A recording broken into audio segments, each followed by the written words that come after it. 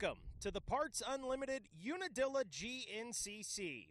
We're here for round number 10 of the AMSOIL GNCC Racing Series presented by Maxxis, an AMA National Championship. We're here in New Berlin, New York to see if the best off-road racers can stop Caleb Russell from winning another championship. Now let's take it down to the start line with Rodney Tomlin.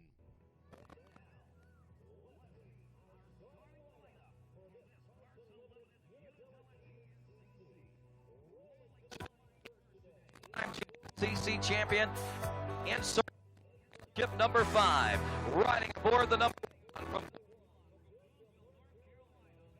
Factory Racing KT.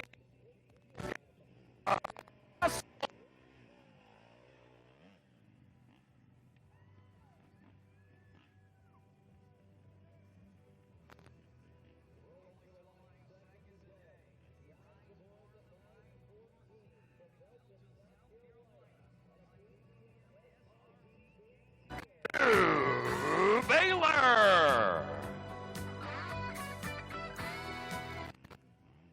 to the line next today. He was the winner of the snowshoe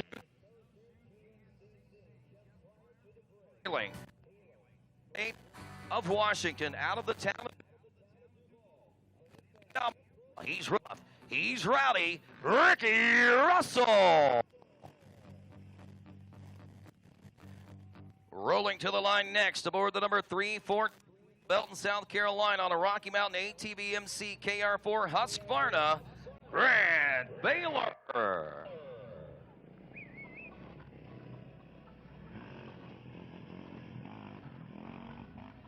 Next to the line, he rides aboard the number 5, a rookie in this XC1 Pro class from Morganton, North Carolina on a JCR Racing Honda, Trevor Bollinger.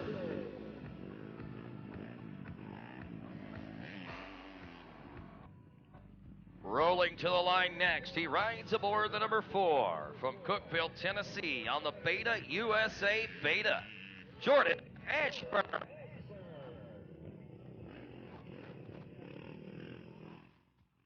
Up next, a former two-time GNCC champion hailing from Australia on a Rockstar Energy Husqvarna backed by Beltray, Strang. Up next, riding aboard the number 113 from Jefferson, Georgia, on an FMF KTM Factory Racing KTM, Russell Bobbitt.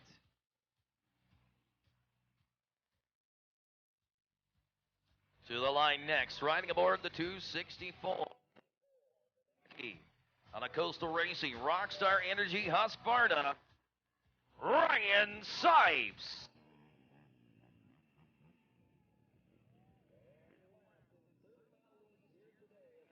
Aboard the 269, Haley. Up Cheney. And that, ladies and gentlemen, for this Parts Unlimited Unadilla GNCC for our XC1 Pro class.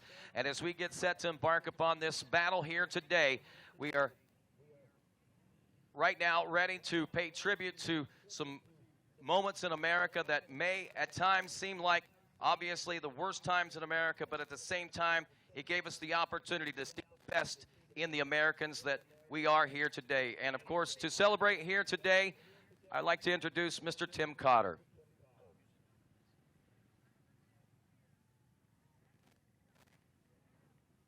GNCC, could we have all the motorcycles turned off? Please kill all the engines.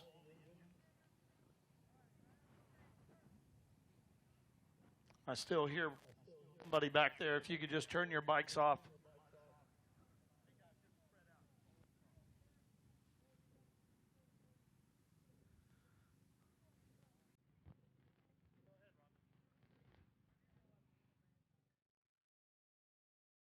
As we stand here today under sunny skies, we have the freedom to come and race motorcycles.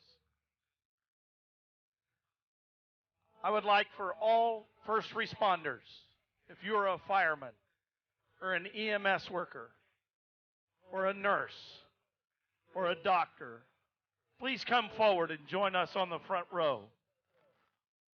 All first responders, whether you race or not, please come on down. Come on up here, folks.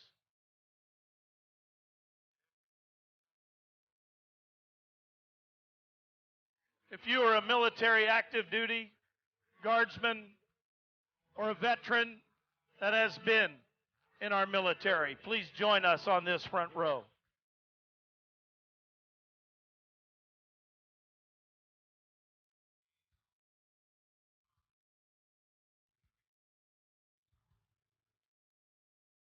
These are your GNCC brethren, folks.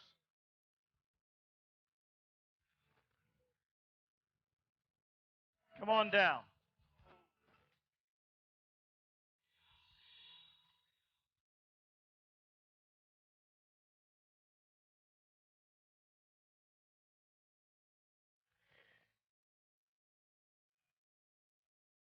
Maggie, would you join us out here on our...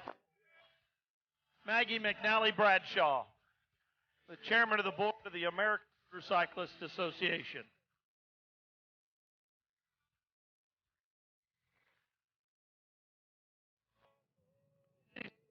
We stand here, not very far from here,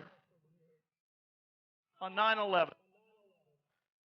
We lost nearly 3,000 Americans. Over 6,000 were injured, and that was on oil. Right here in the United States of America. As I look at this front row at these men and women that communities, see to it that we are safe, and those of you that were afar, protecting our rights as Americans. GNC, can we thank these people for their hard work? Absolutely.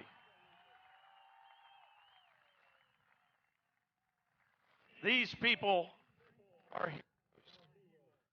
And that's why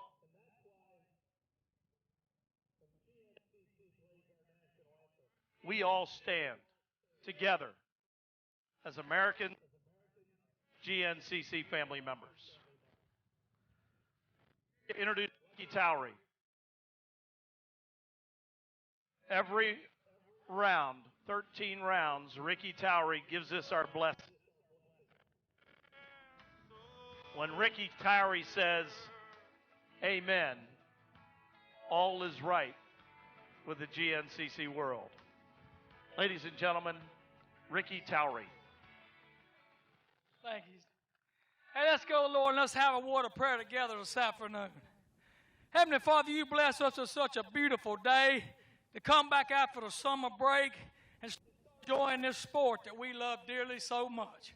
We just ask that you will watch over these riders this afternoon. You will keep them safe, be it the spectators and everybody that's gathered here together. Lord, once again, we do take a moment to remember 9/11, the family members that lost their family members. Lord, we just ask you be with them today, years later. Continue to watch over them and be with them. Continue to watch over our local policemen, firemen, and paramedics, and watch over every small community throughout the United States, each and every day, so we can be safe. Lord, we thank you for this landowner for letting us use this beautiful piece of property to enjoy our sport.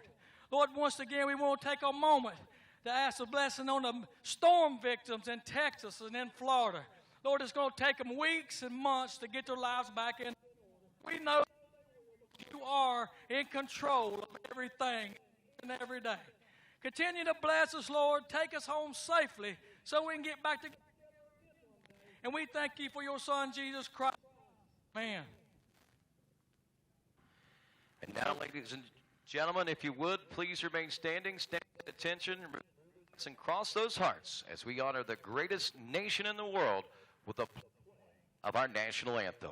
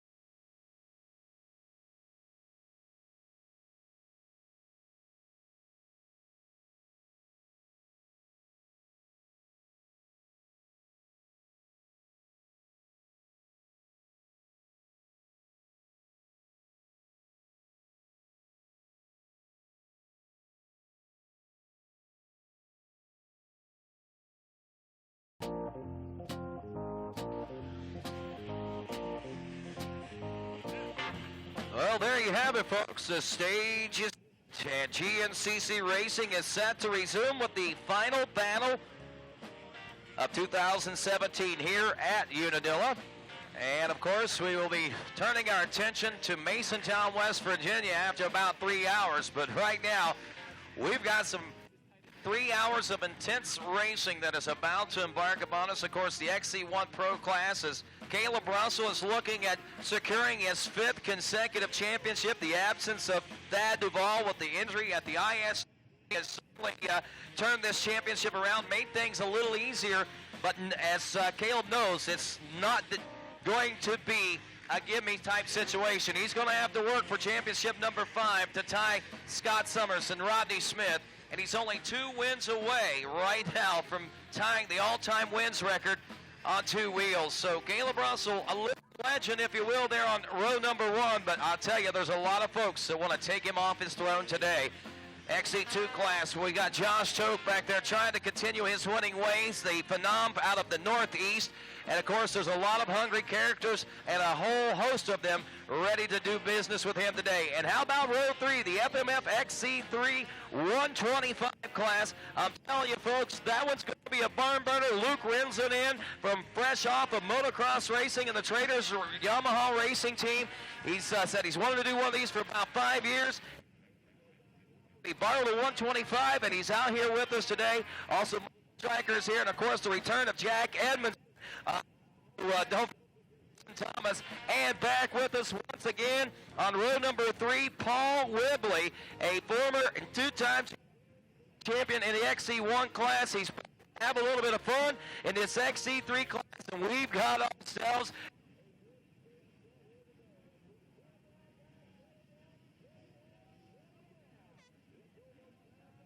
to ask you, New York race fans, are you ready to go GNCC racing? Pretty good. But I also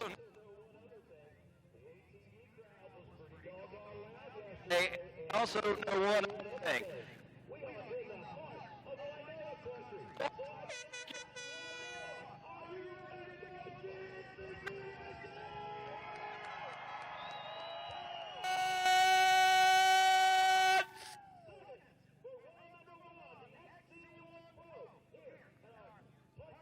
Unadilla GNCC.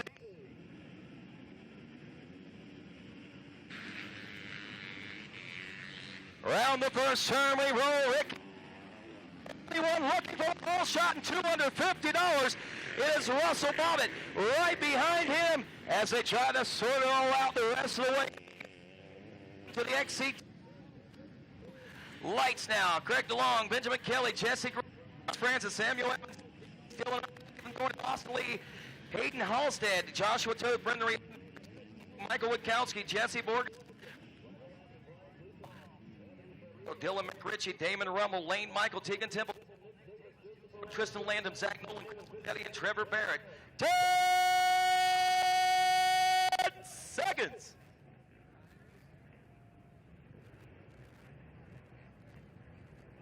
And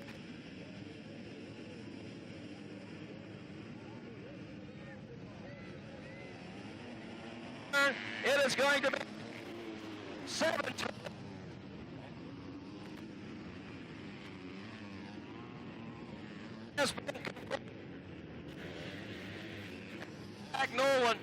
Nolan out of Masontown West, the home of our next round of racing in 2 weeks.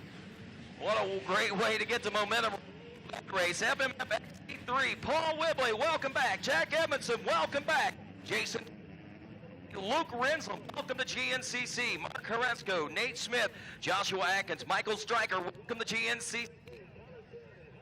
Sharon Williams in 10 seconds.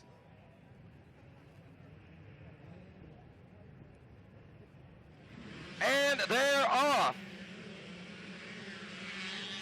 XC3 rounding the first turn. Who's it going to be? It is going to be 429. That is Nate Smith from Summers, Connecticut. He's riding for a Manchester Honda Fly Racing Lynn Company back machine. 200A class coming up next. We've got Cash Jacobs, Brody Johnson, Johnny Manera, Michael Bush, Barry Fernandez, Jason Tino, Ryan Morgan, also Nathan Davis, Hank Reimer, and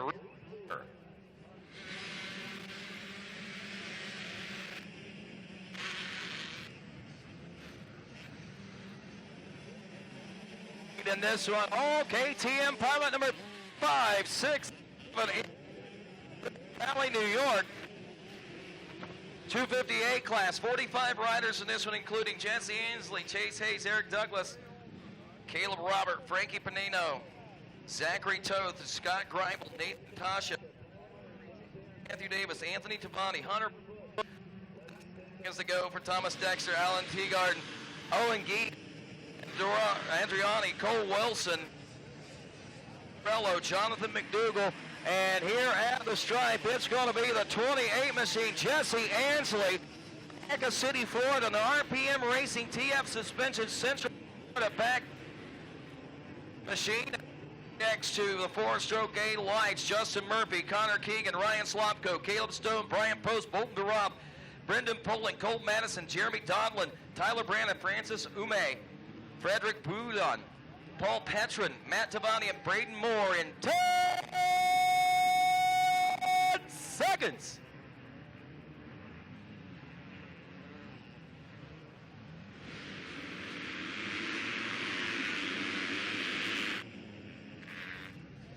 Through that first turn, right to get her all sorted out. It's going to be 2, and that is Cole Madison out of Inman, South Carolina, on the Oleans USA Brewers Cycle FXR back machine.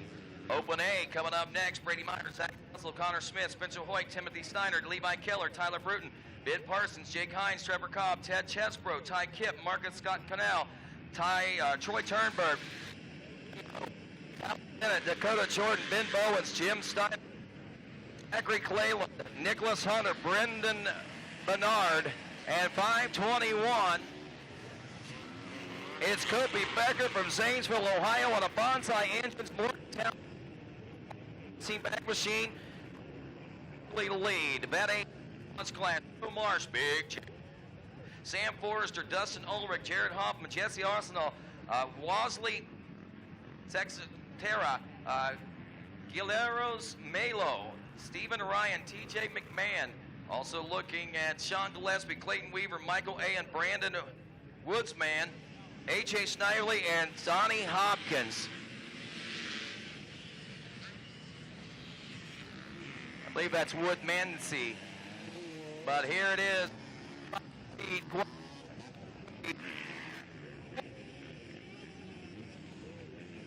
Brazil, and I'm sure that but welcome from Brazil to Unadilla.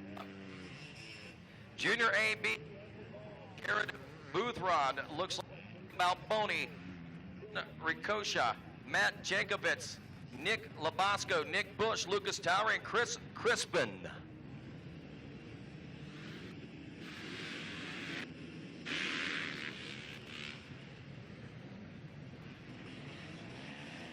And 911, Chris Crispin out of Plymouth, Massachusetts, on a Bubba's Motors back KTM lead. Senior A 40+ class shotgun, Sean Remington, Frank Tussle, Rob Brown, Christian Broombaugh, Patrick Tobin, Bob Bergman, Franz Alapio, Wesley Phillips, Wayne Greenwicks, Matthew Connett, Brian Moore, Jeffrey Hart, Jeff L., Daniel Boehm, and Jeffrey Odell.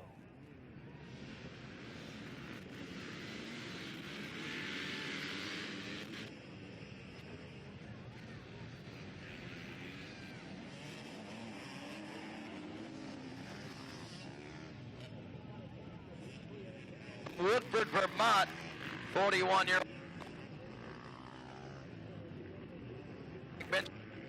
Jaycock.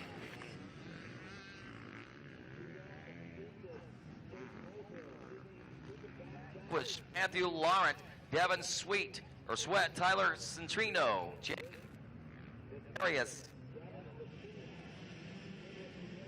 Amos Richards, Trent Robbins, Noah Stewart, Zachary Siracosta, Miguel Delosio, and Brandon Keegan, and your leader, the 154, Benjamin Wright from Pennsylvania. Thank goodness it was an easy name to say.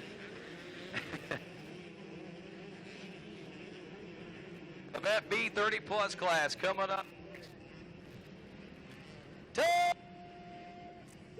Larry Hopper's, John Starkweather, Michael Royal, Wes Morris, Ryan Howell, Corey Maxson, Joe Brown, Charlie Torrizzani,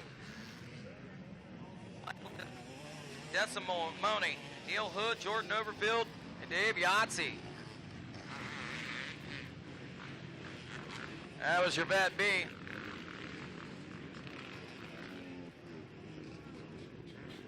James Harshberger, also Adam Hollenkamp in this Open B class, Luke Daly, Jacob Pritt, Hannigan, Aaron Judson, Dylan DeLisi, Riley Morris, Steven Schonkweiler, Cody Stevens, Jake Champion, Don Swansbro, Rich Hines, Nick Conklin, Anthony Herron, Owen Marriott, Michael Chandler, and Spencer Welsh.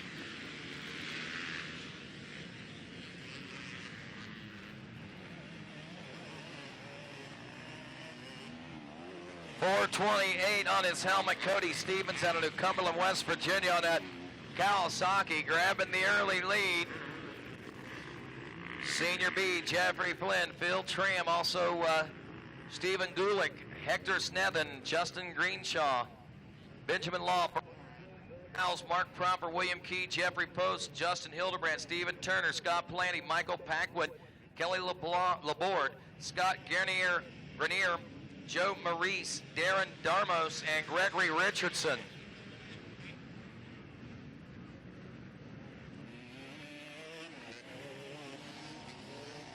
.414, Craig Howells out of Sydney Center, New York.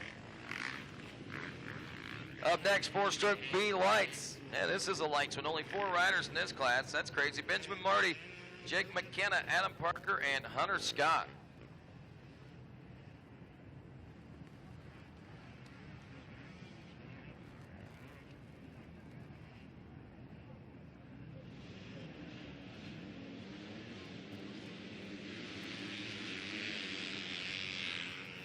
Ooh, Hunter Scott, 954.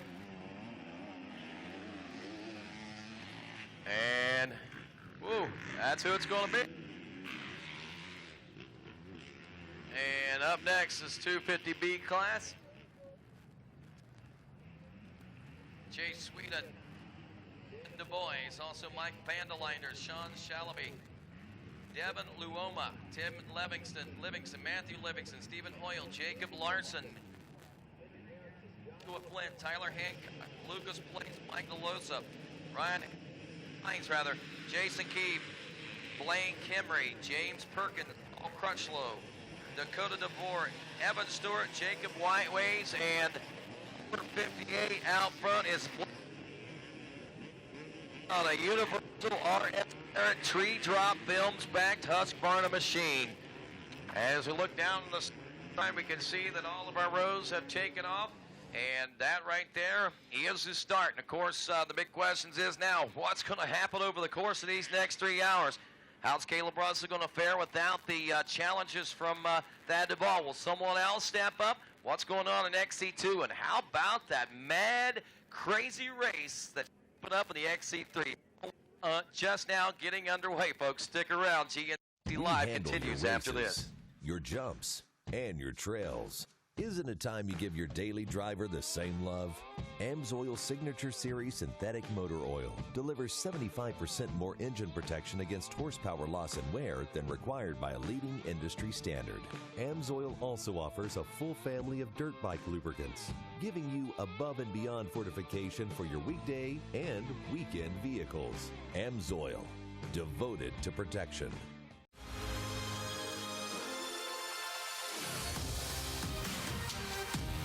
As riders and racers, we understand the need to get quality parts, apparel, and accessories fast. We have the horsepower of multiple warehouses to make sure your gear, OEM parts, or accessories make it to your door quickly.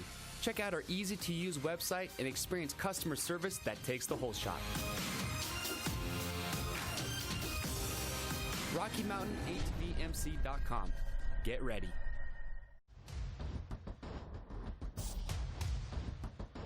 Here he is, Walker Fowler, Brand National Cross Country XC1 Pro Class Champion.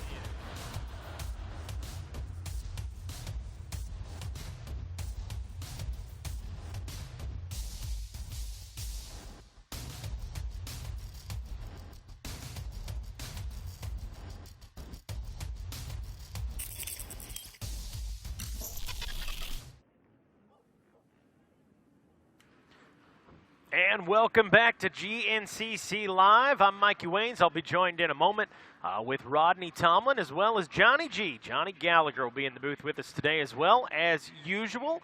I want to welcome everyone out here to the Parts Unlimited Unadilla for round 10 of the GNCC Racing Series here, presented by Maxxis, an AMA National Championship. Hard to believe summer break is over, and here we are up in Unadilla. Beautiful shot right there. How about that? And as beautiful as that is, it doesn't quite do it justice to what you see here in person. Absolutely beautiful facility. Been coming here, I believe, 12 years now, and happy to be back. Let's take a look at the bike overall point standings coming into this one. Caleb Russell, our leader, out in front. The tight points race there between him and Thad Duvall.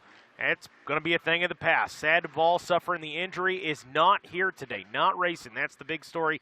Stu Baylor, back there in third place. Ricky Russell, who's off to a good start, we'll get to that in a second, is in fourth place on the points standings. Josh Toth, fifth. Grant Baylor, sixth. Seventh, Trevor Bollinger and Jordan Ashburn rounding out your top riders right there. So as we get a look at these guys coming through, part of this motocross section, out of the gate you saw...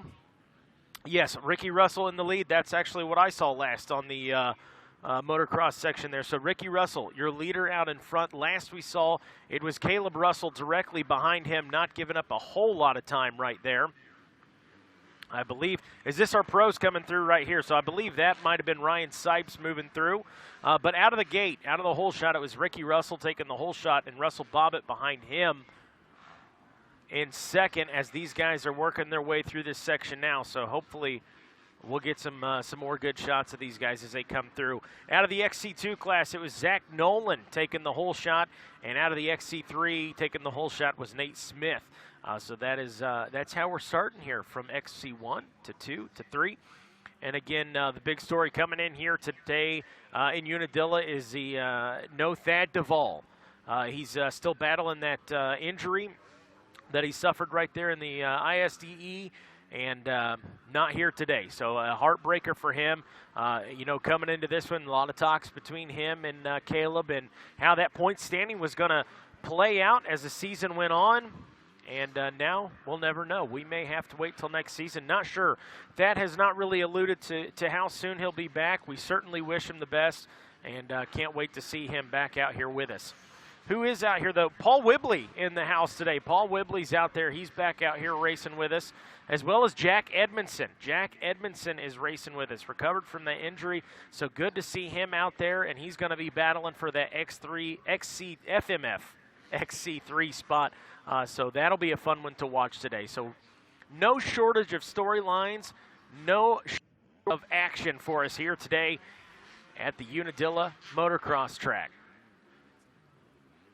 So we're going to talk about this, the hill climb, a little bit. It was a bit of a factor yesterday. We saw, some situations rolling through there with a lot of riders getting bottled up. I think we're getting a look at it. We've obviously got some mud fleas and some spectators set up there ready to help out. This was a very popular site. It didn't take long yesterday for the ATVs. There you go. Perfect example. Didn't take long for the bikes either, apparently. But this hill climb, just like in TV, camera shot doesn't quite do it justice. Seeing the shot of the mud fleas and the GNCC Racing Nation right there helps you out a little bit to kind of get an idea of just how steep this hill climb is. But I'm telling you, if you didn't see it yesterday, it was ATV tire to tire, all the way up that thing. They're pulling them up one at a time. Going to kind of expect to see some of the same stuff here today as these guys are ready for these riders to roll through. Not too many issues. It has dried out a little bit. We had some spotty rain on Friday coming into this, And Saturday, this seemed a little slick. There you go. Get your hand on there, bub. Getting some help. He fell. It's all right.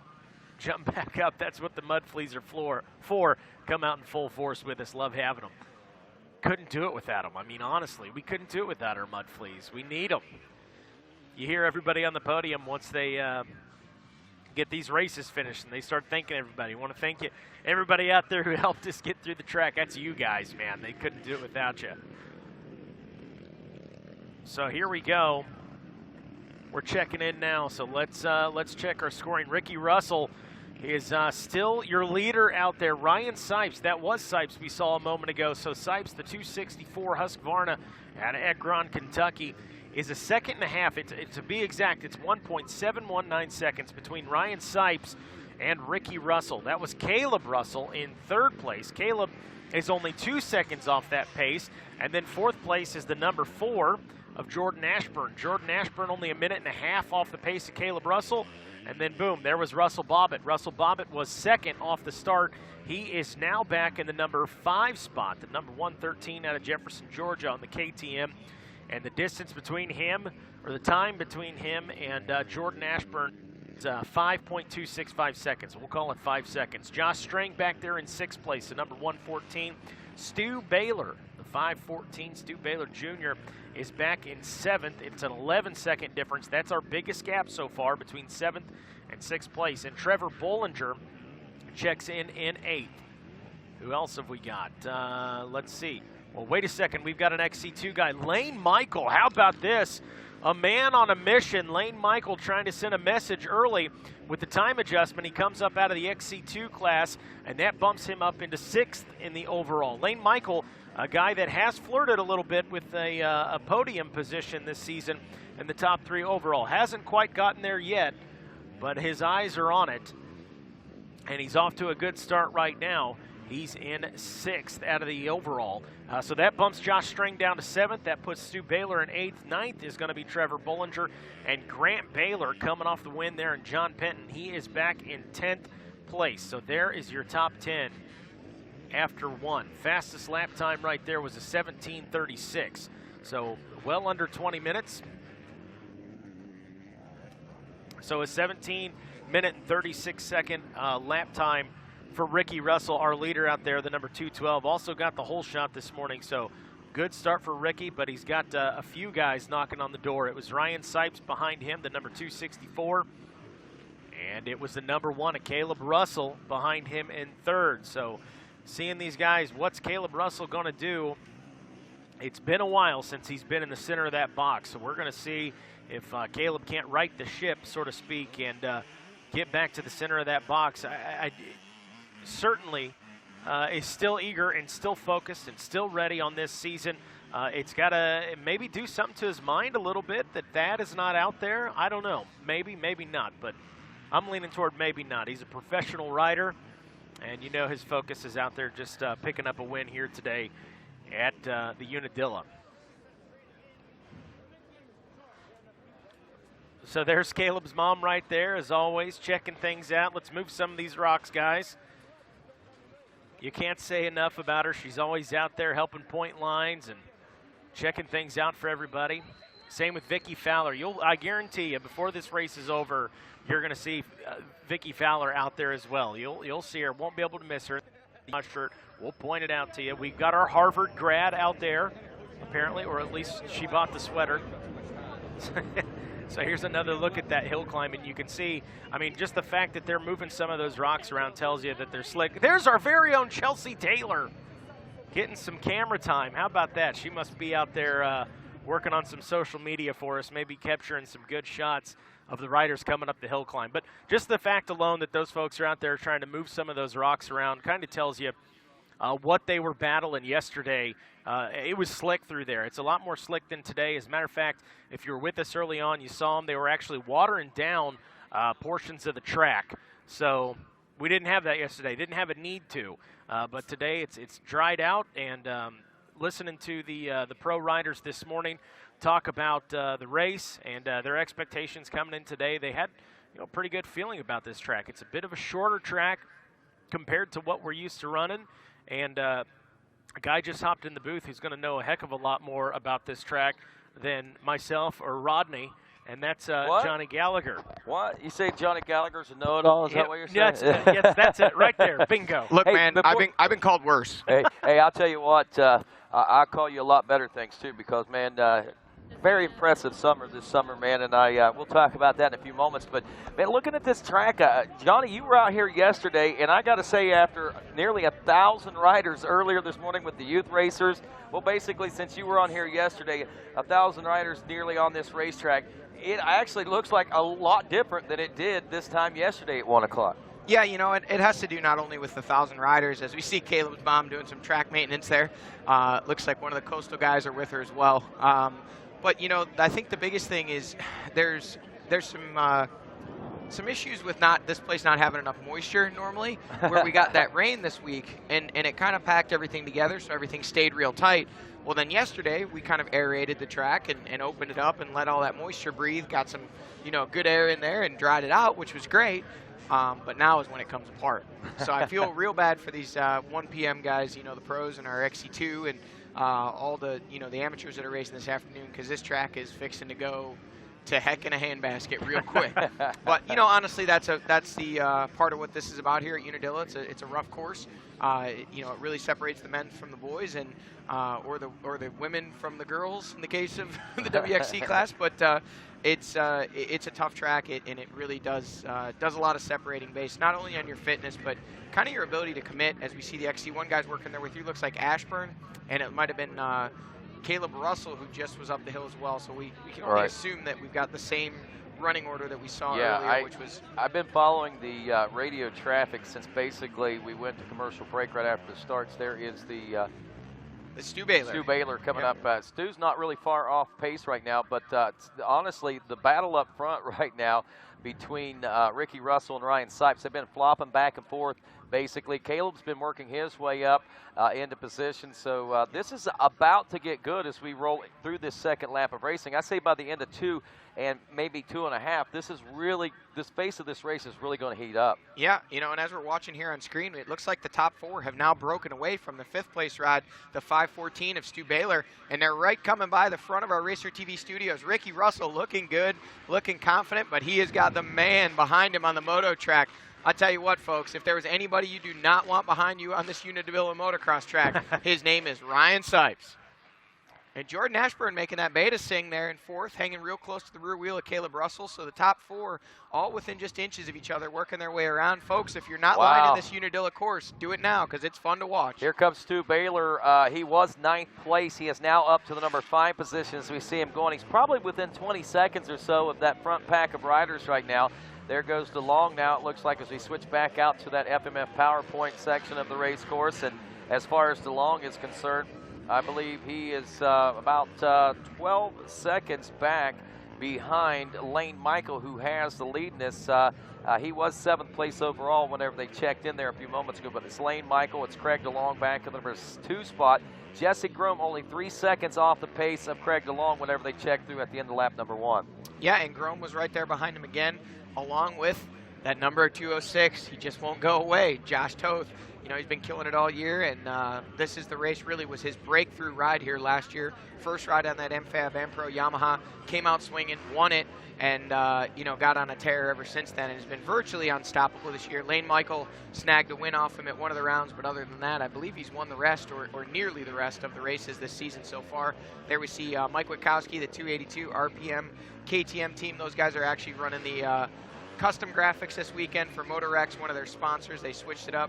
There is, oh, look at that.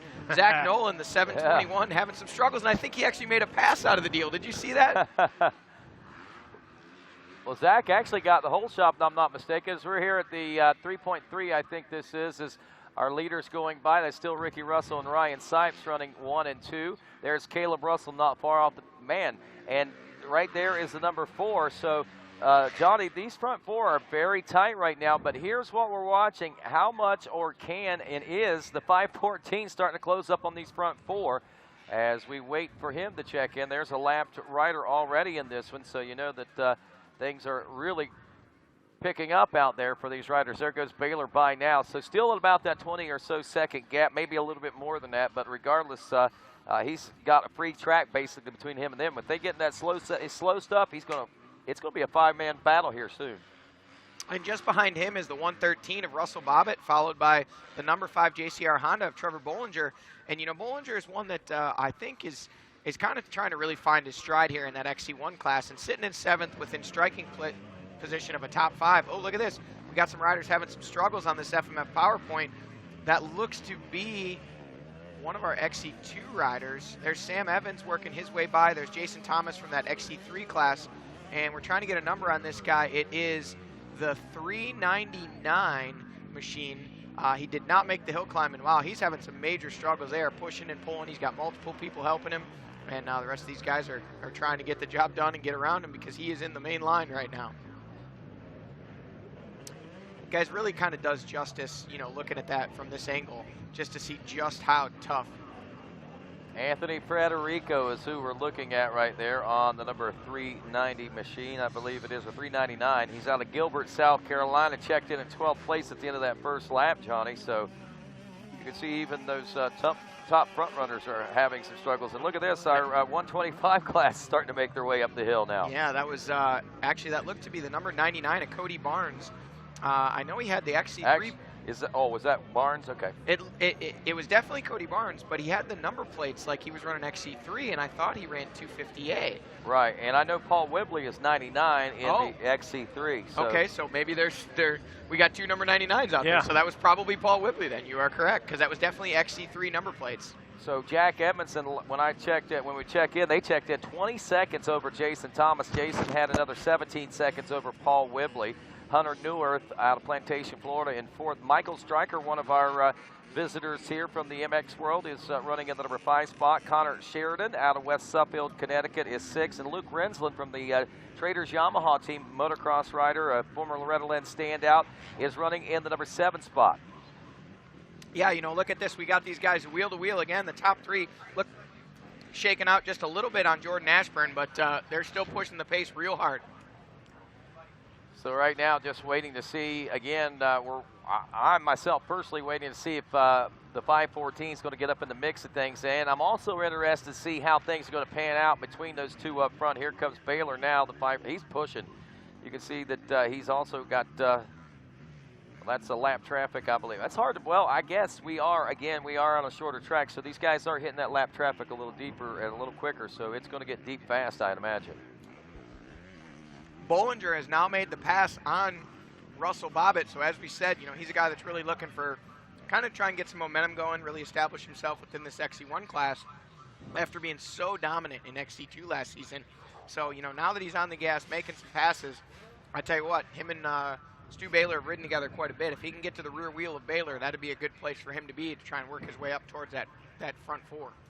Well, as we take a look at it, we are rolling through lap number 2. We are about 4 minutes or so due in for lap number 2 complete for Ricky Russell and Ryan Sipes. As we had pointed out, there's been a lot of swapping back and forth between those two riders according to the track crew, but right now Ricky Russell seems to have established himself a fairly dominant rider. It's only just a few seconds, but the smoothness that he's riding with today, man, I mean, it's almost like what we saw at Snowshoe in round number 8 when he won the most rough and rugged race of the year so far. You know, and I got to tell you, I was down there watching those hole shots, and Ricky Russell looked like he was shot out of a cannon on that hole shot. I could not believe how hard he was charging. And look at this, we've had a little bit of a shakeup in our XC2 class as those guys came back. Lane Michael has actually opened up his gap just a little bit over the second place of Craig DeLong, and if you look there, Michael has actually closed up and is passing several of the XC1 guys. He's gotten his way around Grant Baylor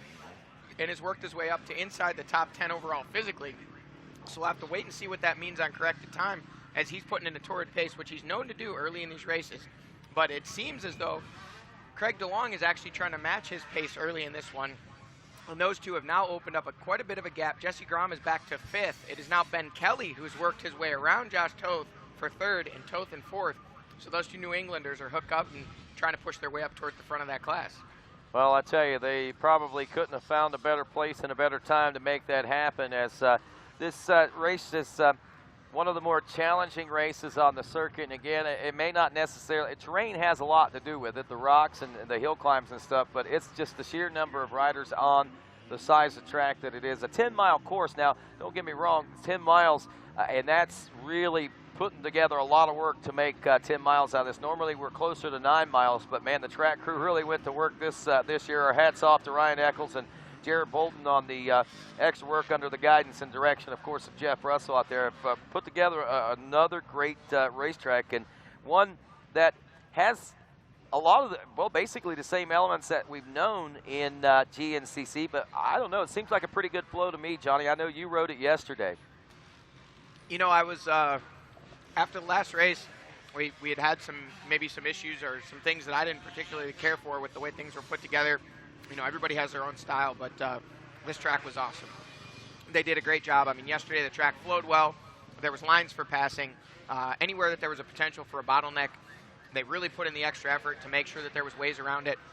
Even this morning, with 720 some odd riders, you know, there was one section that was getting bottlenecked, but there's our leader of XC3, Jack Edmondson. First time I think we've seen him on camera, and good to have him back after you know, having an injury and able to come back and really put in a torrid pace and lead here. But yeah, hats off to the track crew. Those guys did a great job. You know, and this place it does have to be tough to lay out a course, because it's, you know, we're kind of caught between a rock and a hard place here in a good way because of the crowd it draws, the kind of legacy of the facility. Everybody loves to be here, and it does. What they have here does provide for great racing. It's just you wish there was a little more of it.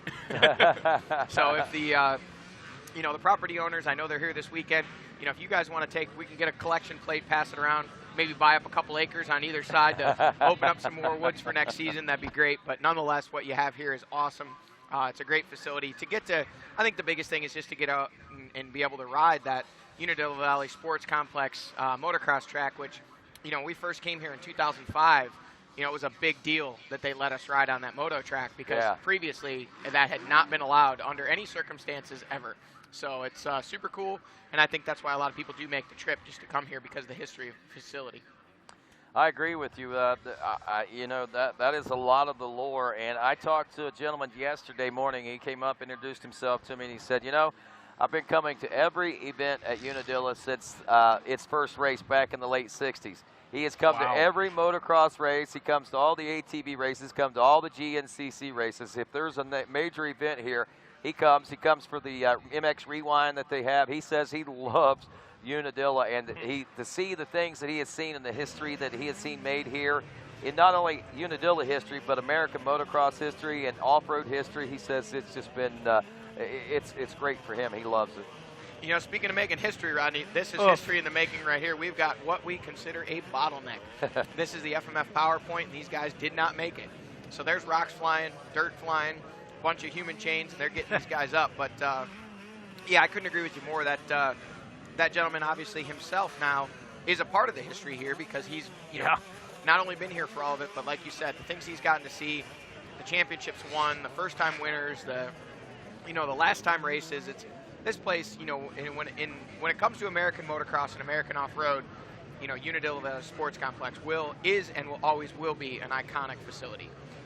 Johnny, I got to say, man, take a look at this hill. This hill looks so much more challenging than what it did only yesterday with the ATV riders. It was polished off. I mean, it changed throughout the course of the day. I remember the first lap, the second lap, and by the end of the lap, I think you guys did 6 laps yesterday. That 6th lap, it was such a totally different look. And today, honestly, if you showed me a picture of yesterday and showed me a picture of today, I would almost argue that it wasn't the same hill, to be honest with you.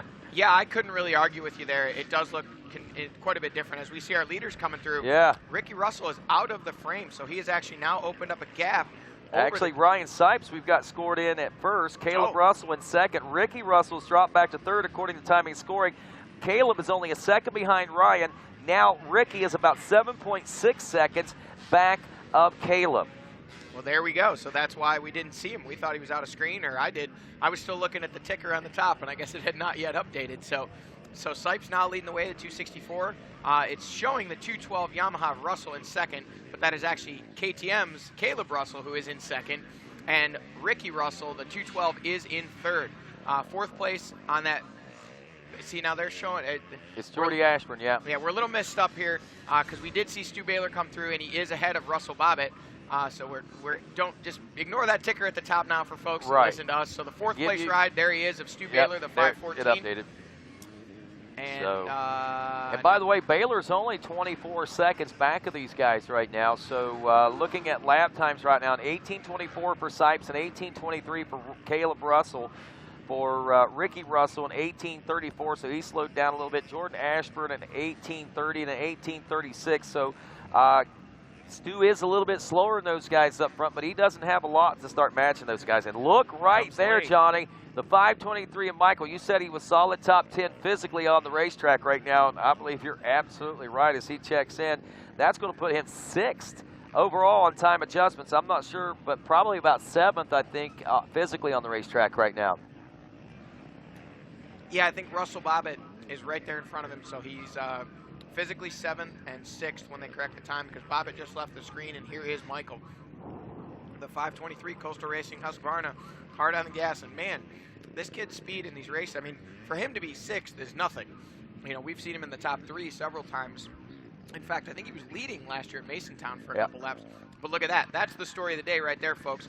The slow starting Craig DeLong, the number 9 Coastal Racing Husqvarna teammate of Lane Michael, in 2nd and trying to track Lane down early in this one. So I don't know for sure, but maybe Craig spent his winter working on his sprint speed. Look at this. Josh Strang absolutely covered in mud. His whole right side trashed. They're doing a glove change, and he is way behind. He's got a lot of ground to make up if he wants to get back up in this one. Right now he's listed in about, looks like 14th place as he makes his way out of the pro pit area now, and that puts him way behind the 8 ball. Now, if you look at it in perspective of the XC1 class right now itself, I believe that Josh Strang is 9th in that class right now. He was only 8.5 seconds behind Grant Baylor, but Baylor was 30 seconds behind Trevor Bollinger. Bollinger was 22 seconds behind Stu Baylor at that point. So, obviously, a little bit of distance there, and looks like even more to make up for Josh Strang. Yeah, the one thing that could work in his favor, or any of these guys really, is the whole dynamic of this race is going to change real soon here when they start hitting the lappers. That's where it all gets interesting. I mean, it won't be quite as bad as it was for this morning, but man, you know, it was crazy this morning to see how many riders were out there on that track and just how crazy the lappers got. I mean, there was times where it seemed like the leaders were coming up on lappers in gobs of 40 and 60 and 80. Yeah. And it was, I actually got a chance to talk with Andrew DeLong, who went out and raced our morning race, ran the Sportsman A class, and physically won the overall. But he had a couple comments after the race that included, wow, those girls are a lot faster than I expected them to be. And holy cow, are they aggressive in lappers. He said they were actually pulling away from me in lappers because they're used to having to pass lappers 20 and 30 and 15 in a corner at a time. He said, my mind was boggling. I couldn't process the information that fast, and they were just pulling away from me. Wow. He said, once we got on the clear trail, I was able to, reel them back in. He said, but hats off to them, and he, hats off to Andrew coming back from a long recovery from that injury. So for him to be able to go out there, put in 2 hours, and obviously win that morning race today, it's a huge step in the right direction for him. And we'll hope to see him back out in our afternoon race, battling for podiums or wins in that XC1 class, like we know where he belongs. For sure. The road to recovery for these guys sometimes seems to be a little longer than what they want to be. And, we oftentimes, they just kind of fade away into the cracks. Not that we forget about them, not that they're not pertinent to the situation, but, it's hard to believe that, we've been basically minus that rider all season long this year, and it is good to see him to get back. Oh, there we go. Oh, he's so mad. He really wishes he wouldn't even tried. He's like, man, there wasn't a round line. I should have just taken it. I don't know why I let these guys talk me into this. They were pointing up the hill. They told me it was going to be fine. They told me send it. There was a pit board that said send it, so I sent it. And now I'm going to return to sender. All right, so looking at this, I know it's deceiving to look at this hill from this angle right now, but from your perspective at the bottom looking up, Johnny, what was it like facing that on an ATV? It really wasn't that bad, to be honest. At the top is where you kind of get into some trouble. It's steeper right below where you see that KTM guy pointing. Caleb's mom removing some rocks there. but the actual issue is up above where we're looking, probably right about at the base of the camera. There's a lot of loose rocks and that silt that you're looking at. And what happens is if you're not carrying enough speed right about where they're standing, where the ledge is, you make it up there and you're like, all right, cool, I made it up the hard part, it's all good. But right here where you're looking, this is so loose and so rocky, there's absolutely no traction on it. You could not even stand there.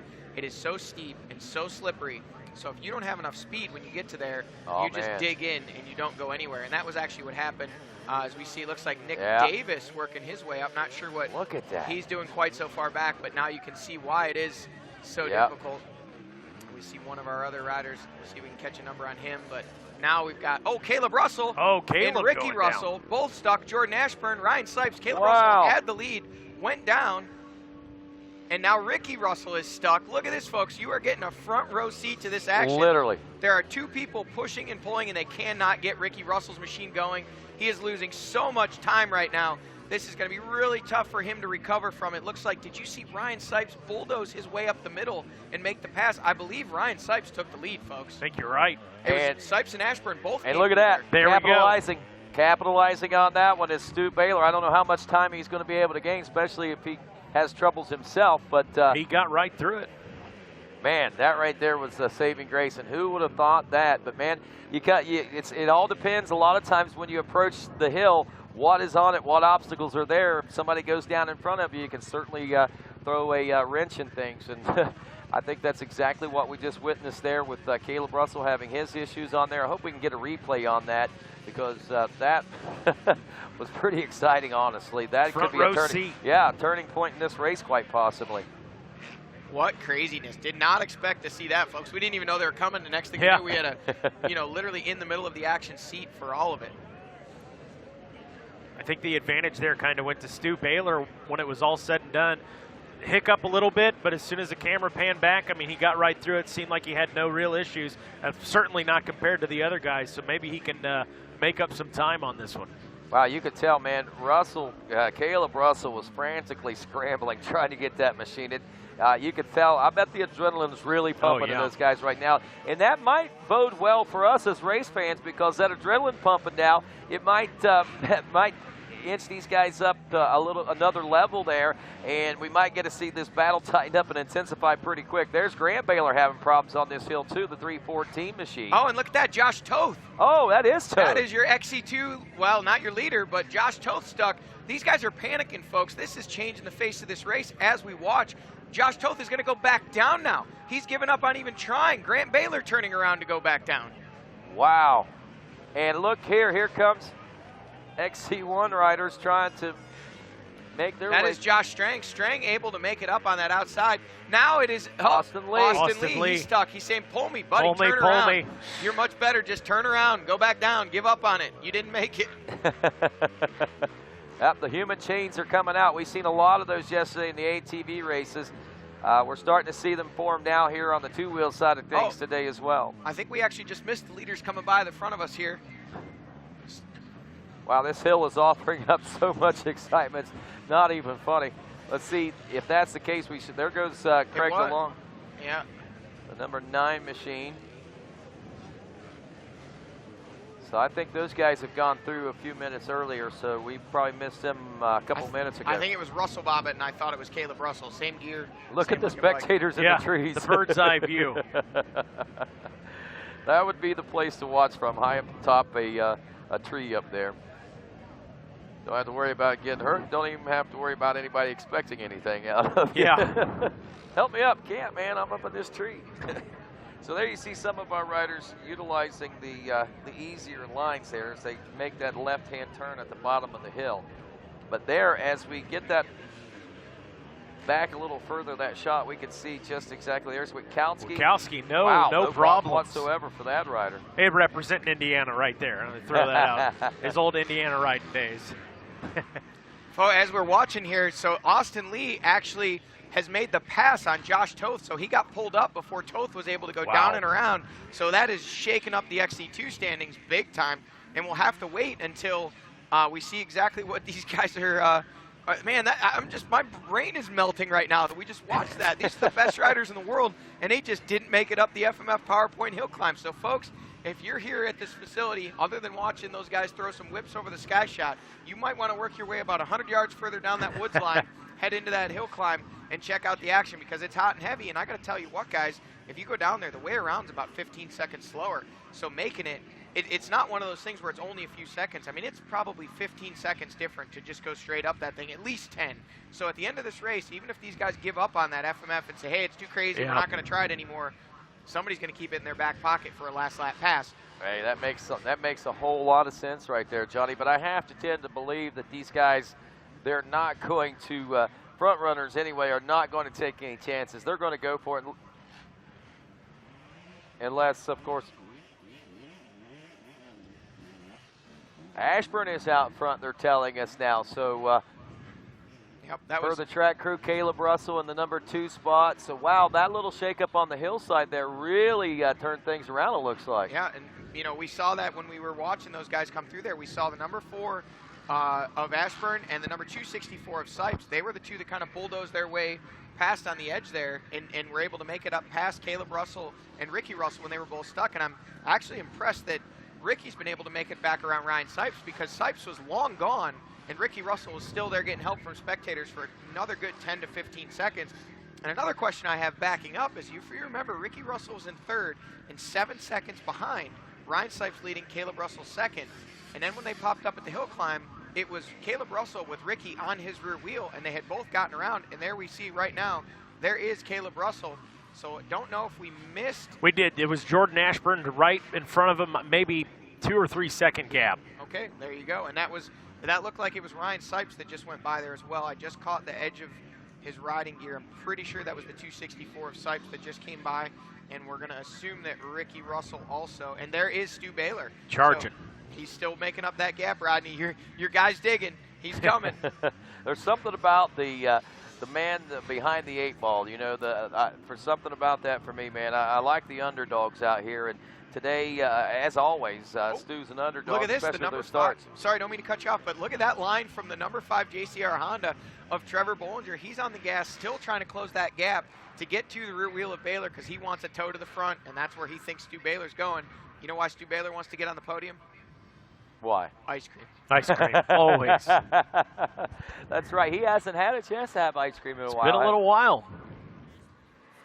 Ashburn over the sky shot now as he makes his way into the heart of this Unadilla Valley Motors cross track, and of course working his way toward the conclusion of lap number 3 here. We are less than 5 minutes or so before the leaders are due in, so we'll see these guys here shortly at the finish line region itself. And wow, Jordan Ashburn taking that beta machine under the direction of Rodney Smith right straight to the front of the pack.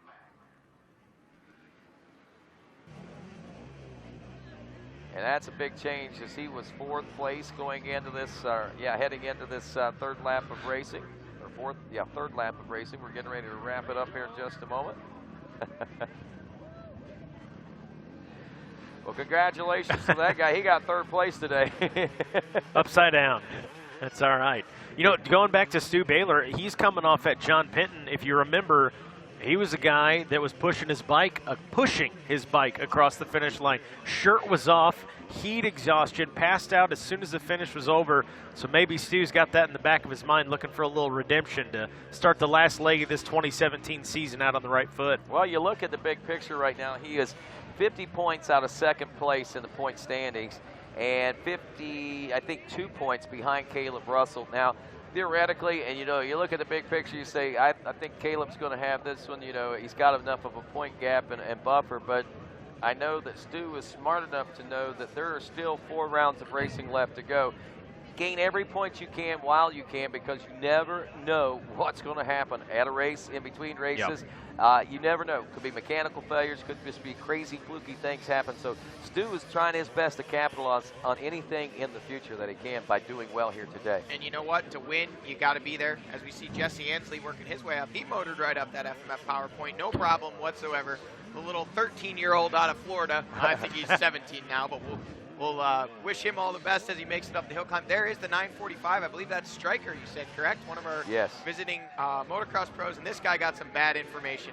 The Sharpie numbers, they should have picked him out right away and said, all right, bud, you're going to want to take the bypass. But he wanted to give it a go, and we definitely applaud effort here in the GNCC series. So these mud fleas are going to help him get that machine turned around and tell him, head back down there, bud. You're gonna need to make another go at this. And actually, looks to be, is that Dylan Rash possibly? No, that's the 108. There's one of our XC3 riders, the 429. Not sure who that is. And here we see the 222 Ghost Ride. Now we're back to a real GNCC race in the 445. Look at these guys just stacked up on the FMF PowerPoint hill climb.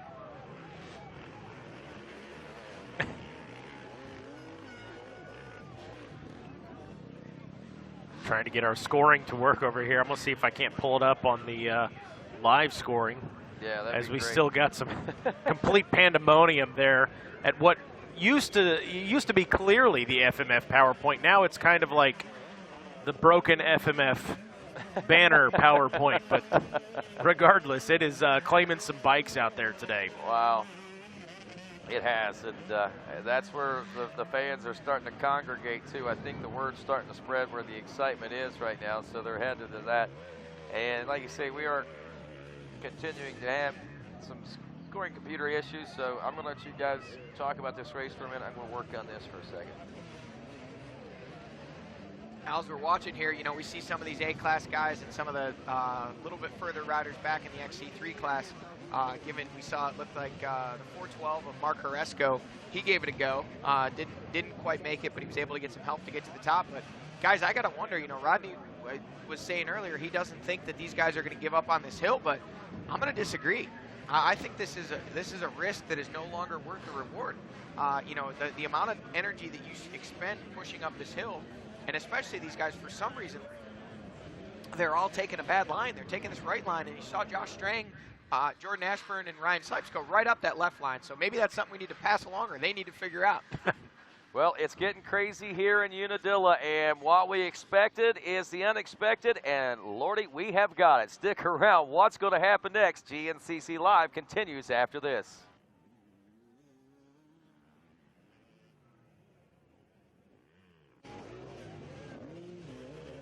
We handle your races, your jumps, and your trails. Isn't it time you give your daily driver the same love? AMSOIL Signature Series Synthetic Motor Oil delivers 75% more engine protection against horsepower loss and wear than required by a leading industry standard. AMSOIL also offers a full family of dirt bike lubricants, giving you above and beyond fortification for your weekday and weekend vehicles. AMSOIL, devoted to protection.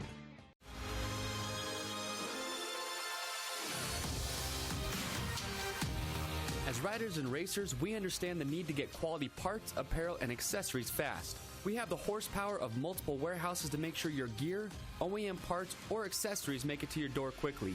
Check out our easy-to-use website and experience customer service that takes the whole shot.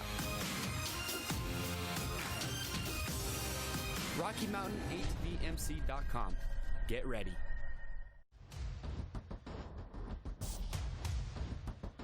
Here he is, Walker Fowler, Brand National Cross Country XC1 Pro Class Champion.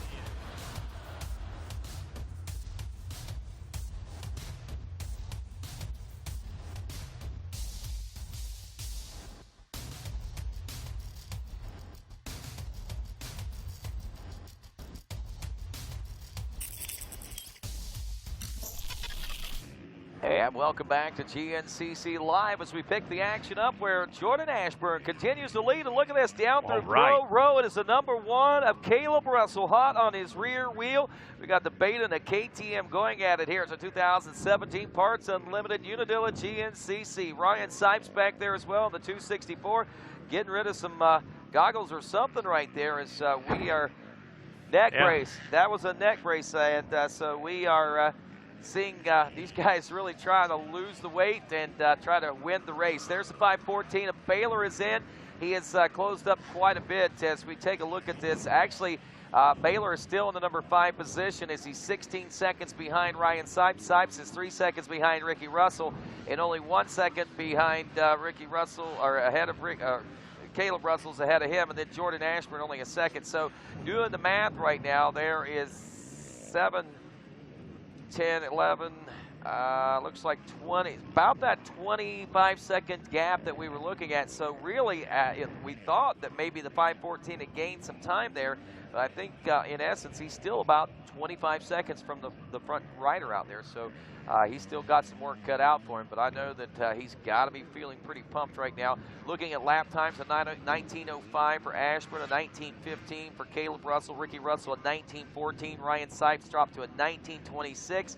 But a 19:09 second fastest lap was turned by Stu Baylor. Ashford had the fastest at a 19:05, so he was only 4 seconds off the pace of the leader Baylor was. So wow, if these kind of lap times continue and this stays consistent, theoretically by the end of this race, it's literally going to be ready to explode and ignite into something crazy as far as the finish is concerned. So I'm keeping my fingers crossed for that, Mikey. Absolutely, and I think, you know what, we go back to that FMF PowerPoint. Maybe Stu Baylor can do the exact same thing he did last time. No problems. Maybe those other guys have issues again. Maybe they bypass it and they lose those 15 seconds that Johnny G was talking about. Who knows? I mean, anything can change out here at Unadilla within a lap. Yes. Lane Michael into the number 7 spot overall, as we pointed out, still maintaining that level. He has a 7.9 second lead now over Benjamin Kelly, the number 12. Craig DeLong has dropped to third in 34 seconds behind Kelly. So somewhere out there, since last we saw Craig DeLong, he had some sort of an issue because we thought that it looked like he was closing up.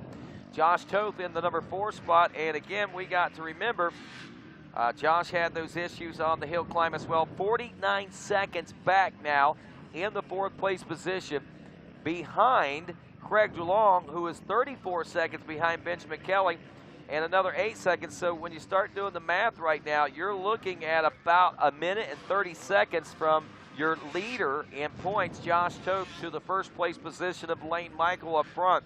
And that could be monumental in these final 4 rounds, especially for Lane Michael. If he can get this win here today and convincingly like this, I'm not sure how much of the factor he's going to be as far as the championship is concerned, but he is going to be a factor in considering who's going to take wins at these next 4 rounds, including today. Masontown in 2 weeks, 4 weeks from now, of course, as we head to St. Clairsville, Ohio, and Powerline Park, and about 8 weeks from now to Ironman GNCC. That's the way this schedule looks like here in the final push, if you will, of 2017. And wow, the stage is being set right now for what appears to be a great battle. We are just now approaching 1 hour into this race. I have about 59.5 minutes, pushing 60 minutes right now. And we are only 1/3 of the way through this race at this moment. And already, you know, sometimes we watch races, Mikey, that don't yield us as much craziness and changes as we've seen already over the first 3.5, 4 laps of racing so far. Yeah, you're absolutely correct. It's you start thinking about just XC1, for example, and who's been out in front. And I'm starting to lose track of who's been out in front. It started with Ricky Russell. Caleb flirted with it for a moment, and now, I mean, it's honestly, with the way things are going, I think it's anybody's race. What, maybe from 1st place on down to, what, 5th, perhaps? Stu Baylor? Yeah, it's still way up in the air, and Lane Michaels actually now 6th overall as far as the standings are concerned. He continues to lead the 250 class, the XC2s. Benjamin Kelly now 8 seconds back. He's 7th overall. Craig DeLong is 9th overall and 3rd in the class. Hey, folks, while we watch, I want to remind you, coming up next weekend, the 27th annual DC Vet Homecoming. It's the 16th and 17th next weekend at High Point Raceway in Mount Morris, Pennsylvania. On Saturday will be a Grand Prix motocross country race featuring a mix of obstacles, including grass track, wood sections, and portions of the motocross track. Registration for GP racing begins at 8 a.m. with practice at 10 and racing to follow. Racing will consist of 2 30-minute motos over 2.5 miles of course. If you pre-register, you'll also receive a free event t-shirt. After the racing action on Saturday, kick back at the track with karaoke, music entertainment, along with a $5 barbecue dinner for everyone. Bench racing and retro films. Winners will be announced at intermission of some great contests like they'll have a vintage contest and vintage race gear, oldest race program, vintage t-shirt, best old school trophy, furthest travel competitor, and oldest competitor. The winner of each category will receive a free 1-year subscription to RacerX Illustrated, as well as 2 all-day pit passes to the 2017 High Point Pro Motocross. Not to interrupt you real quick, but we just saw Jordan Ashburn roll through, as well as Caleb Russell and Ricky Russell, this time through the FMF PowerPoint, and no issues. Smooth sailing. Wow. So and they were pretty well, I would say maybe a couple seconds difference between each rider. So maybe not even that between Jordan Ashburn and Caleb Russell. Probably less than that. Well, we saw only a second that separated them. So only a second that separated them. So that only makes sense, to be honest with you. There they are again. There's the number 4 of Jordy Ashburn now. And there is Caleb Russell. He's basically shadowing him right now. And you know, I have to tend to think and wonder if maybe Caleb's thinking, I'm just going to ride back here for a little bit, not try to push things, because there's a few rounds of racing that things just didn't work his way. Maybe he's going to think, let's go back to the sneak attack and take this one on the last lap. You know, it's always a lot easier to race from behind. It's hard to set the pace when you're out front, especially on a track like this. And unless you can get out there and really open up a gap, it's almost not worth it. It's not worth the chance you take. Right. Let somebody else take the chances. And you know, Ricky Russell seems content to take those chances. So does Jordan Ashburn, and you know, actually Ryan Sipes a little bit earlier in the race, and Caleb Russell's kind of just sat in that catbird seat. You know, and also you were talking about Stu Baylor trying to capitalize on some things. He's back there as well, but you know, Caleb Russell, his mindset, I would have to imagine, as we see Ryan Sipes now working his way by. We're about to see him on screen here right about now. There he is, folks. Ryan Sipes making that motocross track at Unadilla Valley Sports Center. And look at that. See who that was right behind him? The 514 is Stu Baylor has crawled up to the rear wheel of Ryan Sipes. That's pretty impressive. So he's 5th, and he's working his way into 4th. And that was from a 16-second gap. It's down to now less than 10 seconds, it looks like, Johnny. And watch on screen, there is the number 5 JCR Honda of Trevor Bollinger, also on the charge, still trying to close up that gap, trying to get up there to the back wheel of Baylor. Still trying. He knows he needs to be with Stu if he's got a chance to go to the front, and that's what he's trying to do right about now. But, you know, you have to wonder, I mean, I've spoken with Caleb quite a bit, you know, in the last 2 weeks when we were in France, and then also in the week since then, even yesterday. And I've never really asked him the question, but I can't help but wonder if his mindset has changed a little bit. You know, he went from battling wheel to wheel with Thad Duvall in these races and for a championship to now with a sizable 50, well, incorrect. Still, mathematically right now, still has a small lead on Thad Duvall, but with Thad not racing today, whatever points Caleb gets, obviously that adds to the points gap. You know, but with the 3rd place rider, Stu Baylor, depending on how long Thad's going to be out, and look at this, Caleb Russell has taken over the lead.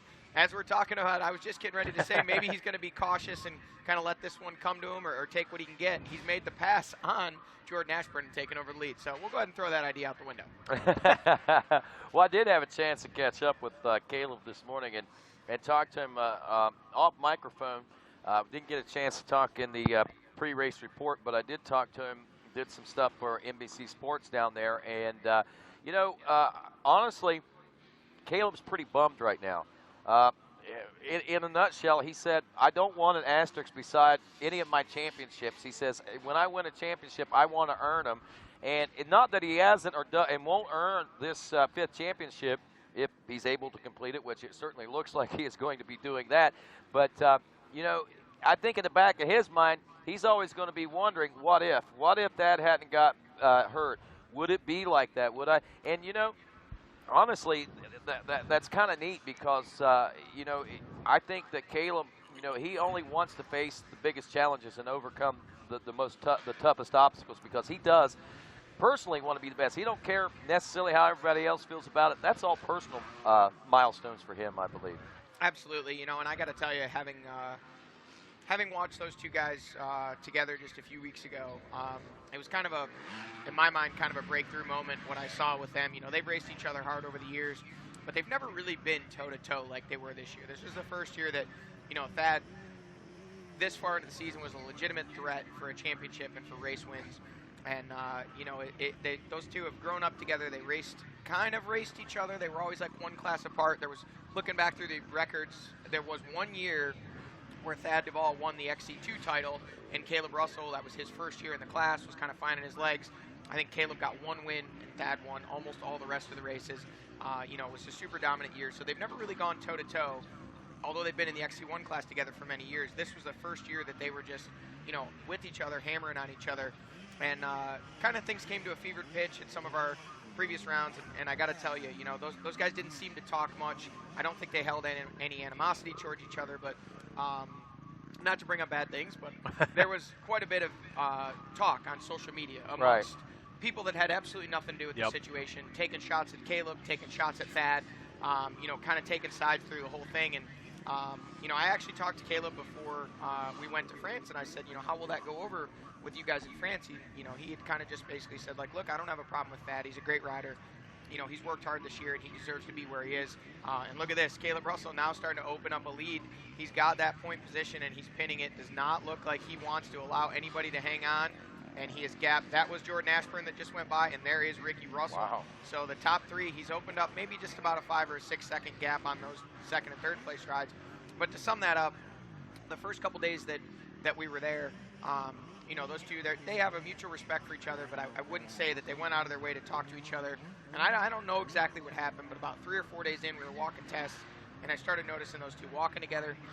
Started noticing after, you know, these long 100-degree walks, they would sit down in the shade, and you could see them talking, you know, having a sip of water together. And I asked Caleb about it afterwards, and he said, it felt good to get to kind of back to that point where they both have a huge respect for each other, and it's just unfortunate, you know, and this is my public service announcement. You know, for any of you people on social media that comment negativity towards, you know, these athletes or towards anyone on social media, there's no place for it. It's disgusting, especially when you start dragging people's family into it and making accusations that are just absolutely ridiculous. And you have no idea about just what you hear through the grapevine and what you think that you see. That's no. Yeah, it's stupid. It's hateful. There's no need for it. You know, these two guys, if you see them by themselves without all the peripheral, you know, they want to kill each other on Sundays. But when the race is over, maybe they're not best friends, but they have a respect for each other. Most definitely.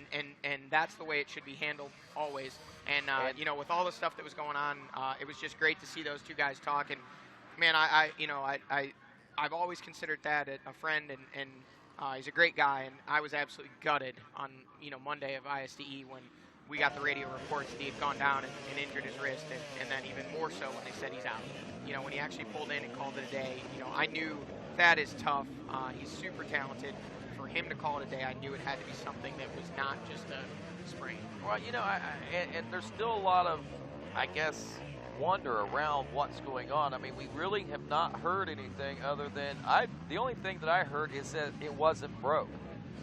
That's the only thing that I heard, and that's the only release that we heard. And then I heard, you know, it's been rather quiet. Then we hear he won't be racing this weekend. They hope to be able to continue the chase for the National Enduro Championship. Well, you know, and I think in our position, the best thing that we can do as broadcasters, I guess, if we are, is report the news that we're given, the news that we've been given. Thad Duvall put out on his own social media that as far as the terms of exactly what's going on with his wrist, he would like to keep it between him, his inner circle, and his family.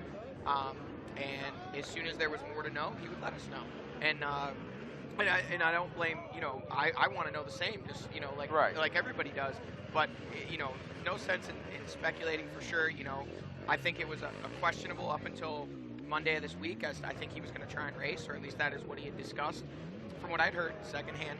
And then for whatever reason, I don't know if he tried to ride or, you know, what the situation was. But to be honest, you know, in his post, he thanked not only his sponsors, but specifically his team manager, Timmy Wiegand, for his what he called his guidance in making the right decision. And I think absolutely in this case, the right decision, if his wrist is not 100%, the right decision is for him to stay home, I agree, get healthy, and come back swinging. And you know what? He's still not out of this championship. No. When you're mathematically, if you have a chance, you have a chance. Right. And Thad Duvall, mathematically, no matter what happens today, will still have a chance. gotta love the race fans here at Unadilla. Chicken suit out there on that one. But yeah, I agree with you wholeheartedly there, Johnny. And we do wish Thad Duvall all the best. And hopefully he will be able to get back out here. But I think the big picture is, obviously it was only 2 points that separated these guys. But if you're not at 100%, why risk it whenever you've got the opportunity to see something even bigger next year, you know, and continue to grow that in the future. So whatever is going on, Thad, we wish you the best and hope for the best. And whenever you're ready to let all of your race fans and all of us know what's going on, we'll will be happy to listen up. And I got to wonder, you think Thad Duvall's watching at home? Nah. No? I would imagine. I don't know, man. That would be tough. Like, if it would be different if he just couldn't be here for some reason. But, you know, the fact that obviously he should be here and out here racing were it not for an injury, it would be tough, I think, to sit home. But Thad is a great, you know, great guy, loves the sport. So I'm on the fence. I could see him sitting at home watching. But, you know, this is an awful good time for him to be looking for all the deer signs and all the, you know, this is pre-hunting season right now for these boys, if you think about the big picture. Yeah, that's true. We know Thad loves to hunt. Well, I can report from Instagram, Maggie Duvall posted and said, and I'm going to quote her. These are not my words, these are Maggie's. Home with my gimp this weekend. First time in 7 years we've been home to enjoy the Stern Wheel Festival. I don't know what the heck the Stern Wheel Regatta. There we go. It's a festival right down there in Parkersburg, Marietta area down there. So cool. So he's out having a good time. Yeah. And, well, I'd say he's probably not watching, but there's a good chance he's keeping an eye on I'll what's text him going on. and find out. There you go. I guarantee he's keeping an eye on what's going on. What's going on? Ashburn was leading, but now Caleb Russell is your leader as Ashburn drops a second. Ricky Russell, Ryan Sipes, Stu Baylor, all your top five still. We still got a long way to go as we're just now about an hour and 13 minutes into this race, and we got, an hour and 45 more to go, so still a lot to happen here from Unadilla. Stick around. GNCC Live continues after this.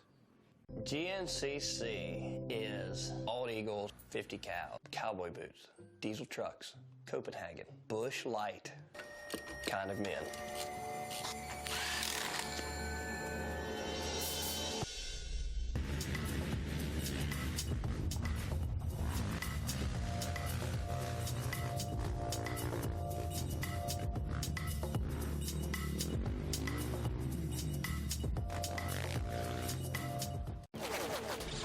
I'm a sore loser. I'm a sore loser. Losing is not an option for me. Be the best. The best? The best. You have to have the best equipment under the hood. That's why I only use Cometic products in my engines. Cometic gasket. Cometic gasket. Cometic gasket. Cometic gasket, a superior quality gasket For those of us who demand the highest level of performance. I'm Barry Hawk, 8-time GNCC champion, current Coastal Racing team manager. Coastal Racing depends on Evans coolant because there is a lot of variables in GNCC racing. Toughest, most demanding sports there is. From my experience, without a doubt, Evans is the way to go. We have it in all of our race bikes, our race ATVs, our UTVs. It is for sure, without a doubt, a must on our race team. The pros use Evans coolant, and so should you. I think we're about to get a front row seat to a Caleb Russell pit stop. Oh, he gave him a look. Maybe. Apparently he didn't want to stop. They looked like they were ready for him. He looked like he wasn't ready to stop. He's running things. He's the boss, he says. But right now, the number 4 factory beta of Jordan Ashburn coming in for a splash of fuel, it looks like. And I'll tell you what, I don't know. This could be a strategy game right here. Caleb Russell went by the pits. Jordan Ashburn stopped. This could loom large as we cycle through the next round of pit stops. It looks to be...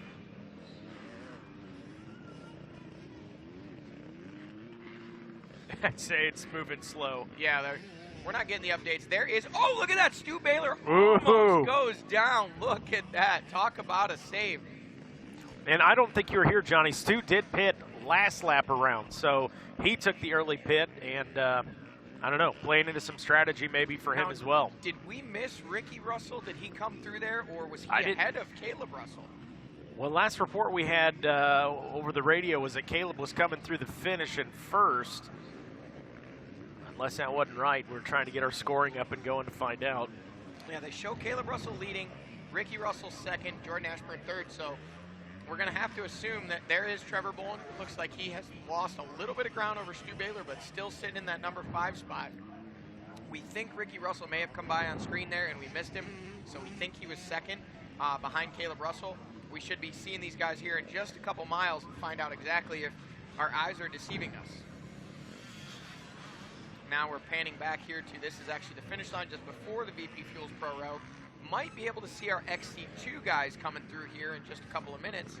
or maybe less than a minute, actually. Lane Michael, last we knew, leading the way in that one. Craig DeLong second. And then there was a big shakeup behind that. And there is Craig DeLong.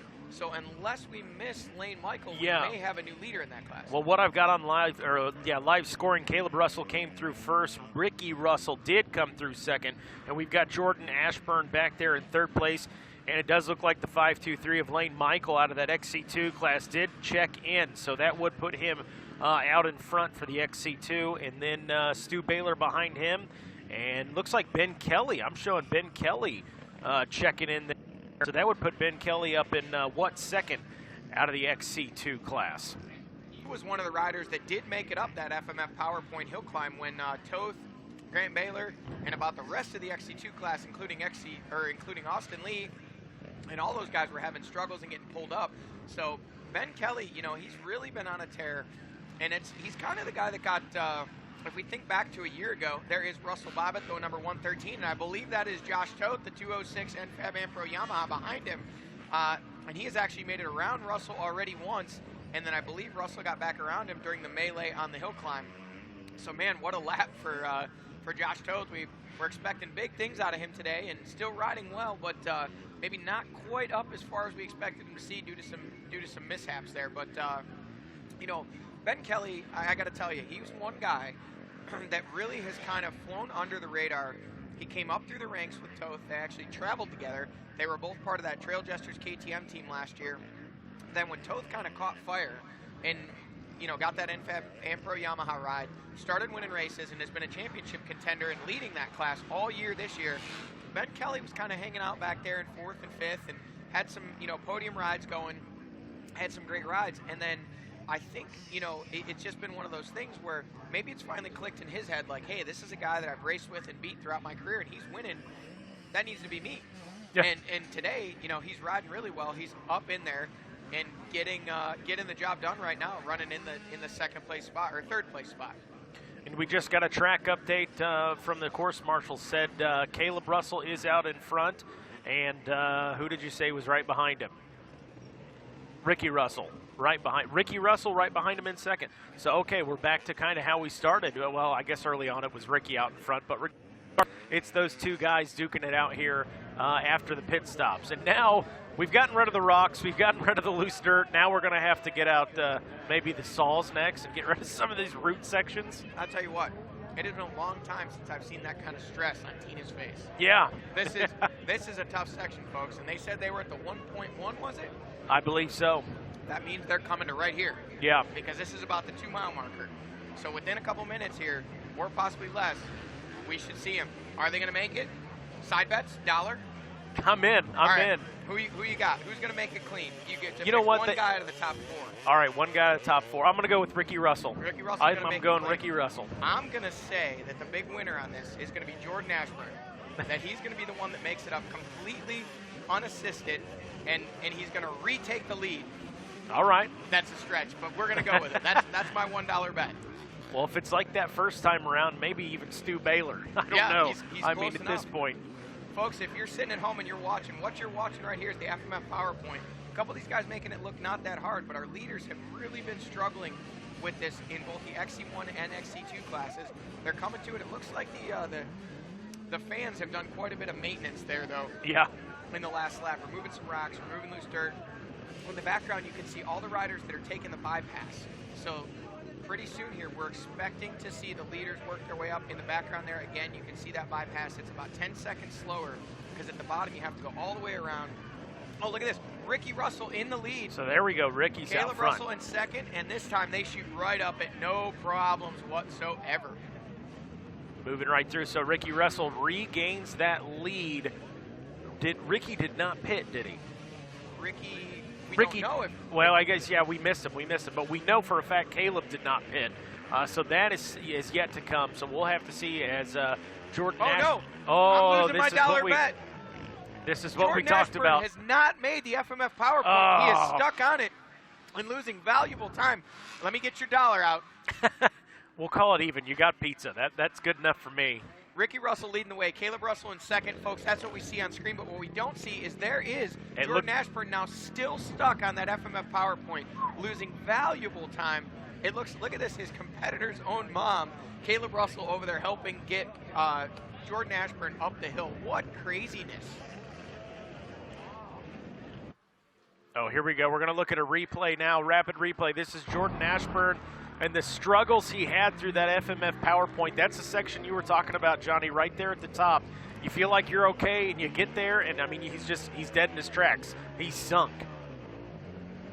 Thank goodness for mud fleas. Look at, and then he falls. They have to pick him up. And Tina.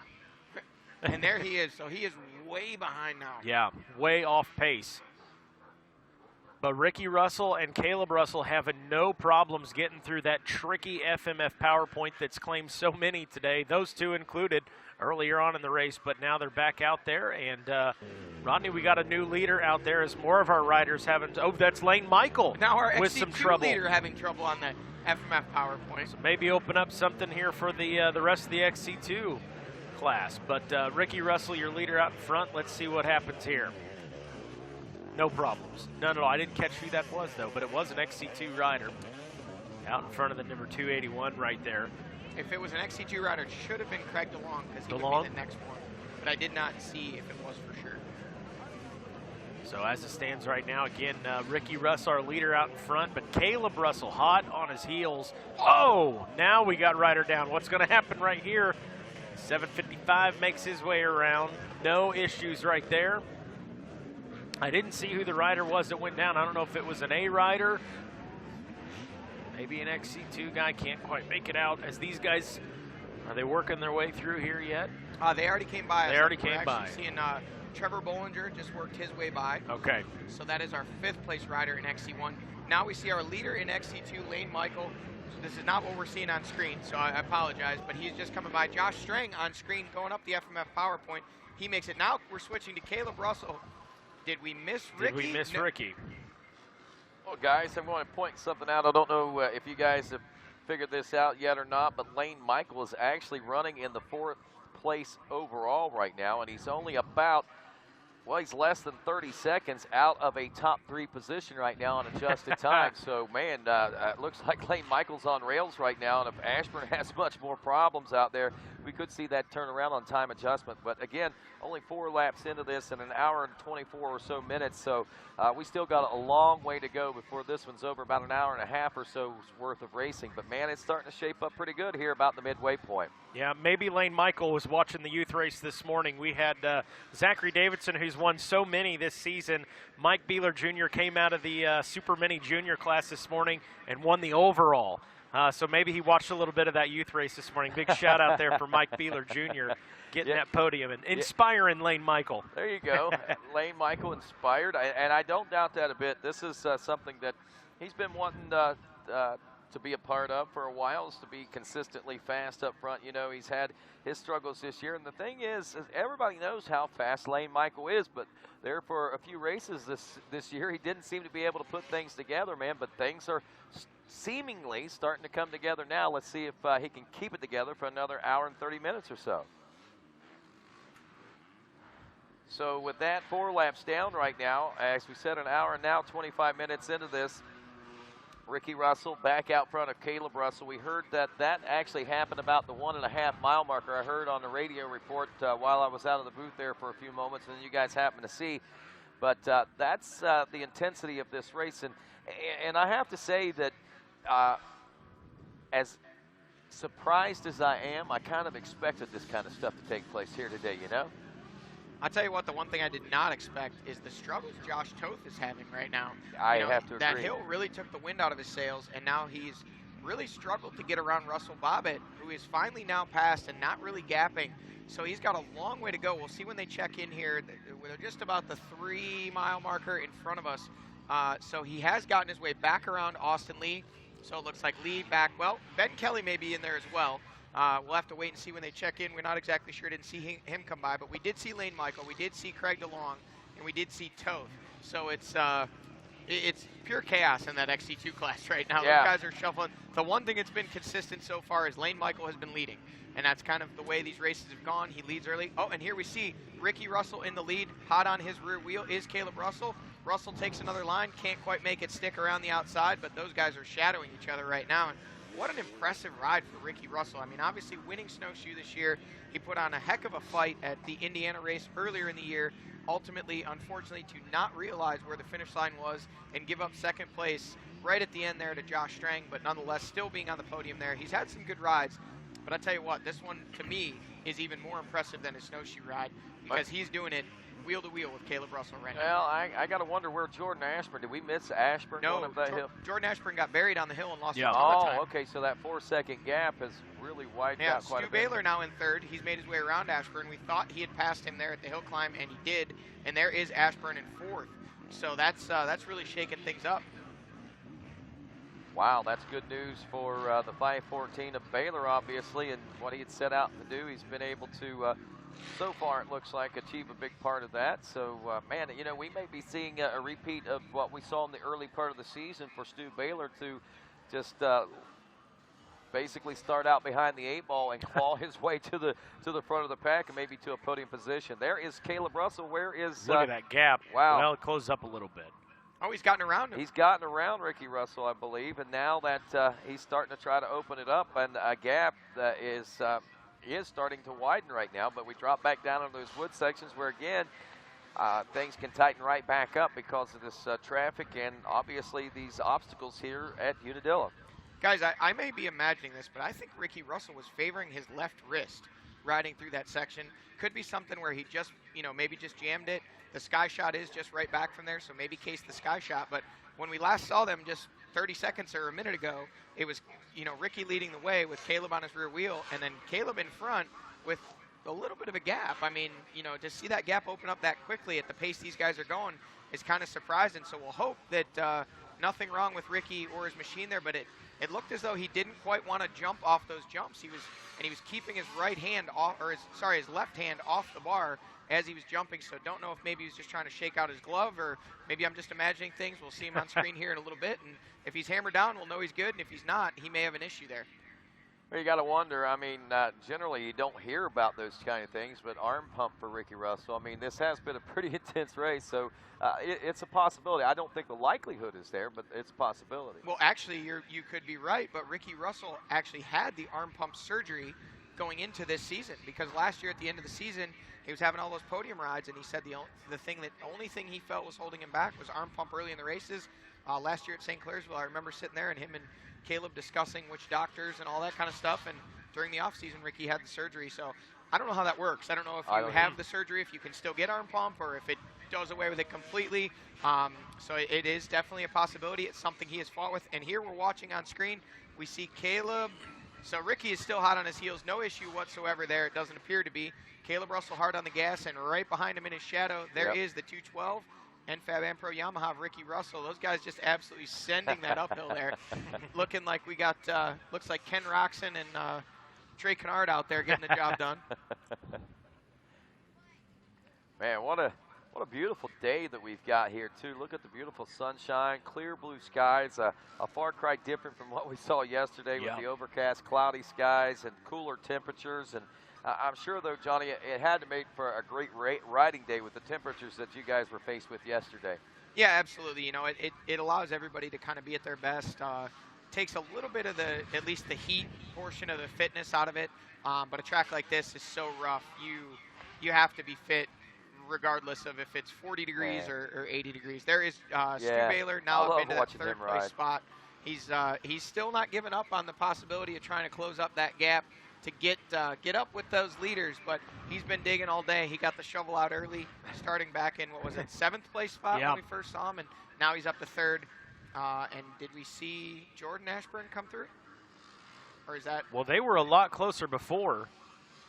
Did he? I don't think I don't think he was behind him. I looked away from the monitor for just a minute. I looked away for a minute. Did we miss Ashburn? I didn't see him. We could have missed him on the pan, or he could have slipped by while we were watching Stu Baylor ride there. I'm not real sure, but it's possible as they were panning and pan back, we missed him. There is Trevor Bollinger, so we believe that is our 5th place rider, and we're just going to assume that we missed Ashburn. So there is the JCR Honda of Trevor Bollinger, the number 5 machine. He's on the gas trying to get up there. We saw not long ago he was trying to reel in Stu Baylor, and now it seems he's kind of all alone in no man's land there. And did we get an update on exactly what happened with Ryan Sipes? Because he just kind of dropped from our feed altogether. Was that him there? No, that looked to be Lane Michael. And there is a lapped rider. Ryan actually even is a part of the top 20. Ben Kelly. Look at that. Ben Kelly is now closed up the gap on possibly, was that Lane Michael? So he's into second and closed the gap on Michael possibly. It's kind of hard to see from this angle just who these guys are. Sam Evans having some struggles on the FMF PowerPoint.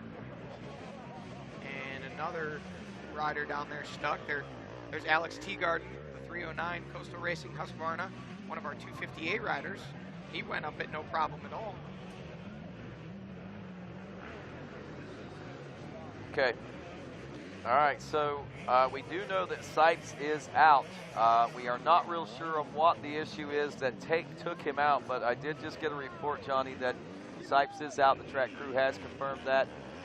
Mikey Waynes is on his way down right now to. Mikey Waynes springs into action. He's going to get us as soon as he heard on the radio that Sipes is out and under the tent. He drops his headset, gets his microphone, and he is the man on a mission, going to get us the scoop. He's going to get us the dirt, the inside line on exactly what's going on over there in those Coastal Racing Husqvarna pits.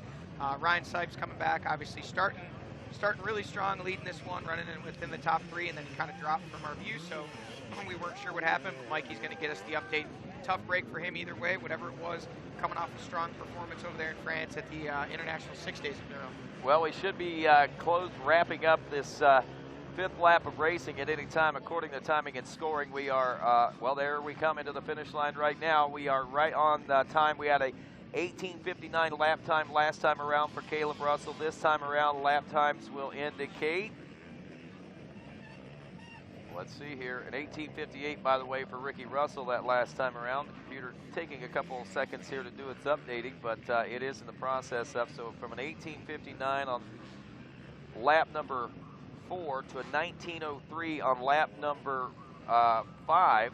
So he does slow down a little bit, a couple of seconds slow down by Ricky Russell. He is at a 19-minute flat lap time. Here we are at a pit stop, Johnny. Yeah, Caleb Russell in. They're wiping off that number 1 plate on the front so they can see him coming. He's taking a splash of fuel. He's getting some goggles, and we're going to wait and see if Ricky Russell was also in the pits down there. And he is. Caleb Russell still out in the lead. Ricky Russell in second. This ticker across the top in this angle is giving us a hard time to see exactly what we're seeing, but we're getting a good look at the track and the grass. You can see just how this place is chewing up and getting holes. We should be expecting our 3rd place rider, which should be Stu Baylor, who, if I'm not mistaken, has already fueled once. But we know those Baylor boys have a tendency to be on a different fuel consumption schedule, so he may very possibly come in again. There is Baylor. Look at that. That guy's riding a wheelie. Stu Baylor looks over at him like, dude, what are you doing? I'm trying to race here. You can only imagine what goes through those guys' minds sometimes out there. Never a dull moment. But man, I said it before. I really enjoy watching Stu Baylor ride from behind for some reason, and I hate to see him in those kind of positions and things of that nature because I know it's tough on him. But a 38-second gap between he and Ricky Russell right now for that 2nd place position. But you can see just the style at which Baylor rides at. And honestly, we talked about that wrist and, how it was surprising to see that Stu was doing as well as he was and everything. But, all that aside, man, just watching Stu ride so aggressive and to see that heart and the determination back in him is truly an inspiration, I think, from a fan standpoint. Earlier we were talking about Andrew DeLong and, him racing the morning race today and how it was good to see him back out there at all, let alone, at a competitive pace, was riding very well today. Hopefully to get back to that 3-hour pace or that 3-hour endurance level. Stu Baylor could be a kind of a guiding light for somebody like Andrew. I mean, we've seen so many riders who, when they get down, they just are never able to come back. And I think Stu Baylor is the kind of the exception to the rule in that, his injuries were serious. Many people said, well, he'd never be able to race at the level, that he once was again when he was winning XC2 titles. And, you know, coming into the XC1 class, he was injured, you know, and then he was injured again, and then injured again, and it was just again and again and again kind of a thing. And, you know, I mean, the list of riders who kind of fall into that category is so long, unfortunately. I mean, I won't even name them all because we don't have that kind of time, but for Stu this year to come out and do what he's done, and even last year, you know, we saw him building. We saw him putting in those consistent top 10 rides and out there gutting it out when you knew he just wasn't quite where he wanted to be or where he thought he should be, you know, but gutting out those 10ths, and then those 10ths turned into 8ths, and the 8ths turned into 6ths. Next thing we knew, we were talking about Stu Baylor battling for top 5s. And then by the end of the season, we started seeing him knocking on the door of the podium at some races, and he just didn't seem to quite have that consistency. I think this year with bringing AG on as his mechanic and really changing up the program with his new trainer and everything that they've done, you know, it's really paid off, obviously coming out swinging early in the season, and it really can be an inspiration to any of these guys, whether it be Andrew DeLong or even amateur riders who have had, you know, injuries that think, I don't know if I can come back from this. If you just don't give up, then good things can happen, and that's you know, Stu Baylor. I mean, maybe he doesn't do it the way that everybody thinks it should be done, and maybe he doesn't conform to all the rules and all the social conventions, but when it comes right down to it, there's very few people out there that have more heart and more passion for the sport than Stu Baylor. It most certainly is, and hey guys, I got a quick update for you on Ryan Sipes. Had a chance to talk with him a little bit. Caleb now has a 5-second lead over at the 1.5 mile marker. So we'll get that all straightened out for you. So 1 lap ago at this point is when I got a radio report, or heard a radio report, Johnny, that that actually Ashburn had gotten around, or excuse me, Ricky Russell had gotten back around and was leading Caleb Russell at this juncture in the race. So here we are now, Caleb a lap later, now 5 seconds ahead. So looks to me like as we roll towards that second hour complete, it's about time for the war of attrition, the training, and everything that these guys work so hard for is about to start to kick in, I think, from this point on.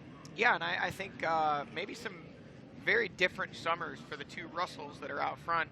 You know, Caleb Russell left very soon after the Penton, maybe within a week or so, and headed down to the Baker facility there in Florida, training with Marvin Muskin and Jason Anderson and Zach Osborne all winter, or all summer rather, and came home just a few days before he left to go to France for the ISTE.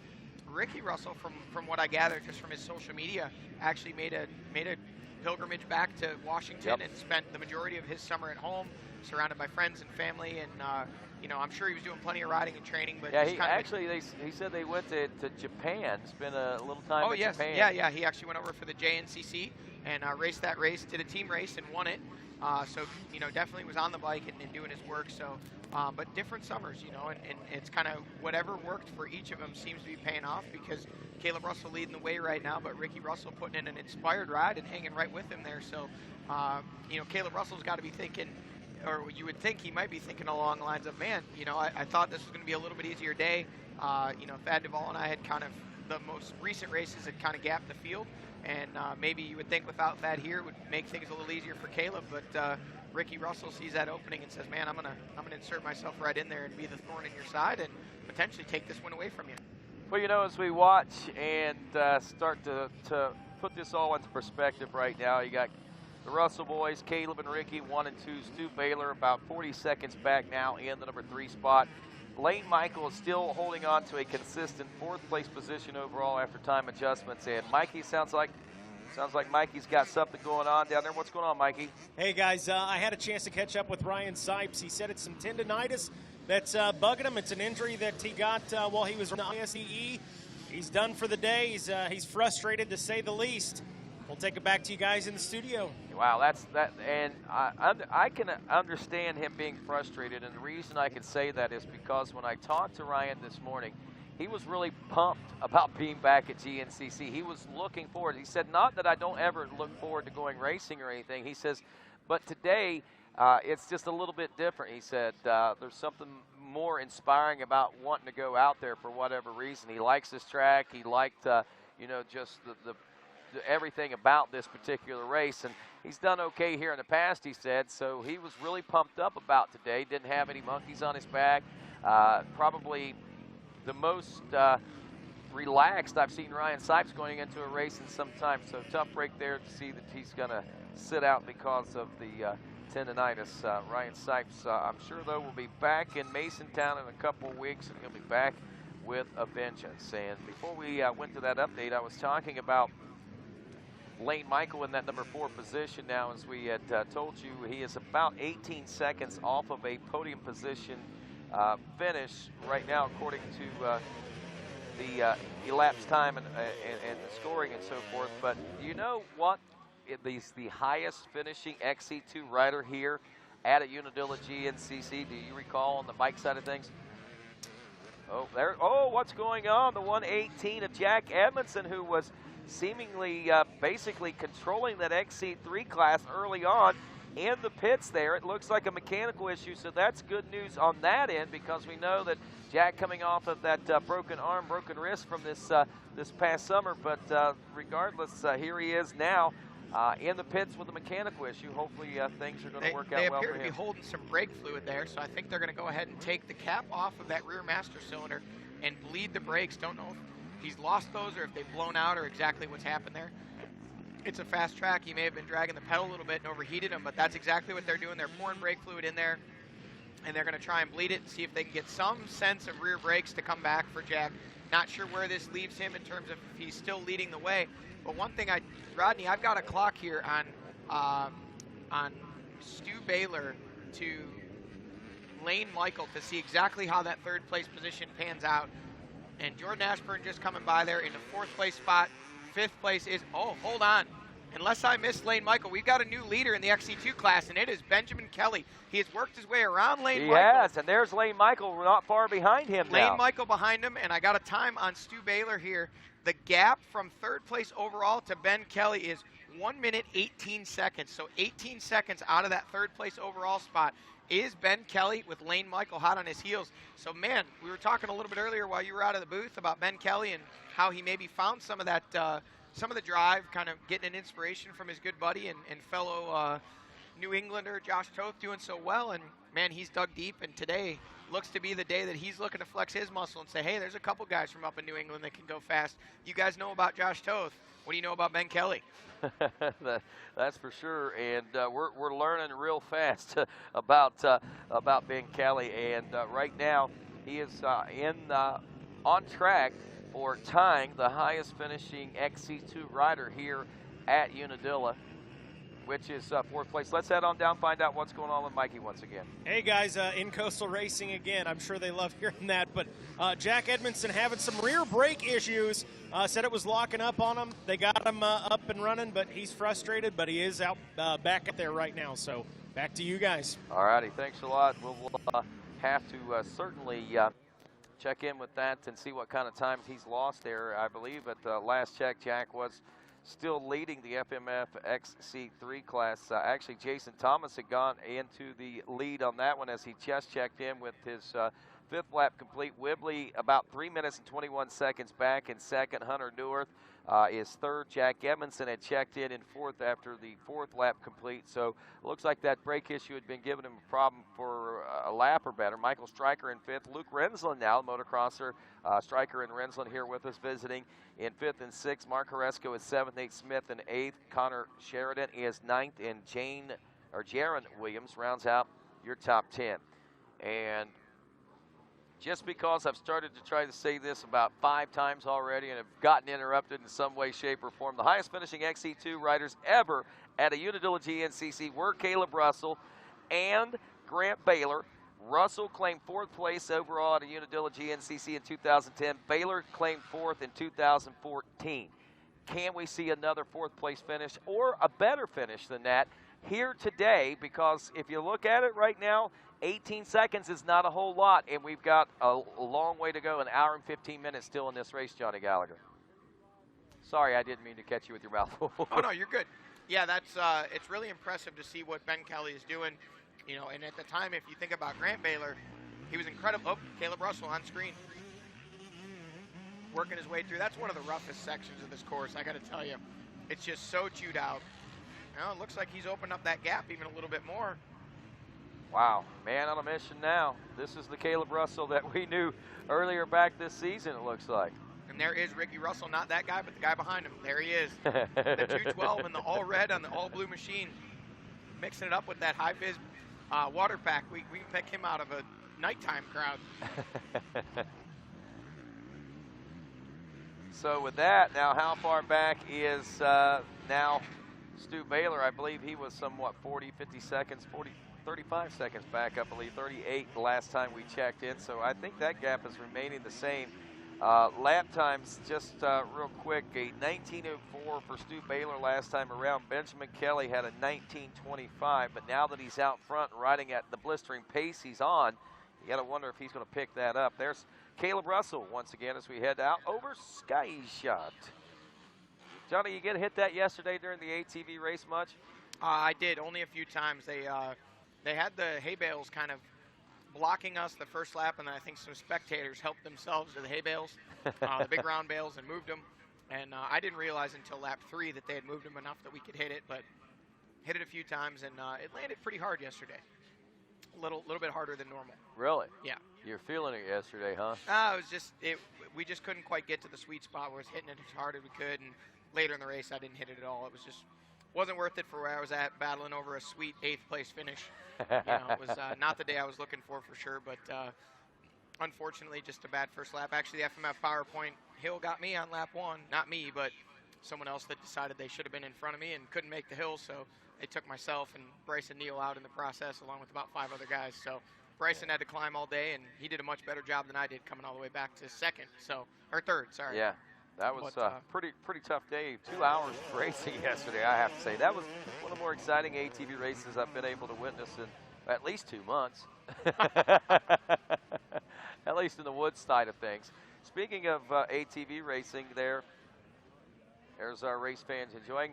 But we had several ATV motocross racers visiting us there yesterday, as a matter of fact. I thought that was pretty neat to see. And they were guys from down south making the trek all the way up here to Unadilla. Yeah, I saw. I think most of them raced the morning race. Yeah, but Nicholson Brothers went out and gave it a shot. Cool to see him come out and check out what it's all about. Jeremy Ladon, who is a former ATV motocross racer, is now an avid GNCCer, leading a morning race class now, I believe, and also racing in the morning on the 2-wheel side of things. This some pretty cool things. But back here to the 2-wheel side of things at this FMF PowerPoint now. I don't know whether the guys that realized they couldn't make it have quit trying now, or whether these guys have finally just got it sorted out and figured out what it takes to get up this hill now, Johnny. But it seems like they're traversing this a little easier now in this part of the race than they were earlier. There's Caleb Russell back on screen as he looks like he's back to having fun up front. Did you see the track crew worker ride right up the hill, no problem, right as you turned away? There was one of the track crew guys went right up the hill on his KTM, no problem at all, and he almost gave a look to the camera like, I don't understand what these guys are struggling with so much. But yeah, Caleb Russell looks great. He's seeming to pull this out now quite a bit over Ricky Russell. That 5 seconds has turned into maybe 15 or 20. Ricky Russell definitely not giving up on it. Out of Duval, Washington, he's hard on the gas, and he's saying, man, I got to get back up to that rear wheel because it's a lot easier to chase than it is to try and just kind of go. Oh, look at this. Stu Baylor has now caught Ricky Russell. Wow. Did Ricky lose that much time, or did Stu gain that much time? We're talking a 38.5-second gap whenever they went into this 6th lap of racing, and honestly, lap times were pretty comparable. Ricky turned a 19-minute lap time, a 19:04 for Stu Baylor, so unless Stu Baylor's actually picked this up, and that kind of seems to be the case a little bit maybe, that gap is definitely tightening up between 2nd and 3rd, regardless of how it is happening. Yeah, absolutely. That gap is it was 38 seconds, and right now I'd say it's about 5. So it does look like Ricky lost maybe 20 seconds or so to Caleb. So we get that to part of it, but I think Stu Baylor has actually picked up the pace. And if we look at the gap to the lead, he may have actually closed up that gap a little bit on Caleb Russell. Don't think he's quite within striking distance yet, but I would guess him to be, if he was 38 seconds behind before, I'm betting he's around maybe 30 now. So he's made a chip into it. Wow. Caleb Russell leading Ricky Russell. Stu Baylor in 3rd, and now we have Benjamin Kelly up to a 4th place position with Jordy Ashburn rounding out the top 5. How's this all going to pan out? Will we see an XC2 rider on the podium? Will Stu Baylor be able to track the front 2 down? Stick around. GNCC Live continues after this.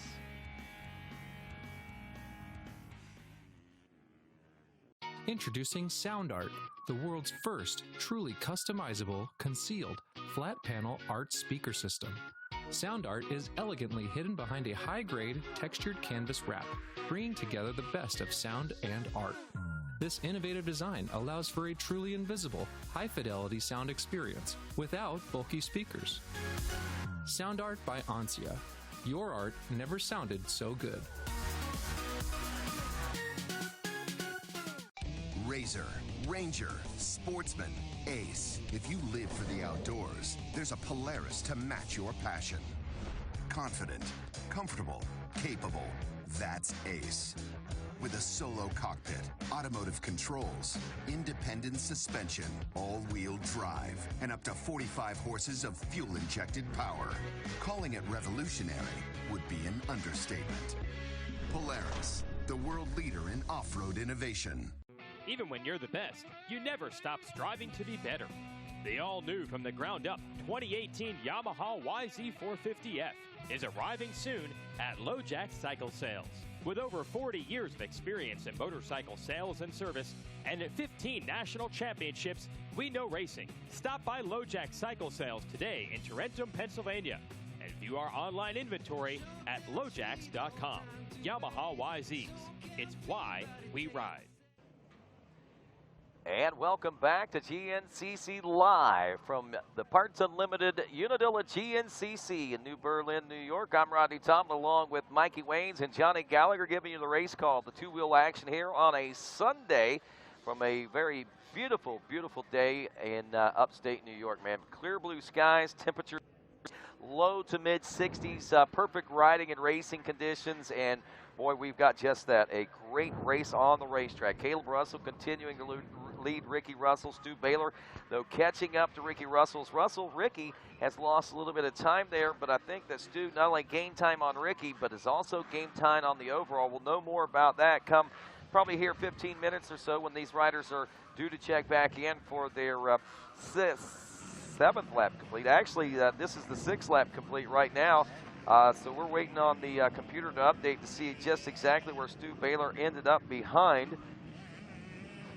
Caleb Russell, because it looks like we had estimated about 20 seconds, but when Ricky Russell came through the finish line there just a moment ago, he was 33 seconds even behind Caleb Russell, and 6.4 seconds behind him was Stu Baylor. Add that, so we're at that 39 and a half second gap. So in theory, 19:21.09 lap time. He only gained a second on Caleb Russell over the course of that lap. It looks like it maybe gained a little bit more, but that gap is still right at that 40-second deficit. It was a little over 40, close to 41. Now it's just a little under the 40 mark. So Stu staying where he's at, Caleb staying where he's at in perspective, but it's Ricky Russell, the one that I think is that's doing all the moving out there, making it look like maybe Stu had moved up a little bit. But, man, I tell you, still with a couple of laps left to go, a few laps left to go, I would estimate probably at least 3 as we are an hour and 54 and a half minutes into this race. It could be more. We'll get the official word hopefully here soon from the track crew and scoring and timing what they estimate this race to be like. But lap times have been ranging in the 18 to 19-minute range. We've slowed down to now a 19:22.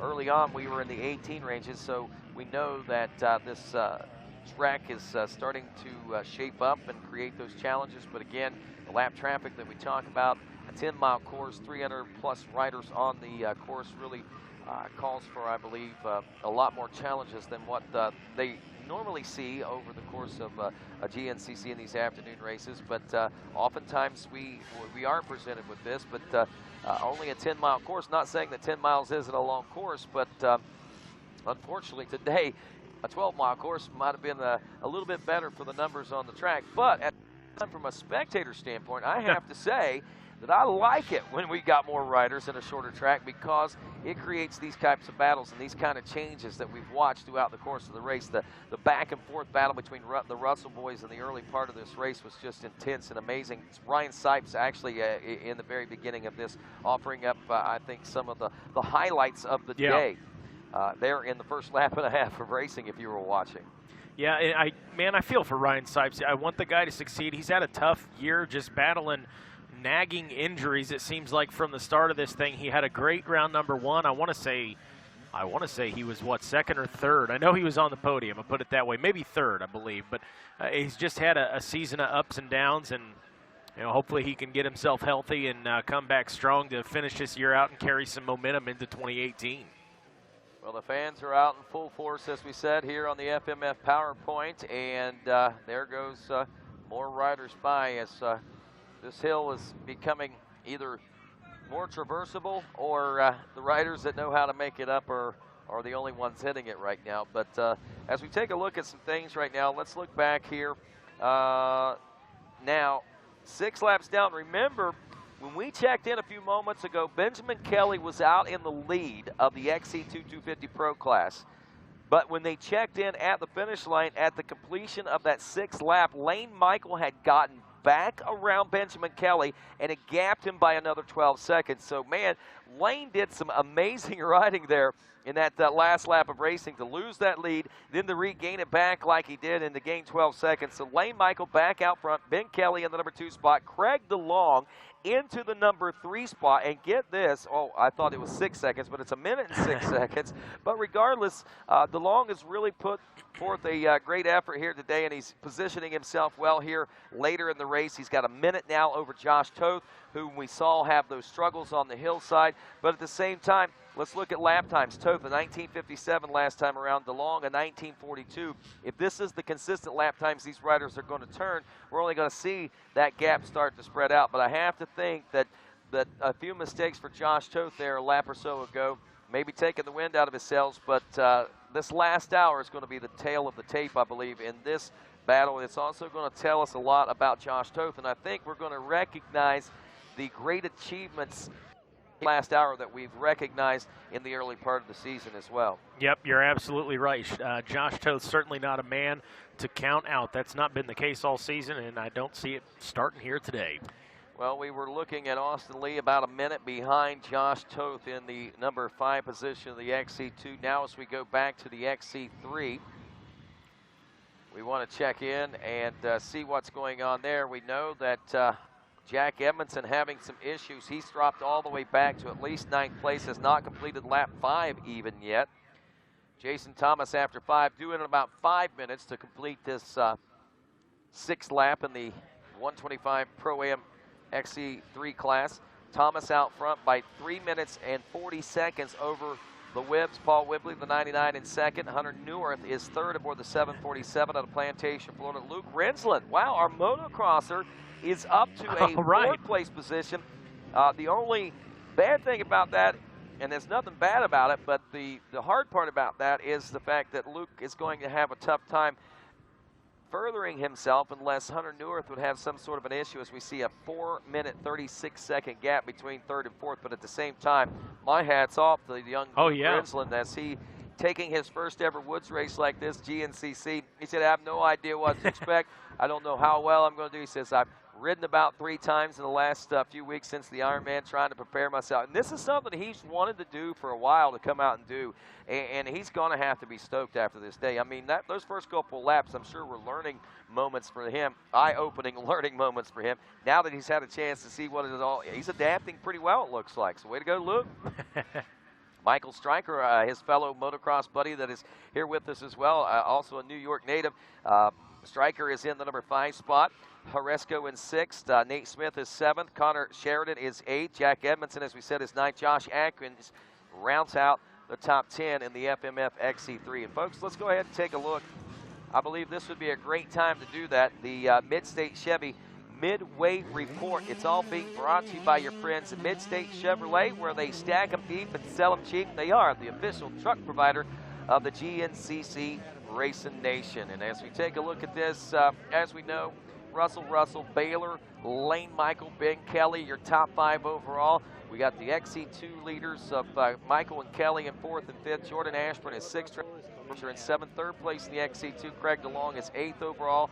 Josh Toth, who is 4th in that class, is 9th overall. And Austin Lee, who is 5th in the XC2 Pro class, rounds out your top 10 right now as we take a look at the overall statistics. Now, as we take a look at the class-by-class breakdowns, Let's start with the senior A40 plus class now, as we see that Jeffrey Odell, the 755 out of Woodford, Connecticut, leads by 3 minutes and 9 seconds over the 396 of Matthew Conant from Plymouth, Massachusetts, who is second. Shotgun Sean Remington, the 51 machine from New Salem, Pennsylvania, is now in the number 3 spot. Patrick Tobin, the 126 from Fort Mill, South Carolina, is fourth, and Wayne Greenwicks, the 395 from Newton, New Jersey, is fifth. Then we see Frank Tussle, the 88. He is sixth place out of Scotch Plains, New Jersey.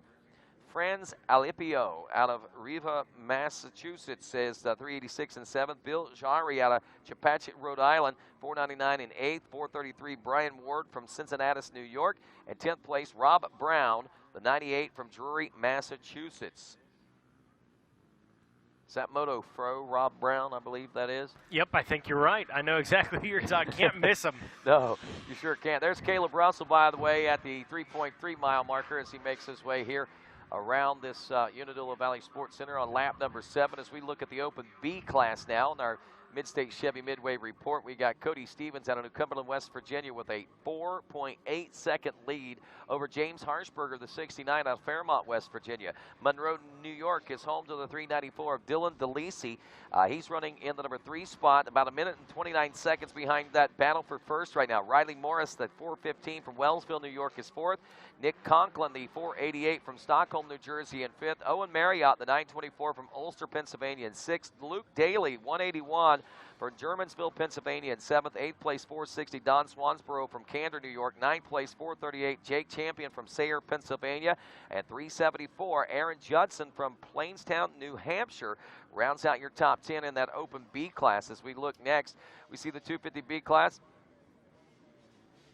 Oh, we just got a report. Stu Baylor has moved up to a second-place position. I'm not real sure what's going on there. Maybe Johnny Gallagher will come back and give us an update on just exactly what took place. But just got the report that we now have a second-place ride. And as we were watching those lap times and the way it started shrinking up there, we knew that the likelihood, or at least the possibility, was beginning to loom back there. But now that it has taken place, wow, the reality of it is kind of shocking and it's kind of surprising at this point, and you got to wonder, what's that going to mean for the rest of the race? Is that going to inspire the young Stu Baylor to try to push up and catch Caleb Russell, who is at least, or was at least some 40 seconds ahead? And I guess the tail of the tape as to how big that gap is will be the deciding factor as to whether or not we think that maybe Stu is going to try to make that push or not.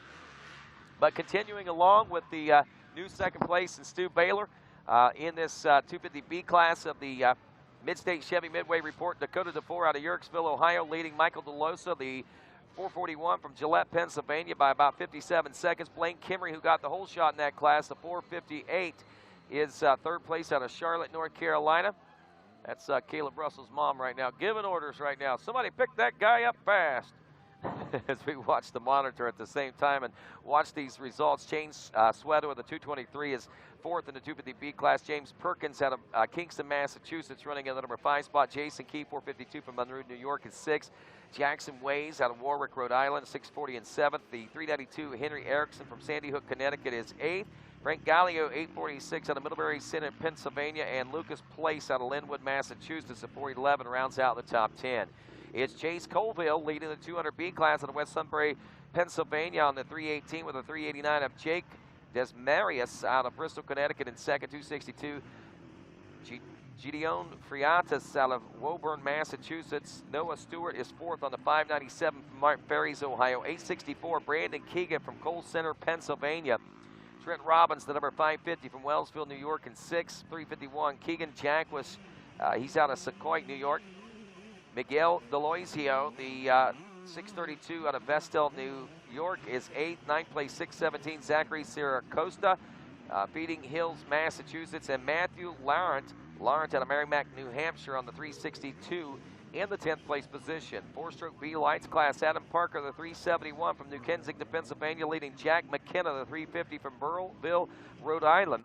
Hunter Scott, the 954 from Petrolia, Pennsylvania, the 286 from Marty from Goshen, Connecticut. That's your four-stroke B lights class. Next to the Bet B30 Plus class, Gene Costa Curta out of Farmington, Massachusetts. Your leader there, 4:36. What we got going on here? Is that our leaders coming by? Nope. So we got Travis Starkweather out of Odessa, New York, to 4:36. In the second place, Kevin Rammer, 4:59 out of Noonan, Georgia, is third. Josimer Santos out of Leominster, Massachusetts, the 4:07 is fourth. Fifth place, the 6:09 of Jordan Overfield out of Morgantown, West Virginia, reports 10 seconds now over Jordan Ashburn for that, Ricky Russell for that third place position or second place position. So he's moving ahead. Josimer Santos leading is fourth place in the Vet B class, as we told you. Jordan Overfield, 6:09 from Morgantown, West Virginia, is fifth. Charlie Torrenzani out of Worcester, Massachusetts, 4:95 and sixth. 4:56 of Sean Royale out of Sugar Grove, North Carolina.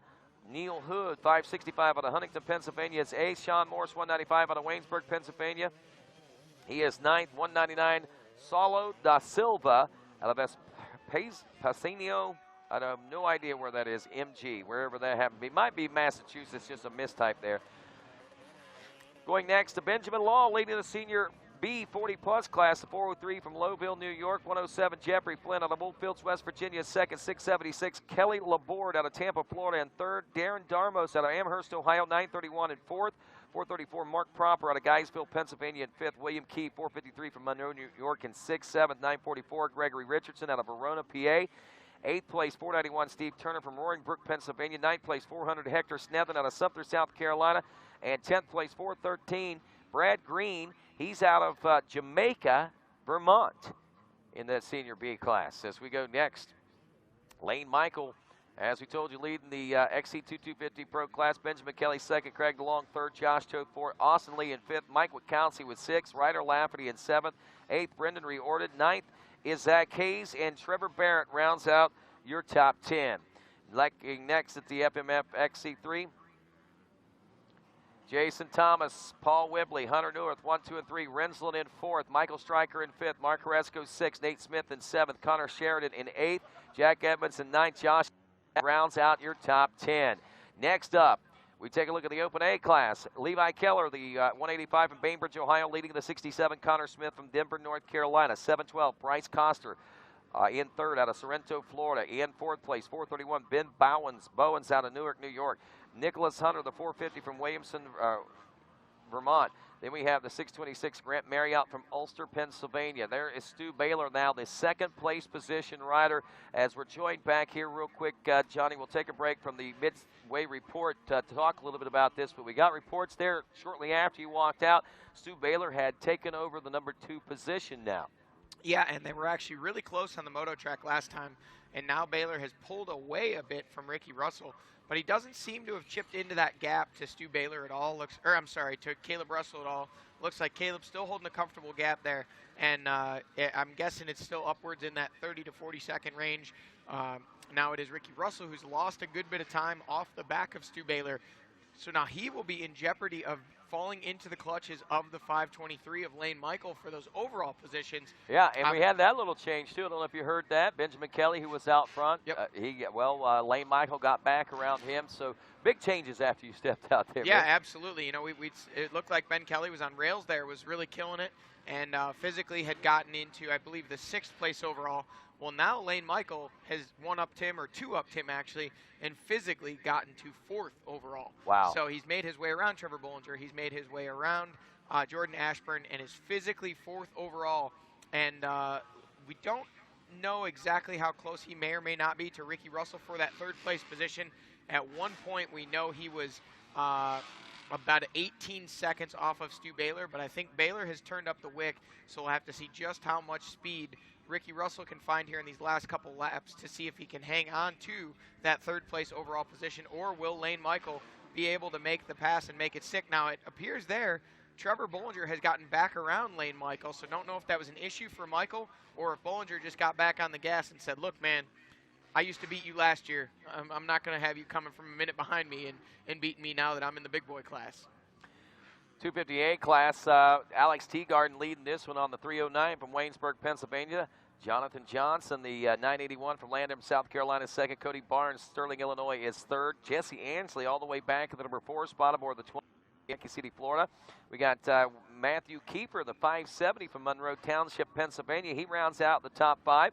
Kyle Tino, the 379. By the way, Keeper works with Steve Hatch, by the way. It's 379 Kyle Tino out of Phillipsburg, New Jersey in 6th. 811 Simon Johnson out of North Bennington, Vermont. 8th place Landon Bruner, the 916 from Halifax, Pennsylvania. 9th place 36 of Chase Hayes from Sumter, South Carolina. 10th, the 222 of Nathaniel Tosh out of North Falmouth, Massachusetts. I have to say I'm kind of surprised we don't see Steve around here this weekend. I'm sure he must have had some other obligations or something, but this is right where he is. 2-lap board is going out, I believe, is what I just heard these guys say.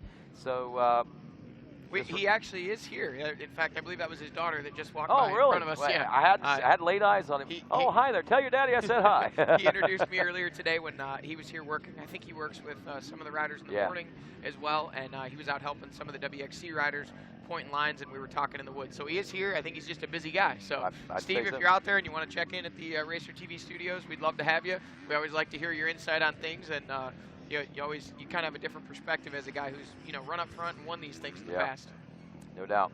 Jason Tino leading the 200A class out of Phillipsburg, New Jersey with a 701 of Hunter Reimer out of Saxonburg, PA in 2nd. Reese Bruner, the 815 from Halifax, PA in 3rd. 357 Johnny Manera, Millville, New Jersey is 4th. 235 Brody Johnson out of Landrum, South Carolina in 5th. Anthony Howe, 567 from Newark Valley, New York in 6th. Then it's Michael Bush, 358 from Stamford, Connecticut in 7th. 8th is the 95 Cash Jacobs from Sarasota, Florida. 9th, Barry Fernandez from Otisville, Pennsylvania on the 375 to 463 of Nathan Davis from Vail, North Carolina.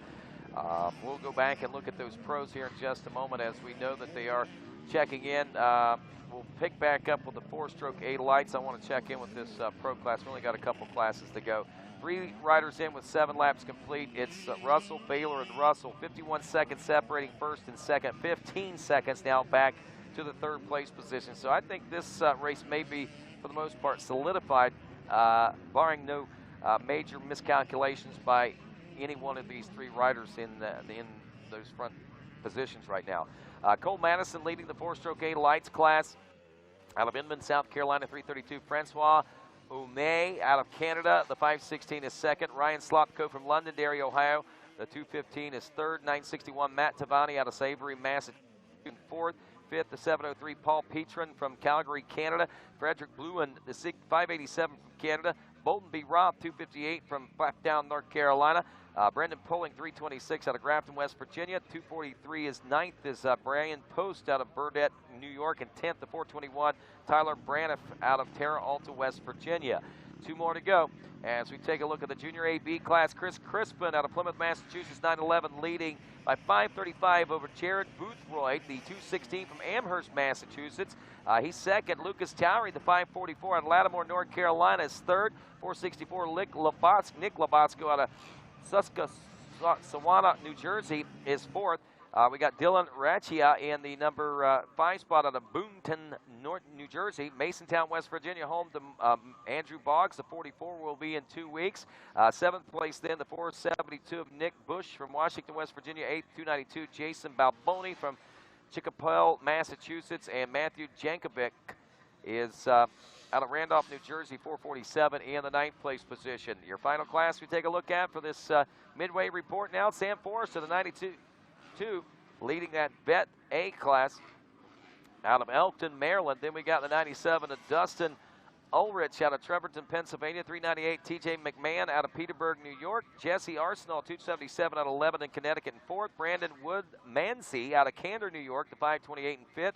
6406 is Matthew Protola out of Avondale, Pennsylvania. Danny Hopkins, the 743, is 7th out of Lee, Massachusetts. Jared Hoffman, the 134 from South Park, PA, is 8th. 9641 A.J. Schneively out of St. Williams, California. And the 38, Joe Marsh out of Indianola, Pennsylvania, rounds out the top 10. And that is your Mid-State Chevy Midway Report. That's a little past the Midway. Actually, those riders are on their Midway lap, I believe. But regardless, thanks to our good friends at Mid-State Chevrolet. They're located off the Flatwood exits of I-79 in the heart of West Virginia, where they stack them deep and sell them cheap.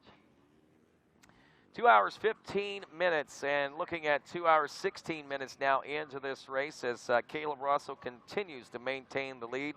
At last check, a 51-second cushion between himself and second place of Stu Baylor. Ricky Russell running in the number 3 position. In 4th place, the 5:23 of Lane Michael. Michael, now let's do the math on this one. A 19:42 lap time. I think he lost a little bit of time that last time around. Elapsed time, 2 hours, 13 minutes, 27 seconds to Ricky Russell's 2 hours, 12 minutes, and 50 seconds. So that is actually 37 seconds now from an 18-second deficit. We've seen that open up to.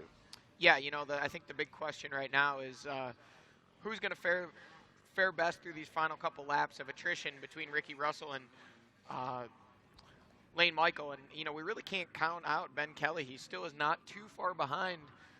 If we look there at the gap, I can't see. It says 4 seconds, 4.172 seconds when they checked in at the end at laps number 7 there. It was a little bit more when we saw them out on the course about halfway or around this last lap, so we'll have to wait and see. But I'm guessing it was still 15 seconds or less, so that is surely not a comfortable enough gap that Lane Michael is starting to pop the bottles or anything just yet. He knows he's got a serious competitor in the form of Benjamin Kelly. Kelly back there hunting, wanting that first XC1 win, or XC2 win rather. You know, he has had some podiums, he's had some good rides, but I would venture to guess that based on the proximity to his home location here, he's got some extra fans, he's got some extra sponsors possibly out here, people that have been a part of his racing career for a long time that said, hey, you know what, Unadilla's just a couple hours up the road, let's go check it out and cheer on Benjamin. So if he could get the job done today, it would be huge for him in front of what would most likely be his closest race to home for him. So there we see the FMF PowerPoint is kind of hit or miss.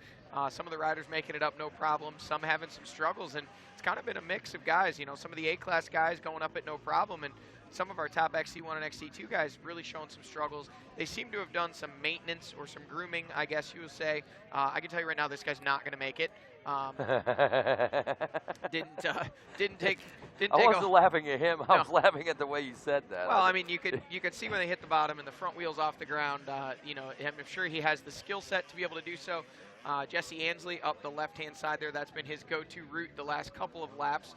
I don't think he knows that the right side has been cleaned out, and now it's essentially a highway up there. So here comes Caleb Russell, and look at that, poetry in motion, riding the rear wheel up there, keeping the momentum up, these guys leaning back. So now we should be waiting for the number 514 of Stu Baylor. Mama Russell doing some track grooming. She's not putting it back. She's taking the stuff out after her son goes through. So, wow. Well, she is there for all racers. That is the great thing about that. You know, and I think if you watch the kind of team workers for KTM, you know, Yamaha, Husky, they help all of the pros and all of the riders get through because they feel they'd rather leave the racing to the riders rather than have it be decided. There we see Caleb Russell going by. He's looking for some outside running room on some of these.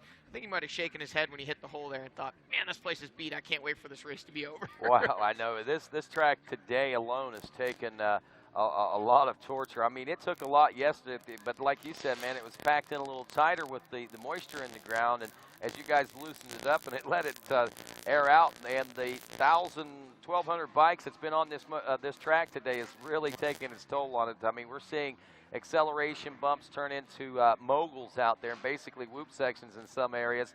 And we didn't see that yesterday at all, but man, today it is certainly taken on a whole different race pace. And I have to tend to think that we, after 7 laps of racing here, are already seeing. Oh, look at this. Sorry, look at this. Ricky Russell again having problems on the FMF PowerPoint. And as we look down there, that is not one of our top XC1 guys, but Ricky Russell has just been absolutely snake bitten by that FMF PowerPoint hill climb now twice.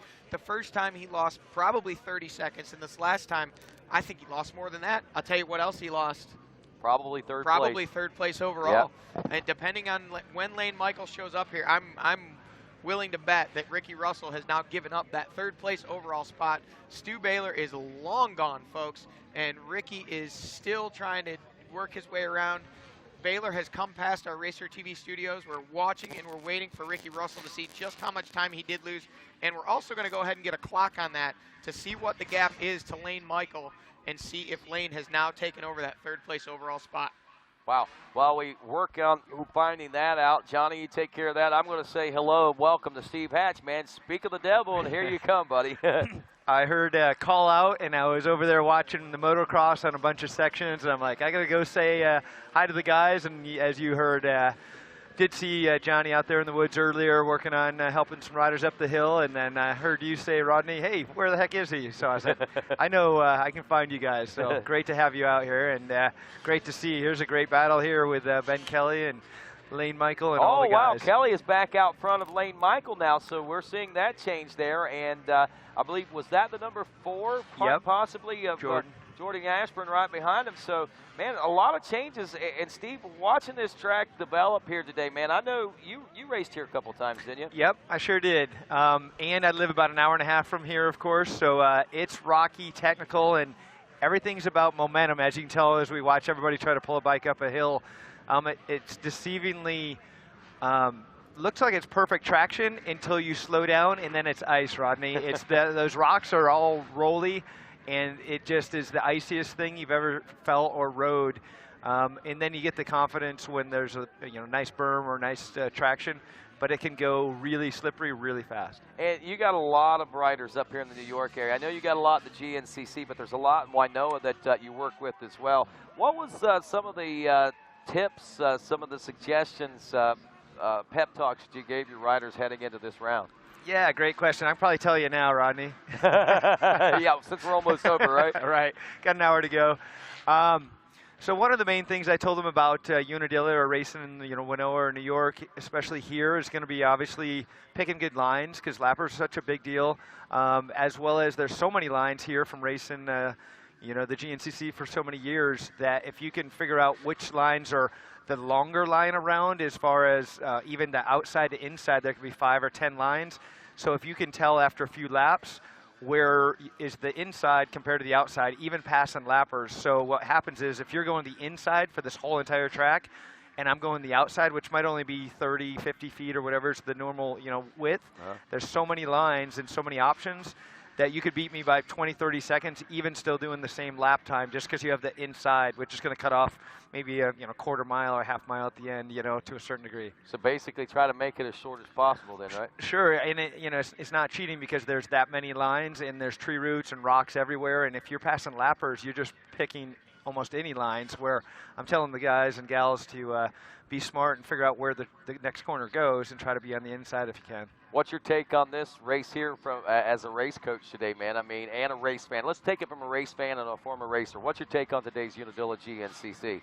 Honestly, Rodney, it looks awesome. I'd like to be out there. So, and I don't say that very often. I've put in the time, and it's fun to watch. But traction and weather's beautiful in New York, so you can't beat that.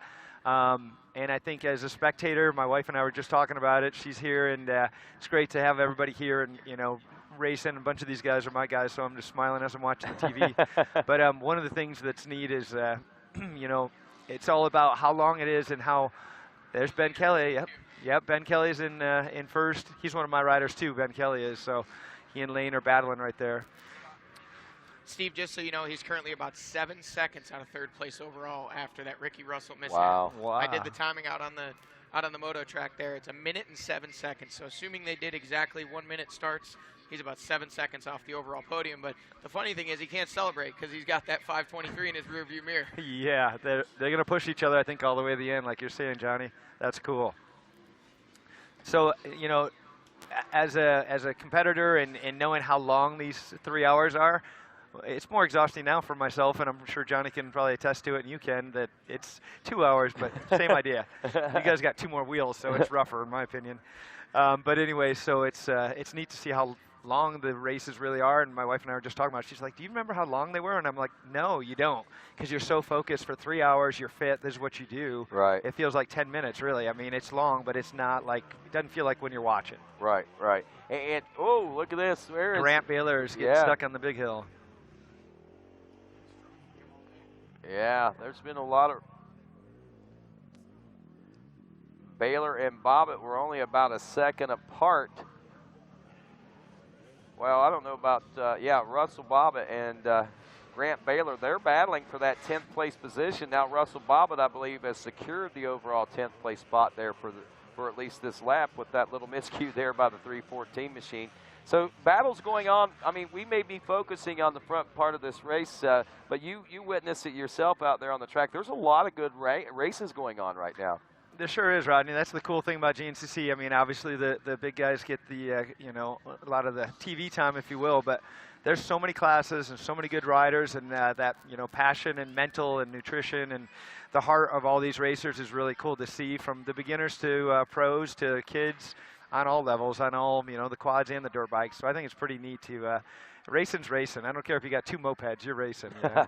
I'm the same way. People talk to me, and I said, you know, I could watch 2 snails race if it was a competitive battle. You know, I just love racing, man. I don't care what it is, if it's racing. Could be a 3-hour race for like 3-inch travel or something. As long as there's passing and drama, I'm in.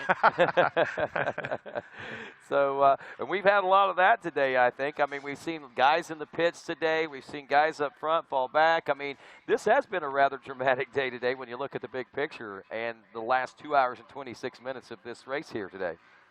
Absolutely. And there's no gimmies, and, you know, you guys know you do this, but it's interesting. I'm trying to make sure everybody stays mentally focused the whole time, because you blink or you're like, I'm kind of getting hungry or anything. Oh, there's Uncle Fred off the side. You're cartwheeling, you know. So your focus has got to be there, especially a track like this that's so it looks like it's real smooth and got lots of traction. It doesn't. You can be down in a heartbeat, missing one rock with your visual. Man, it just amazes me the number of rocks that this particular property has, believe it or not. You know, when you look at the track, you say, how do they even have a motocross track here? Because you see nothing but rocks. I'll tell you, they actually go around this motocross track section, and they take the dirt off this track, they sift it, take all the rocks out of it, and then put it back on. Over the winter, more rocks through the frost line and stuff come back up. So every year they do that, and you see what it's like off the edges of the track, man. This crew here at Unadilla, they work hard to keep such a top-notch facility as what we've got going on here. Yeah, you know, it's interesting, Rodney. Broome Tioga used to be where they had the National for years. Great track. I still do a lot of training there. When I was a kid, they had the Rock and Ride. So we would pull rocks for an hour, and we got to ride for an hour. Oh. Pull rocks for an hour, and we always joke that they grew back through the ground, which they do. You know, you can tell this is one of the rockiest places, even though it's not known like a Connecticut or some of the other ones, but it's rocky underneath. It most certainly is. A lot of that river valley rock, river rock is what, and it's all round, most of it's round rock, and it's rather unique, at least I think as far as the GNCC racing standpoint is concerned.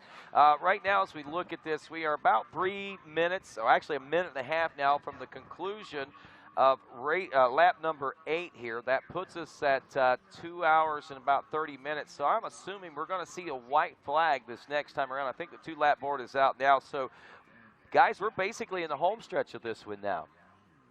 Yeah, it's really funny how this race kind of drug in the beginning, and now it's really taken off and flying by. But we've seen some battles the whole way throughout that have kept it interesting for everybody. So now we'll wait and see just who's able to, you know, really pin it down the stretch. We know Caleb seems to have a pretty comfortable lead, but not enough that he can rest on his laurels by any means. Stu Baylor back there lurking. There we see our third-place rider now, the 212 NFAB and Pro Yamaha of Ricky Russell. He's making it look easy right now, but he's had some struggles the last couple laps. 2 times out of the last 3 laps missing on that so dangerous FMF PowerPoint hill climb. We say dangerous, not for getting injured, but losing time. It's really kind of been the tale of the tape today with it's kind of been the undoing of Ricky Russell. Earlier in the race, it was kind of the undoing of Josh Toth. So not a good day for the NFAB and Pro Yamaha boys in terms of that FMF PowerPoint hill climb. It's really cost them each a shot at possibly winning this.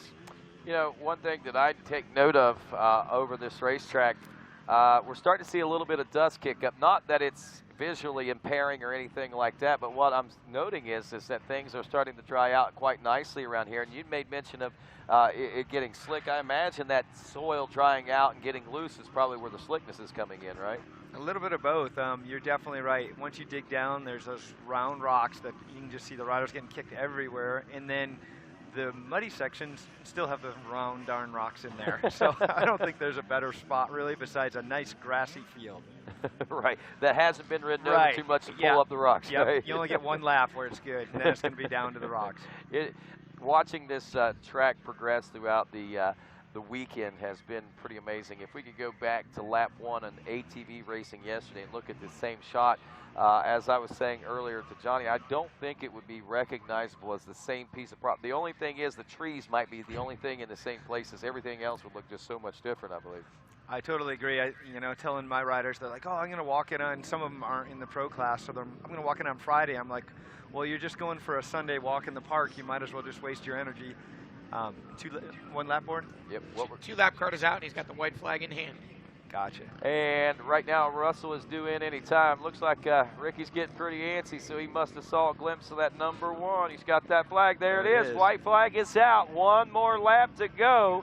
And if Caleb Russell could make this happen in one more lap, that'll be win number 43, which will put him 1 win behind the great Scott Summers, who is the all-time wins leader here in GNCC bike racing. Right now, heading into this event, Caleb Russell has 44. This would make 45. Scott Summers has 46. And you know what, folks? I don't know if you realize it or not, but literally, you are watching a living legend in Caleb Russell. He is, without a doubt, one of GNCC's greatest of all times. He is on the verge of 5 championships, only done by Scott Summers and Rodney Smith. And, of course, Eddie Lojak had the 9 back in the early beginning. But he is in a list of names that are very far and few between. That's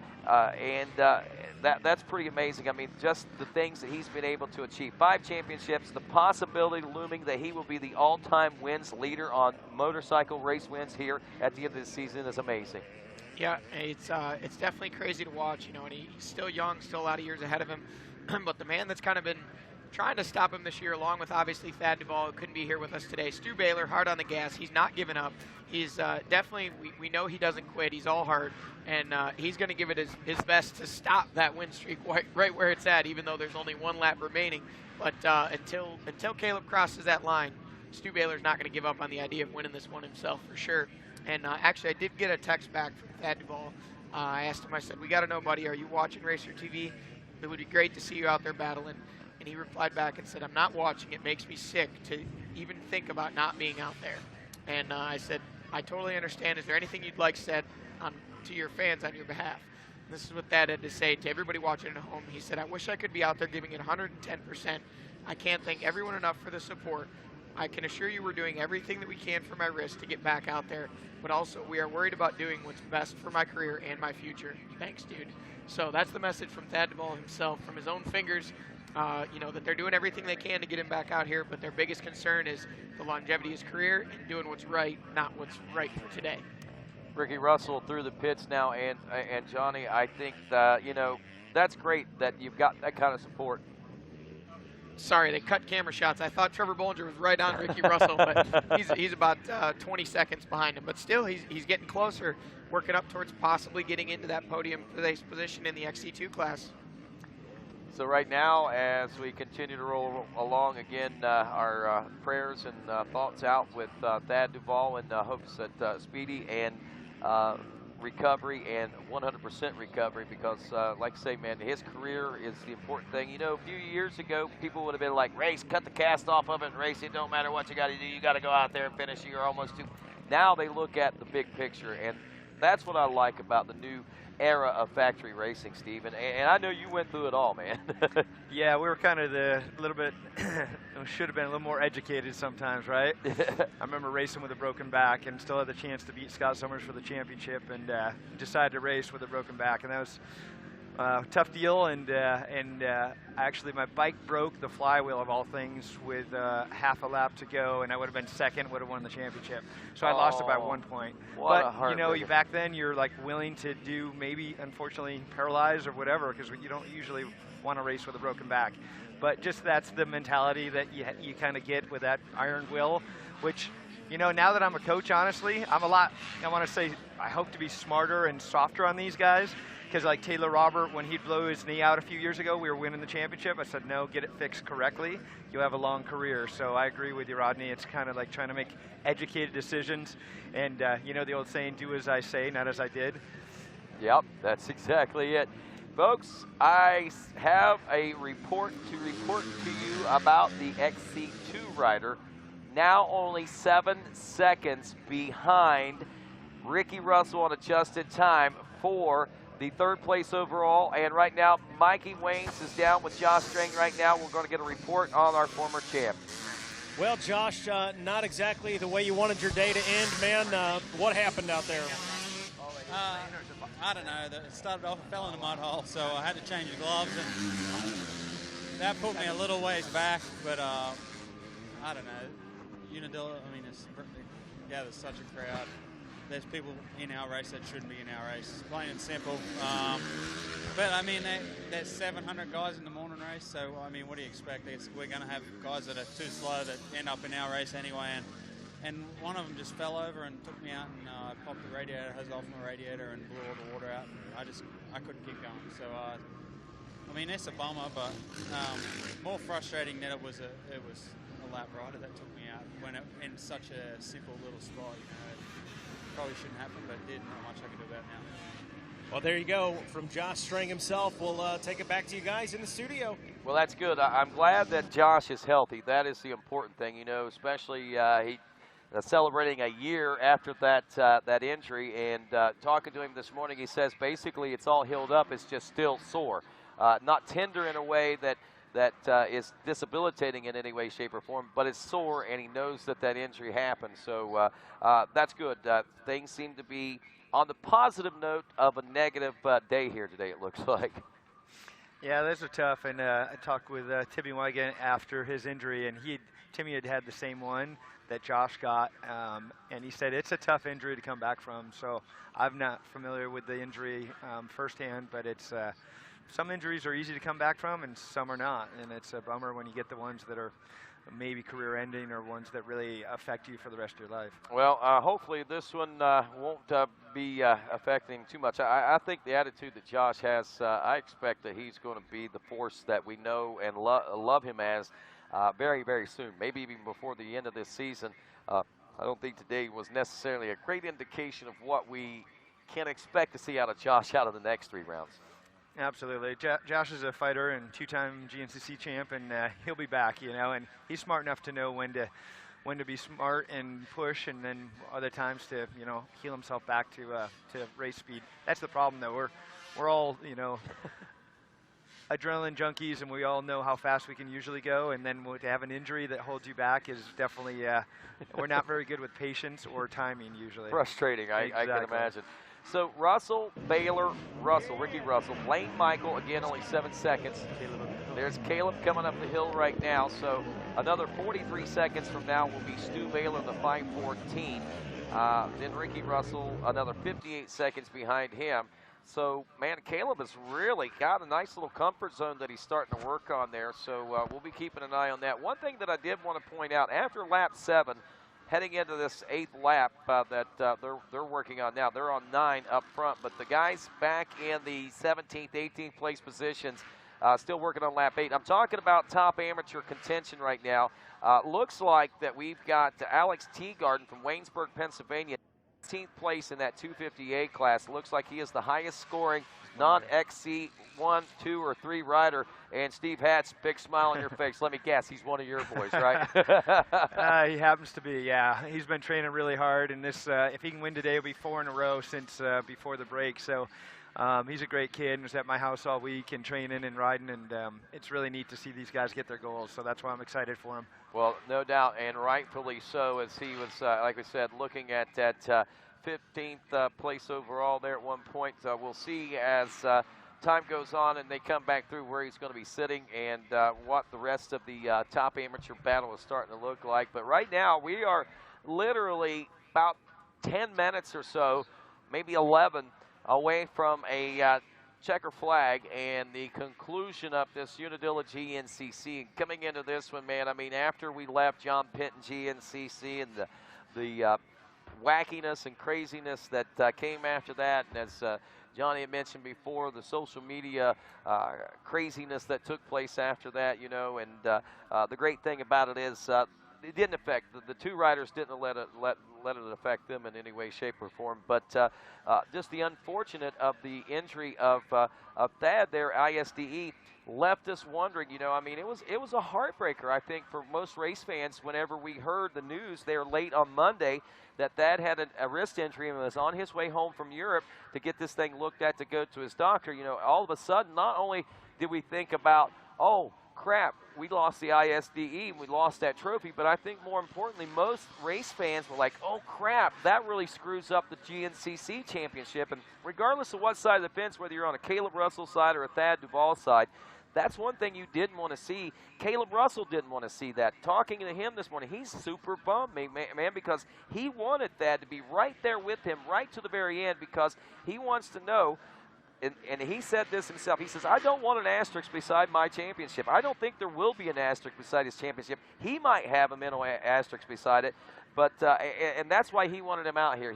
He wanted that challenge. And though it's not here, he's just going to go ahead and he's going to do his thing. He's going to go on to that greatness, it looks like. One win 45, one win away from tying the all-time wins record with Scott Summers, man. I mean, we're on the verge of some pretty big stuff here in GNCC racing right now. Yeah, Rodney, you bring up a good point. I think, you know, Caleb's the type of guy that wants to win, obviously, always, as well as make sure it's not a freebie, if you will, that, you know, Thad's out there, and he was battling hard all season, in really good shape, focused.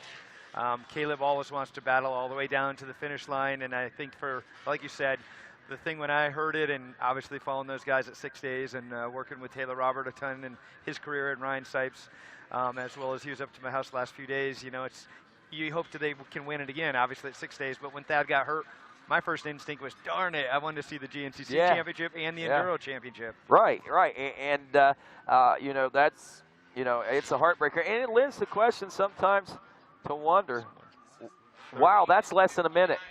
So we are looming in the possibilities that Lane Michael might have taken over the overall adjusted time of third place right now.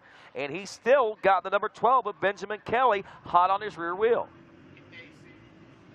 If they stay on that camera shot, we'll know, because it was 32 seconds when Ricky Russell came past the edge of that bush, but it was 59 seconds was the difference physically in front of us right here in front of the RacerTV booth. So if they started 1 minute apart, that means that Lane Michael is edging out Ricky Russell right now by 1/4 of 1 second. Wow, so that's it's going to be a tight one right down to the wire to see what time adjustments are going to bring us. And these are the types of excitement. And we may be looking at a record being broke here today. The highest finishing XC2 rider so far has been 4th place. We've seen that twice over the course of history, but this could be a XC2 rider making the podium at Unadilla. And Ben Kelly probably only about 7 or 8 seconds behind Lane, so each of those guys both still have a shot at being 3rd or potentially 3rd and 4th. Or Ricky could bump him back to 4th and 5th, or they could fall on either side of him. You just never know. So many opportunities. There's Caleb Russell with the opportunity to put another win in the history books for himself today. And he seems to have this one in control. Just a few miles left. He's got to work his way up on top and around the back section of Pro Pits, and then it's smooth sailing from there. I don't know how smooth it's going to be, but no, after that. Oh, after that. Once he gets through that last section of auxiliary pits back there, it's all smooth. Oh, okay, good. That's the only part on the whole track. There ain't much of it. Yeah, I was going to say. and I guess smoothness is relative, right? Sure. When I say relative, it's about as smooth as what you're seeing on the screen here.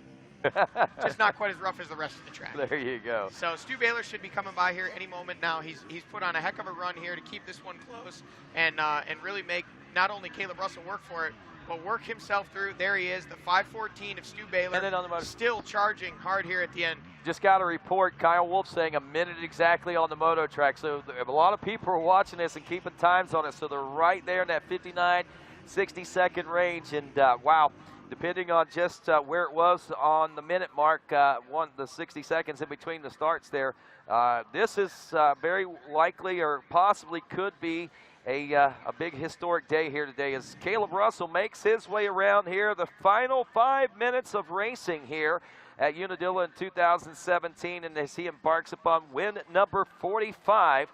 And, of course, one more step closer to capturing his 5th consecutive GNCC racing title. We'll hope that we can get one of these camera shots to stay static long enough that we can get both Ricky Russell and Lane Michael in the same shot so we can see exactly what the gap is. We know it was 1 minute and 7 seconds at the finish, and then it was 59 seconds out on the moto track. So it looked like Lane had made up about 8 seconds. And So we're going to stick on this camera shot, so we're going to see the gap. So we will still get to see Caleb Russell in this shot. They will still be coming. So if we stay on this shot, we see it looks like Sam Evans working his way through, one of the XC2 riders, about to possibly go a lap down because Caleb Russell is in those woods you see up in the background. He's working his way down, as I talked about. He's got this section of Pro Pits where you can see the campers up there, a little bit more moto track, back into the woods one more time, and then he works his way to the finish. You know, Steve, did you ever have the opportunity to race here actually as an XC1 rider? I did, actually, Johnny, 2 times, and I was so stoked to finally have a race in New York, as you can imagine, being growing up an hour and a half from here. But I actually got hit by a rock, as fate would have it, of course, since there's a few of them out there, as you know. But love Unadilla, love New York and riding in it. Physically, we can see that's actually Russell Bobbitt. But and it's, you know, it's scenic and beautiful, but lots of trees, rocks, roots, as you know from racing here a ton, as well as fun and hilly. It's just a great place to race, as you probably agree with. So if you raced here 2 years, I guess that would have been 05 and 06 then. Yep, exactly. So you can imagine that now being 13 years ago, the first year that we raced here, you know, the same woods, same trails basically that we have to work with. They do the best they can to try and cut some new stuff, but they've just gone all over this property. There's really nothing new left. So you can only imagine Caleb Russell sending it over the step up, doing a little leg swag there. He says, here, I want to show you guys some tricks I learned down at the Baker factory this summer, training with Alden Baker, and also the boys there, Zach Osborne, who just recently wrapped up that outdoor title in the lights class, and Jason Anderson and Marvin Muskin. So some good company there for him to get his motocross skills honed in, and he wanted to show those off a little bit today. The next rider we see should be the 514 of Stu Baylor, second place overall. And then right after that is where the drama comes in. We will for sure at least expect to see Ricky Russell, the number 212, will be the next bike we see, but we have to keep in mind that the 2 riders behind him, both the number 523 of Lane Michael, and there is Baylor there, and also the number 12 of Benjamin Kelly, both of those guys started 1 minute behind Ricky Russell. So those guys, if they can get within that 1 minute gap, will displace him in the overall standings. Stu Baylor, great comeback ride, little leg swag himself, maybe a little squirrely, but at the same time, that's Baylor style. You just love the throttle, and he looks good doing it. So he's never afraid to get on the rev limiter and throw some whips for the fans. Absolutely, John. He's always pinned and fun to watch, you know. So there's some riders that I call it boring, and you're kind of yawning and can watch him or not. But Stu's definitely not one of those. It's definitely exciting the whole time, which is awesome. Yeah, he keeps everybody on the edge of their seat, including those that are worried about his well-being, wanting to keep him safe, because sometimes it seems he puts the speed and going fast ahead of his own safety. But, you know, he seems to have kind of worked that out this year. There hasn't been any big crashes or anything crazy out of Stu Baylor. It's all been pretty calculated and pretty solid rides that have been culminating with podiums and obviously winning that first race in South Carolina. So we'll wait and we'll watch. The number 212, Ricky Russell, is who we're watching for. He is on that NFAB Ampro Yamaha. That is not him right there. That is one of our lapped riders. He is wearing that all red answer gear, so we should be able to pick him out from a little bit of a distance. But we're waiting and watching for him. And then after that, it'll be the 523 of Lane Michael. Here is Russell. So Ricky Russell on the clock. We'll get him as he takes off. Oh, he's getting a head shake. In case you wondered if he was pushing or not, somebody gave Ricky Russell a pit board and said, bro, Trevor Bollinger is not that far behind you physically, and Lane Michael is all over you for the overall. So he's giving it all he's got for these last couple miles. And I assure you that pit board did, in fact, start with, bro. There is Trevor Bollinger, so that's fourth physically right there. So now he's another rider that's in the mix. He's about 20 seconds behind Ricky Russell, trying to make that gap down to put himself on the XC1 podium and possibly the overall podium, depending on what happens with Lane Michael and also Benjamin Kelly. Those guys should be coming. We're at 40 seconds right about now. Haven't seen him yet, but they've still got a 20 seconds. Oh, Lane Michael. So he is well within that gap of right there. 47 seconds. So he's got it 13 seconds ahead of the pace of Ricky Russell right now. He's got some lappers in the way, but I can assure you he's going to pin it and say, dudes, get out of my way. I'm riding to my first podium. If he can keep this pace up, and Ben Kelly, I assume we may have seen come through on screen there. I think that might have been him actually that just scrubbed that uphill right there. While we keep an eye on that race, we also need to switch our attention to the finish liners. We are less than a minute, about 30 seconds or so before we expect to see Caleb Russell make his way into the finish line. Parts Unlimited, Unadilla GNCC, looking at win number 45 in his illustrious career so far, and that puts him one away. And there he is, ladies and gentlemen, Caleb Russell through the final few turns here at Unadilla as he takes it.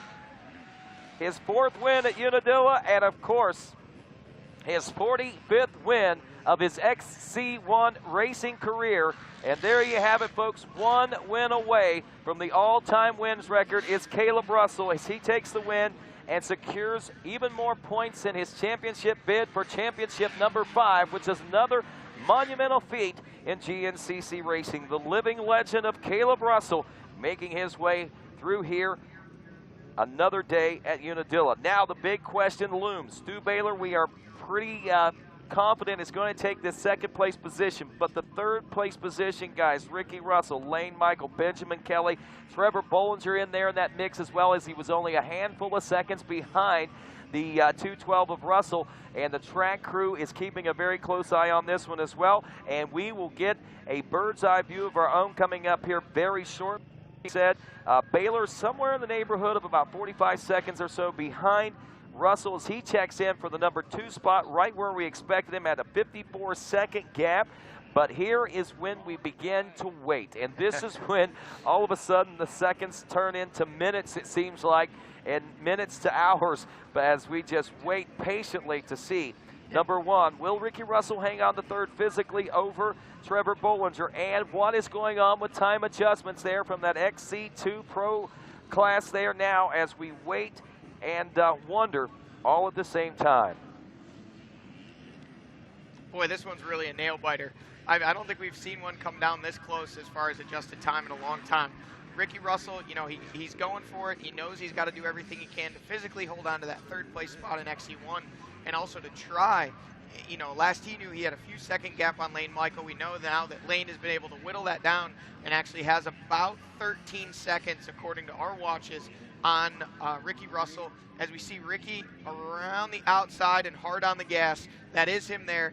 He's charging. He's put in a heck of a ride today, but he does not want to lose out on this 3rd place overall spot. He knows every second counts. He's revving at the lappers.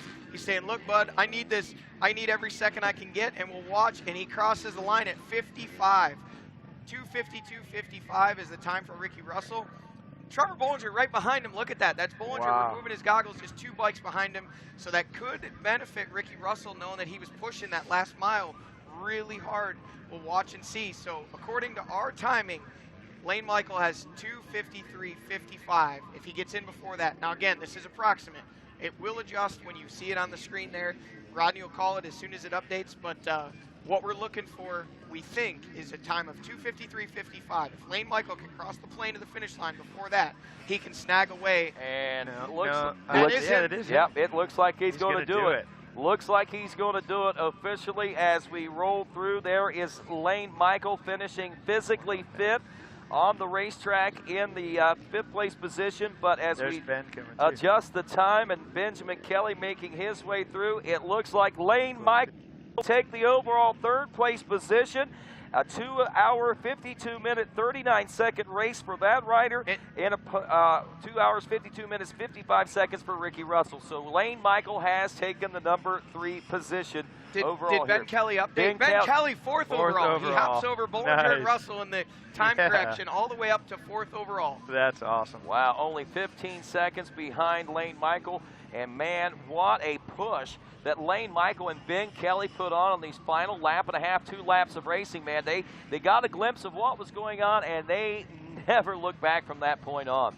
You know, Rodney, you said it best coming into today. The best 2 finishes ever at this track by an XC2 rider were Caleb Russell and Grant Baylor with 4th overall. Well, today, Benjamin Kelly tied that feat. Unfortunately for him, Lane Michael did him one better. So 3rd and 4th overall, hats off to those 2 guys. Also, obviously, hats off to Ricky Russell on one heck of a ride. 3rd place in XC1. Oh, look at this. Got a rider smashing into the finish line.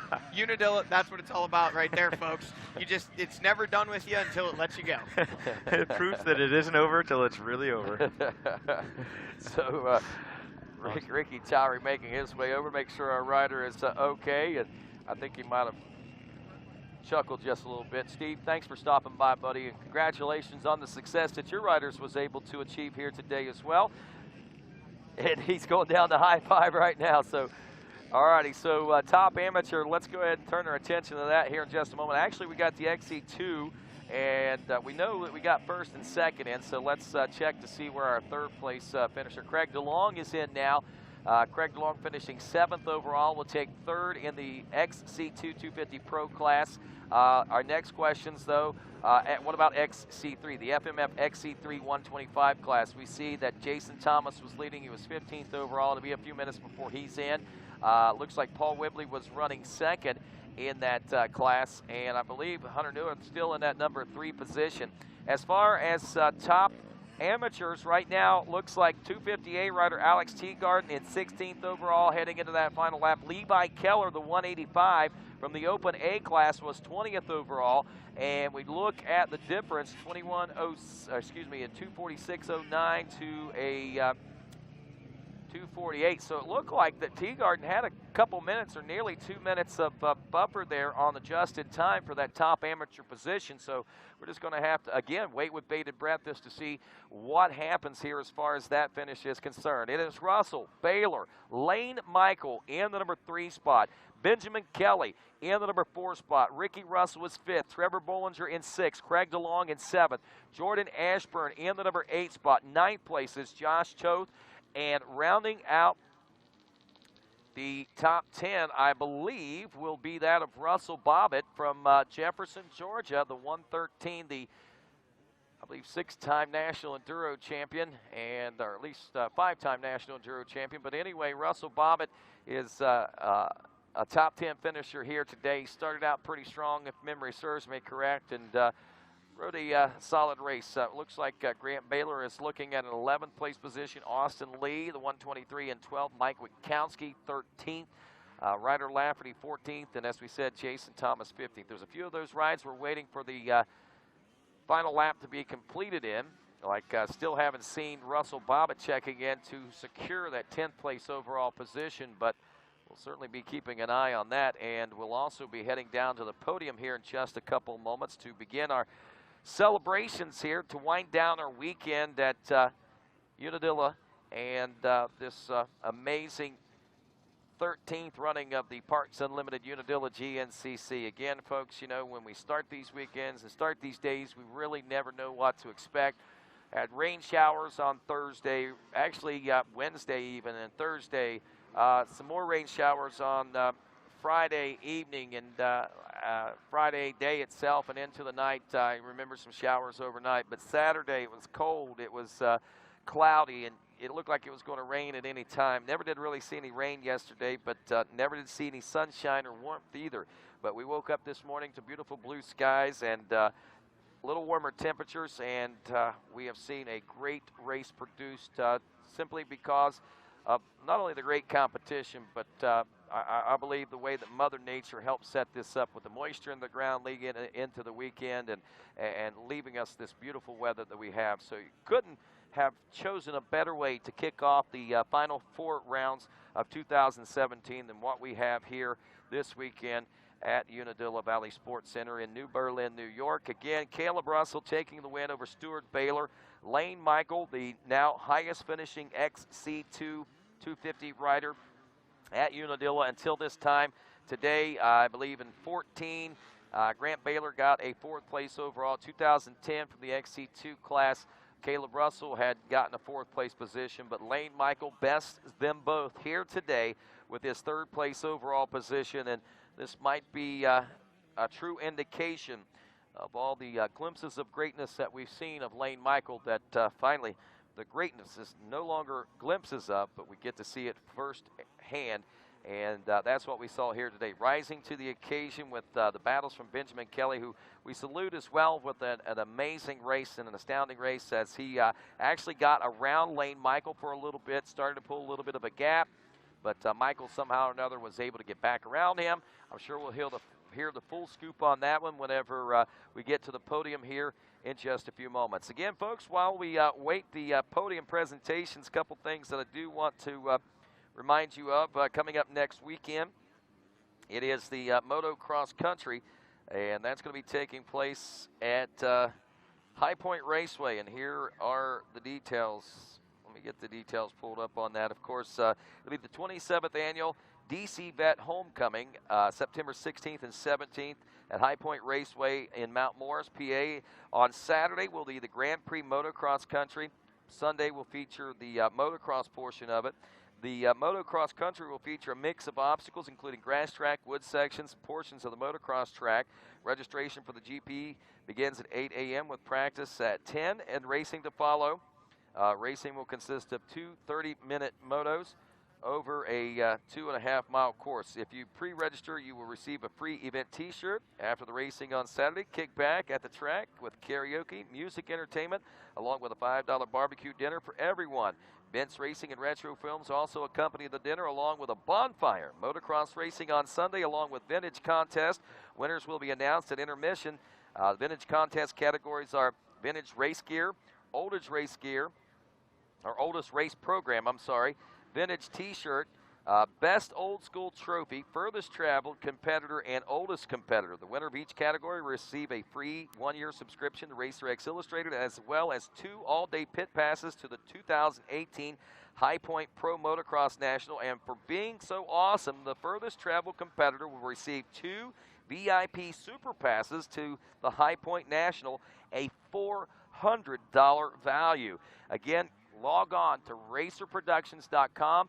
You can pre-register there and find out more details and information about the event. You can also check out GNCCRacing.com. I believe Bolton has some links via Quickfill there, so if you're reading Quickfill, you'll be able to find those links. But come join us for the Vet Homecoming next week, folks. I know a lot of the folks in the GNCC Racing Nation has been around for a long time, and to go there in memory of Dave Coombs and that DC Vet Homecoming, we want to see you all right there at High Point. And of course, we all want you to stick around for a few more moments as we've got celebrations on the podium with Caleb Russell and all the boys here in just a few moments. So stick around. GNCC Live continues from Unadilla.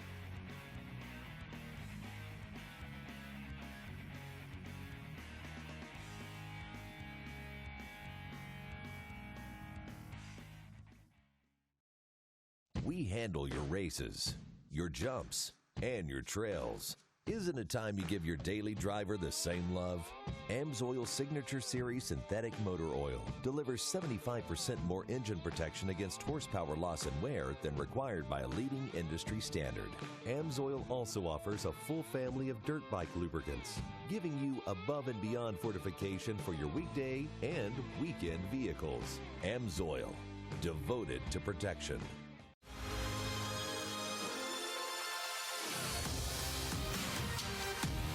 As riders and racers, we understand the need to get quality parts, apparel, and accessories fast. We have the horsepower of multiple warehouses to make sure your gear, OEM parts, or accessories make it to your door quickly.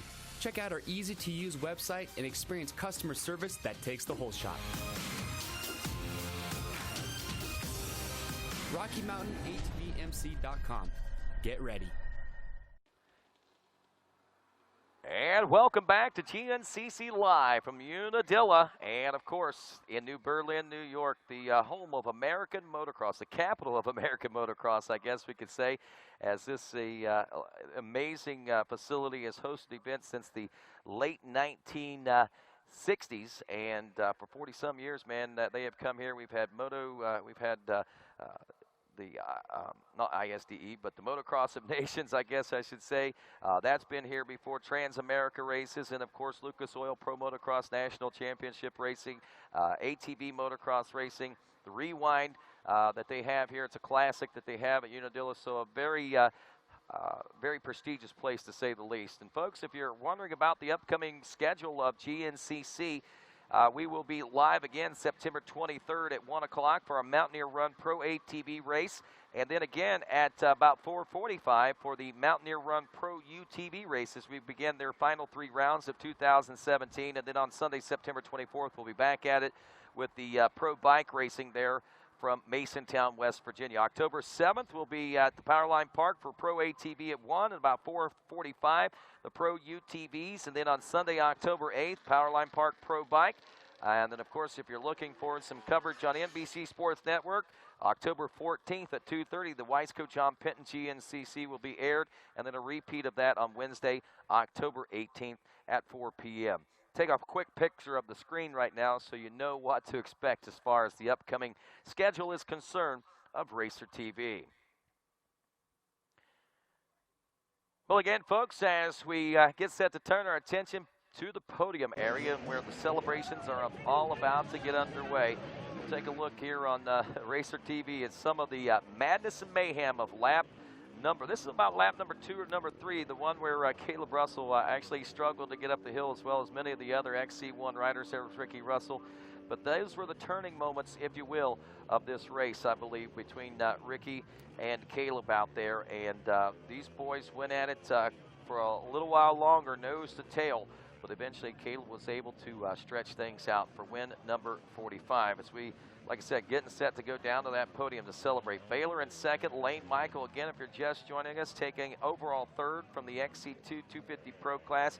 And again, that is the highest finishing now XC2 racer in the history, the 13-year history of racing here at Unadilla GNCC. Benjamin Kelly in fourth, Ricky Russell, who was right there in the very beginning, rounding out the top 5. Trevor Bollinger is 6th, Craig DeLong in 7th, Jordan Ashburn is 8th, Josh Toth in 9th overall, and Russell Bobbitt again will round out your top 10 now. That is secured as we see that. Grant Baylor was 11th, Austin Lee at 12th, Mike Witkowski 13th, Ryder Lafferty 14th, Jason Thomas, your winner of the FMF XC3 125 class, finished 15th overall, and your top amateur, as we continue to wait right now, I believe, is Alex Teagarden, unless something changes, and he is looking at least a 16th place overall spot.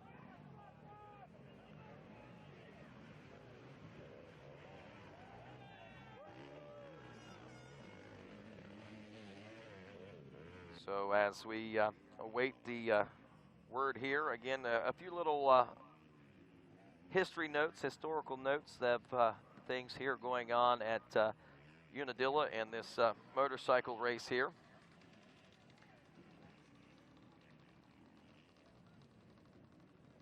If you take a look back at the history of this, it all began back in 2005, and if you recall, our top 5 looked like this: Juha Salmonen, Nathan Canny, Barry Hawk, Robbie Jinks, and Mike Lafferty. Of those, we do not enjoy the presence of on the racetrack anymore. Of course, Barry Hawk is here with us from a racing manager standpoint at Coastal Racing.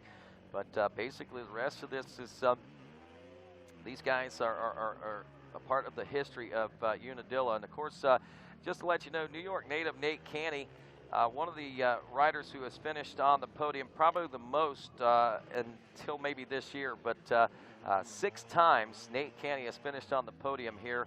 He actually took a win in 2006, and also just another little fact for you Barry Hawk fans. Barry Hawk last raced this race in 2010. He took 9th overall with 7th in the class that day.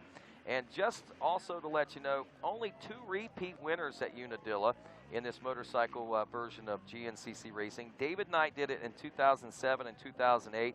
Caleb Russell did it in 2013, 2014, 2016, and now 2017, as he has 4 wins here at Unadilla.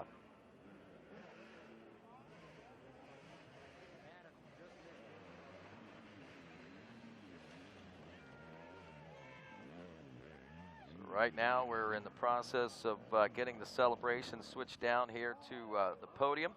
Mikey Waynes is going to be standing by and taking over the helm here in just a couple moments. Right now, Johnny Gallagher trying to solidify our top amateurs overall. Still not expecting much of a change there, as I am anticipating that it will be Alex Teagarden, but we still got a little bit of time to go here to make that judgment call to be 100% right. So we are going to hinge on the unofficial portion of that right now, and that would mean then that let's see, we got so Teagarden should be checking in here in the next few moments. Jason Thomas should be checking in here in the next few moments. So that would be the win of the FMF XC3 class, and there is Jason Thomas in. There is Brendan Riordan in from the XC2 250 Pro class. He is 16th overall. Now we wait patiently to see when and where Alex Teagarden will be checking in and what position he will be in. Will he be able to maintain the top amateur overall status here as he makes his way to the checker flag.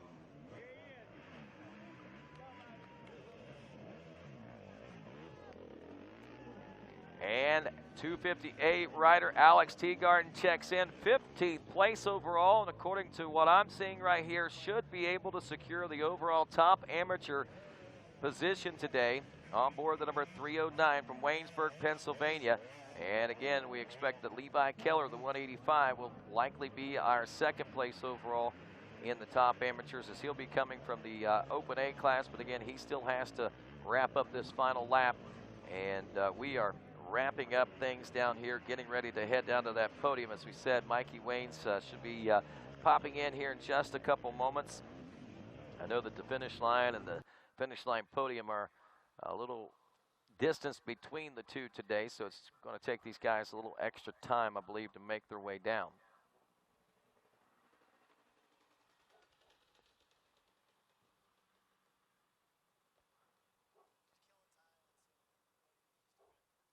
All right, just heard the report that number 1 is on his way to the podium, so that means that we are getting one click closer. And not only that, we are getting one click closer to the securing of this championship. I'm not sure where that's going to put him, but there is, I believe, going to have to do some math. But over the course of the next round or two, we might see Caleb Russell in a position to clinch the championship a little early. We'll just have to wait and see what the point standings are after this day settles out, and what we've got to look forward to as far as the rest of the season is concerned.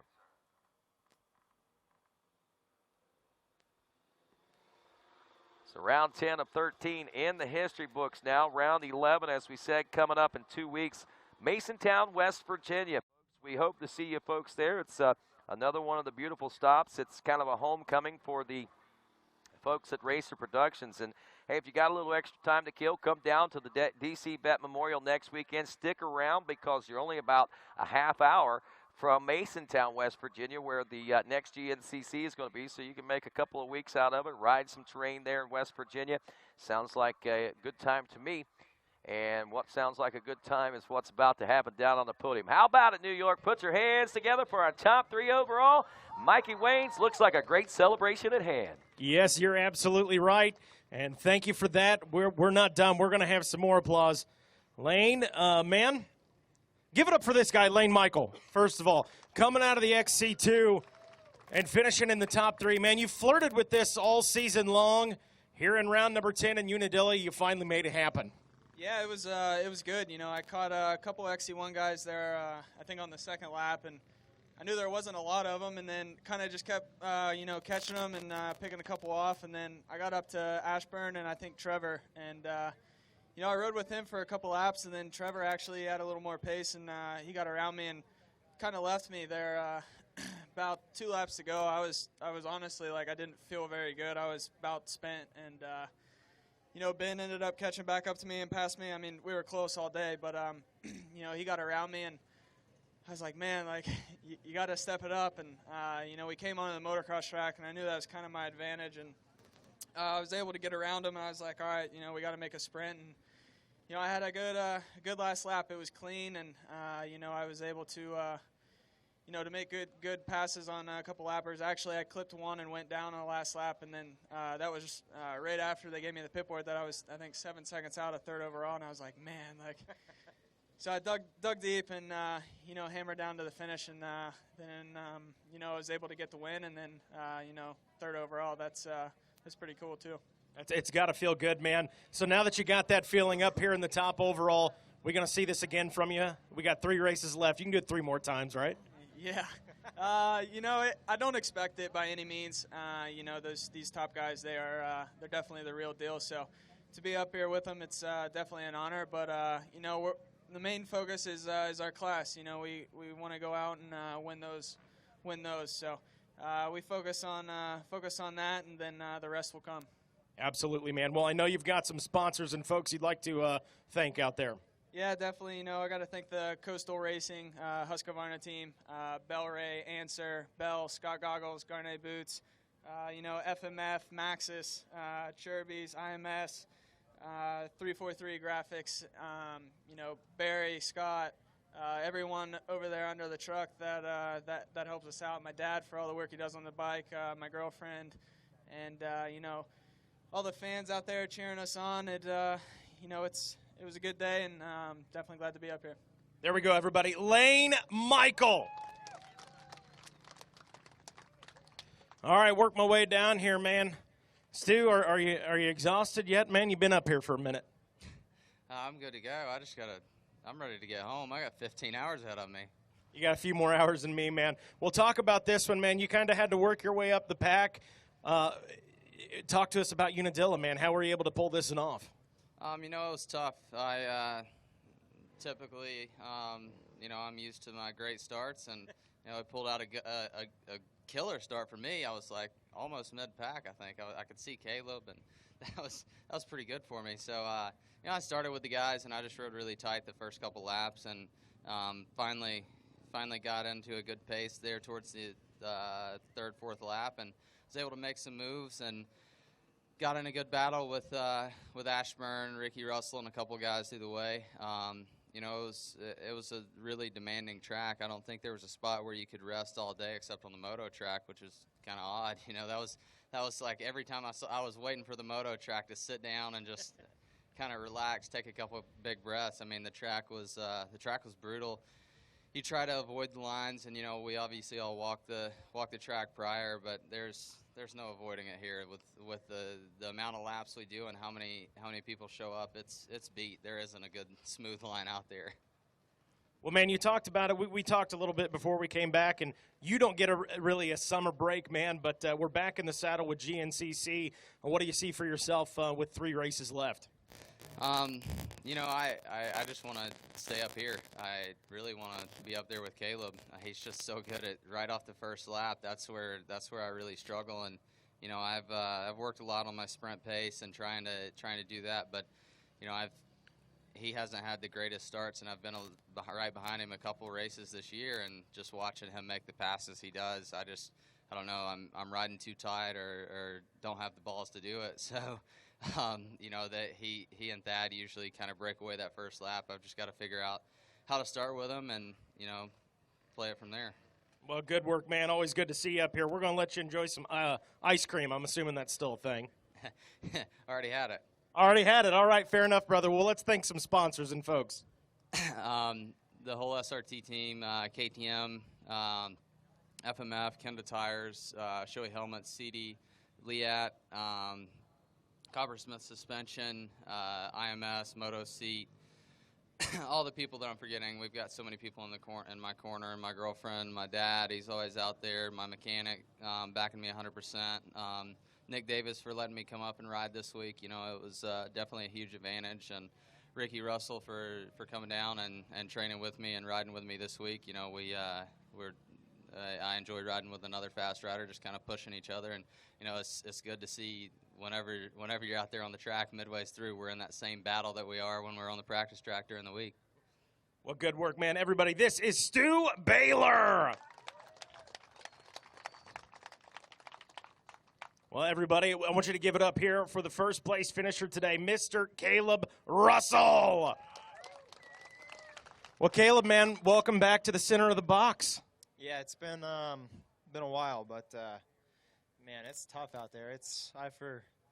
This place gets more and more beat and tough every year. I mean, between all the riders on the second, third lap, and when we come through, I mean, we're literally passing guys like a mile into their race. So it's definitely gets frustrating. I know that, but I was getting smashed with rocks, and it was really bugging me. It was pretty painful and not so fun to be behind the rear tires. And I kept making little mistakes here and there with the lappers the first few laps, and I wanted to lead. I wanted to be out front just so I wasn't getting pounded with rocks. And every time I get to front, like the first 3 laps, I'd hit a guy and fall down, then get back to lead, hit a guy and fall down again. But it's just how this track, it lends itself to. If you can get out front early at the beginning of the race and maybe put like 20 seconds straight away on somebody, and then when you get in the lappers, it's really hard to make up time. So I just once I got in the lappers, I just tried to play it smart around everybody after I did get in the lead. So it was a good day towards the middle to the end of the race. So you know, I couldn't be happier the way I rode and everything went down. And my team killed it. And as I always do, I got to thank my mechanic Cody and FMF KTM Dunlop tires for you know, it's slick out there, so they did pretty well today. But the Cherubies, Scott Goggles, Alpine Stars, TLD, Bell Helmets, and all the fans out here, man. This event gets getting better every year. There we go, everybody. There's your first place winner today, Caleb Russell. I'm going to back out of here and get down. Oh, the photo op right here, first and foremost there. Get those trophies up. Let's hear it one more time for the top 3 out of the overall.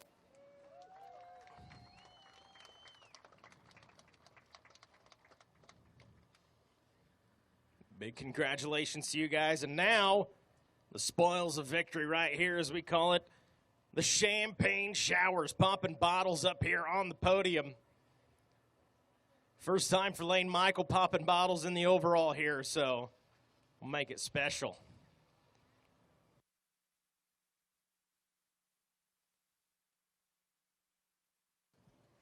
Front row in the splash zone. Wasting no time. Lane Michael getting a little extra right there. Stu, Caleb, one more time, everybody, for your top 3 overall here in Unadilla.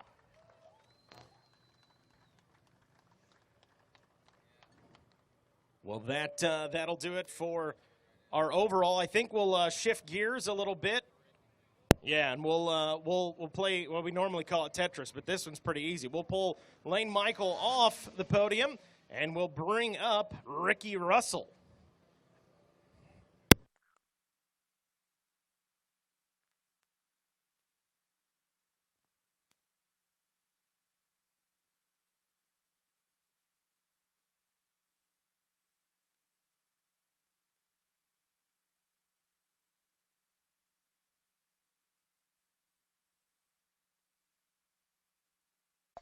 Well, while we reset the podium for more photo opportunities and, of course, get set to continue our podium celebrations, again, just reminding you next weekend, the DC Vet Memorial Homecoming, and we hope to see you folks there. Go to racerproductions.com on the internet there to find out more details about how you can get yourself signed up for that one. Should be a great one as we celebrate our 27th running of that here at High Point Raceway. It'll give you an opportunity for you to also take a look at the newly designed High Point Race Facility itself. And as we here on Racer TV take a look from high above the skies over Unadilla Valley, just an amazing place, of course. And we want to remind everyone to follow us on social media at GNCC there on Facebook and, of course, on Twitter /GNCC Racing whenever you go to Facebook, and then, of course, Instagram at GNCC Racing, at GNCC_racing, I should say, for Instagram. And that'll keep you up to date and in the loop of what's going on from the social media standpoint of us here at GNCC Racing itself. Right now we are resetting the podium. We'll have our XC2s coming up here in just a few moments. Lane Michael will be in the center of the box at that particular point. Also want to take this opportunity to congratulate our third place overall in the XC1, or the third place position in XC1 class, not overall, but in the class, was once again Ricky Russell out there. So good job for that, and just congratulations all around to Lane Michael for the amazing feat that he was able to pull off here. Again, Caleb Russell racking up win number 45, just one away from tying the great Scott Summers all-time wins record of 46. So that could be happening in Masontown, West Virginia, and theoretically we could have a new all-time bike wins leader whenever we leave St. Clairsville, Ohio, in only 2 more rounds, if Caleb is able to take 2 more wins here over the course of the next 2 races. It's going to be pretty exciting to see whether or not that's going to be able to take place, as we are, believe it or not, watching and witnessing some pretty amazing things this year in the GNCC Racing Nation. And we knew at the beginning of the season that there was a possibility looming that these types of things could happen. You never start looking too deep into that early in the season, But here we are this late in the season, and wow, all these amazing historic moments that are taking place. And I hate to say it because I know that Caleb doesn't like to hear it like this, but we are in the midst of a living legend and one of the greatest GNCC racers of all time, hands down. When you look at the history books, you cannot argue that, folks. And this is one of the greatest times, I feel, of GNCC racing itself. You know, when you talk about the good old days and back when GNCC was this and racing was that, these are the days that I feel that a lot of us are going to be talking about in the distant future, as we reminisce about the many things that have taken place in this amazing race championship. Down to the podium once again with Mikey Waynes. Well, thank you, Rodney Tomlin. I'm down here with third place out of the XC1, Mr. Ricky Russell. Ricky, you're going home also with 250 for the whole shot from All Balls Racing. So first and foremost, congratulations on that. Man, this was a battle for you. Excuse me. You and Caleb were battling early on. Talk to us about Unadilla, man. Yeah, it was going good. My YZ450FX started great, like it has all year. Always up close to the front, and this time got another whole shot. So that was awesome. I was just trying to ride smooth and not get arm pump or anything, just stay smooth and free. But Caleb got hung up on the hill climb back there, and I got hung up behind him, and he got going a little quicker than me. And then I was able to catch back up, and they were I felt like I could run that pace, and I was running it for most of the race, but started to fade a little bit in the middle, and I'm not making excuses, but I was sick all day yesterday. I'm not used to this cold weather or something, but came up here early with Stu, like he said. Nick Davis gave us a place to stay, and we rode a few days, and it got us used to this slippery soil, so that helped us out a lot. I just got to thank my whole team, my Ampro Yamaha. It was working great. Randy Hawkins, Lucas, my mechanic, Kenda Tires were hooking up awesome. Sycra, excuse me, Carb Sport, FMF, just all of our sponsors, Corey McDonald for helping, Mind Blue, all you guys out there cheering us on, and hopefully we can keep it going for the last 3 rounds. Got to thank Stu also for bringing me up here. Me and him traveled together and trained together. Like you said, it's been good. We push each other. There we go, everybody. Ricky Russell, third place out of the XC1. All right, let's give it up one more time for our top three out of the XC1. Ricky Russell, Stu Baylor, and Caleb Russell.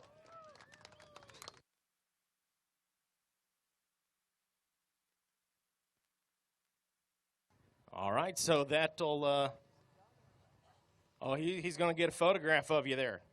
Got her. I'm going to step out. You don't want me in that. So there you go. There's your top three out of the XC1. We'll reset the podium, and we'll be right back with the XC2.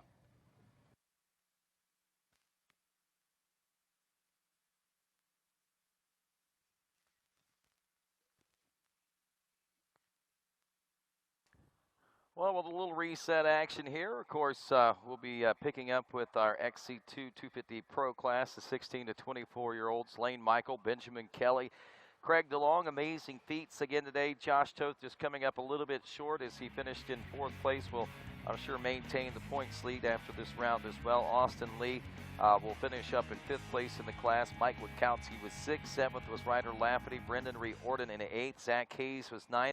Trevor Barrett rounded out your top 10 there in the XC2 250 Pro 16 to 24-year-old class. And right now we are resetting the podium for this XC2, and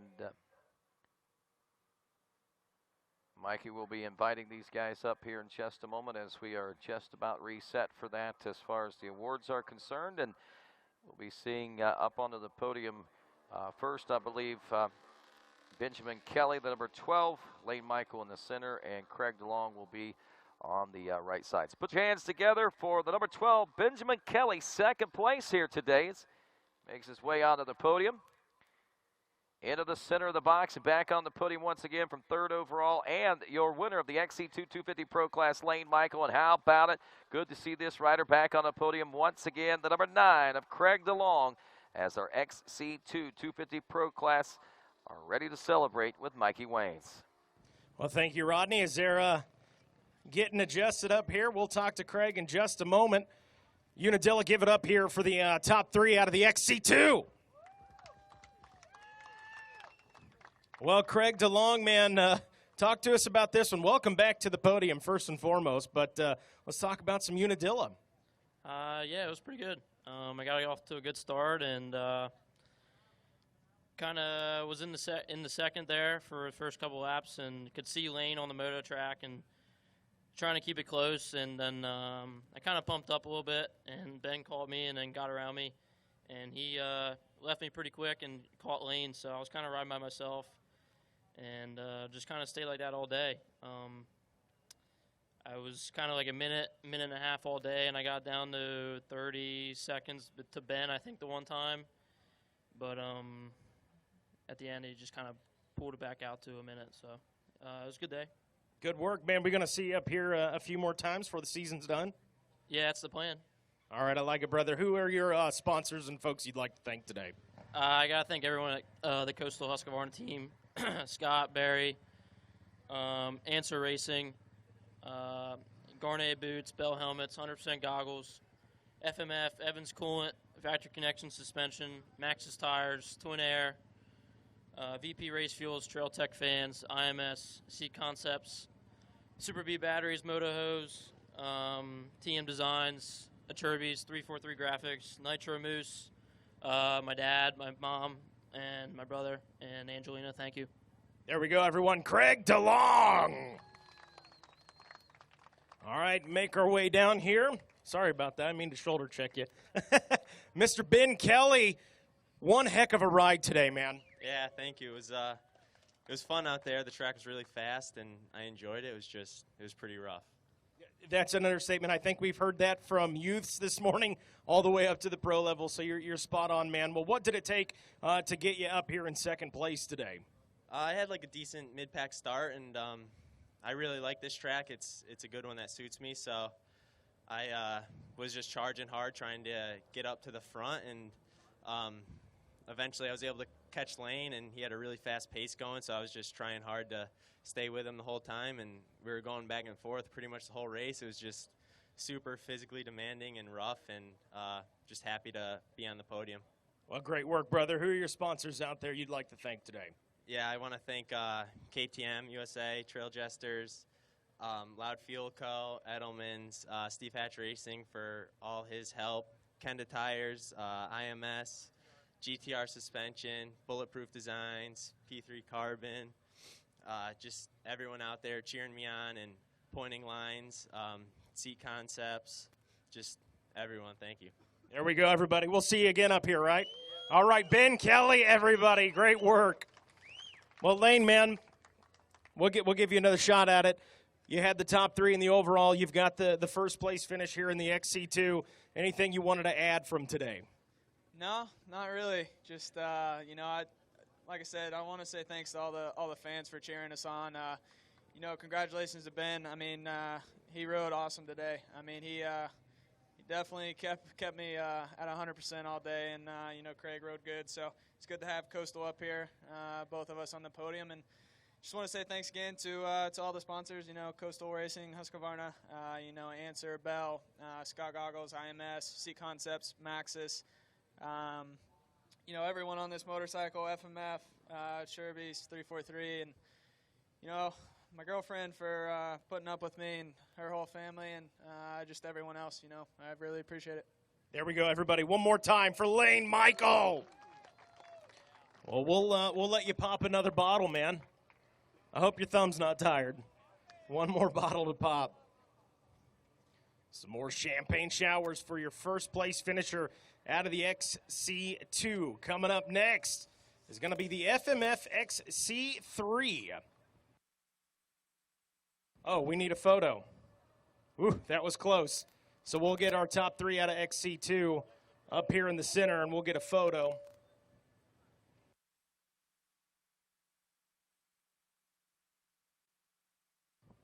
Doesn't get much better than that. That sweet, sweet taste of victory there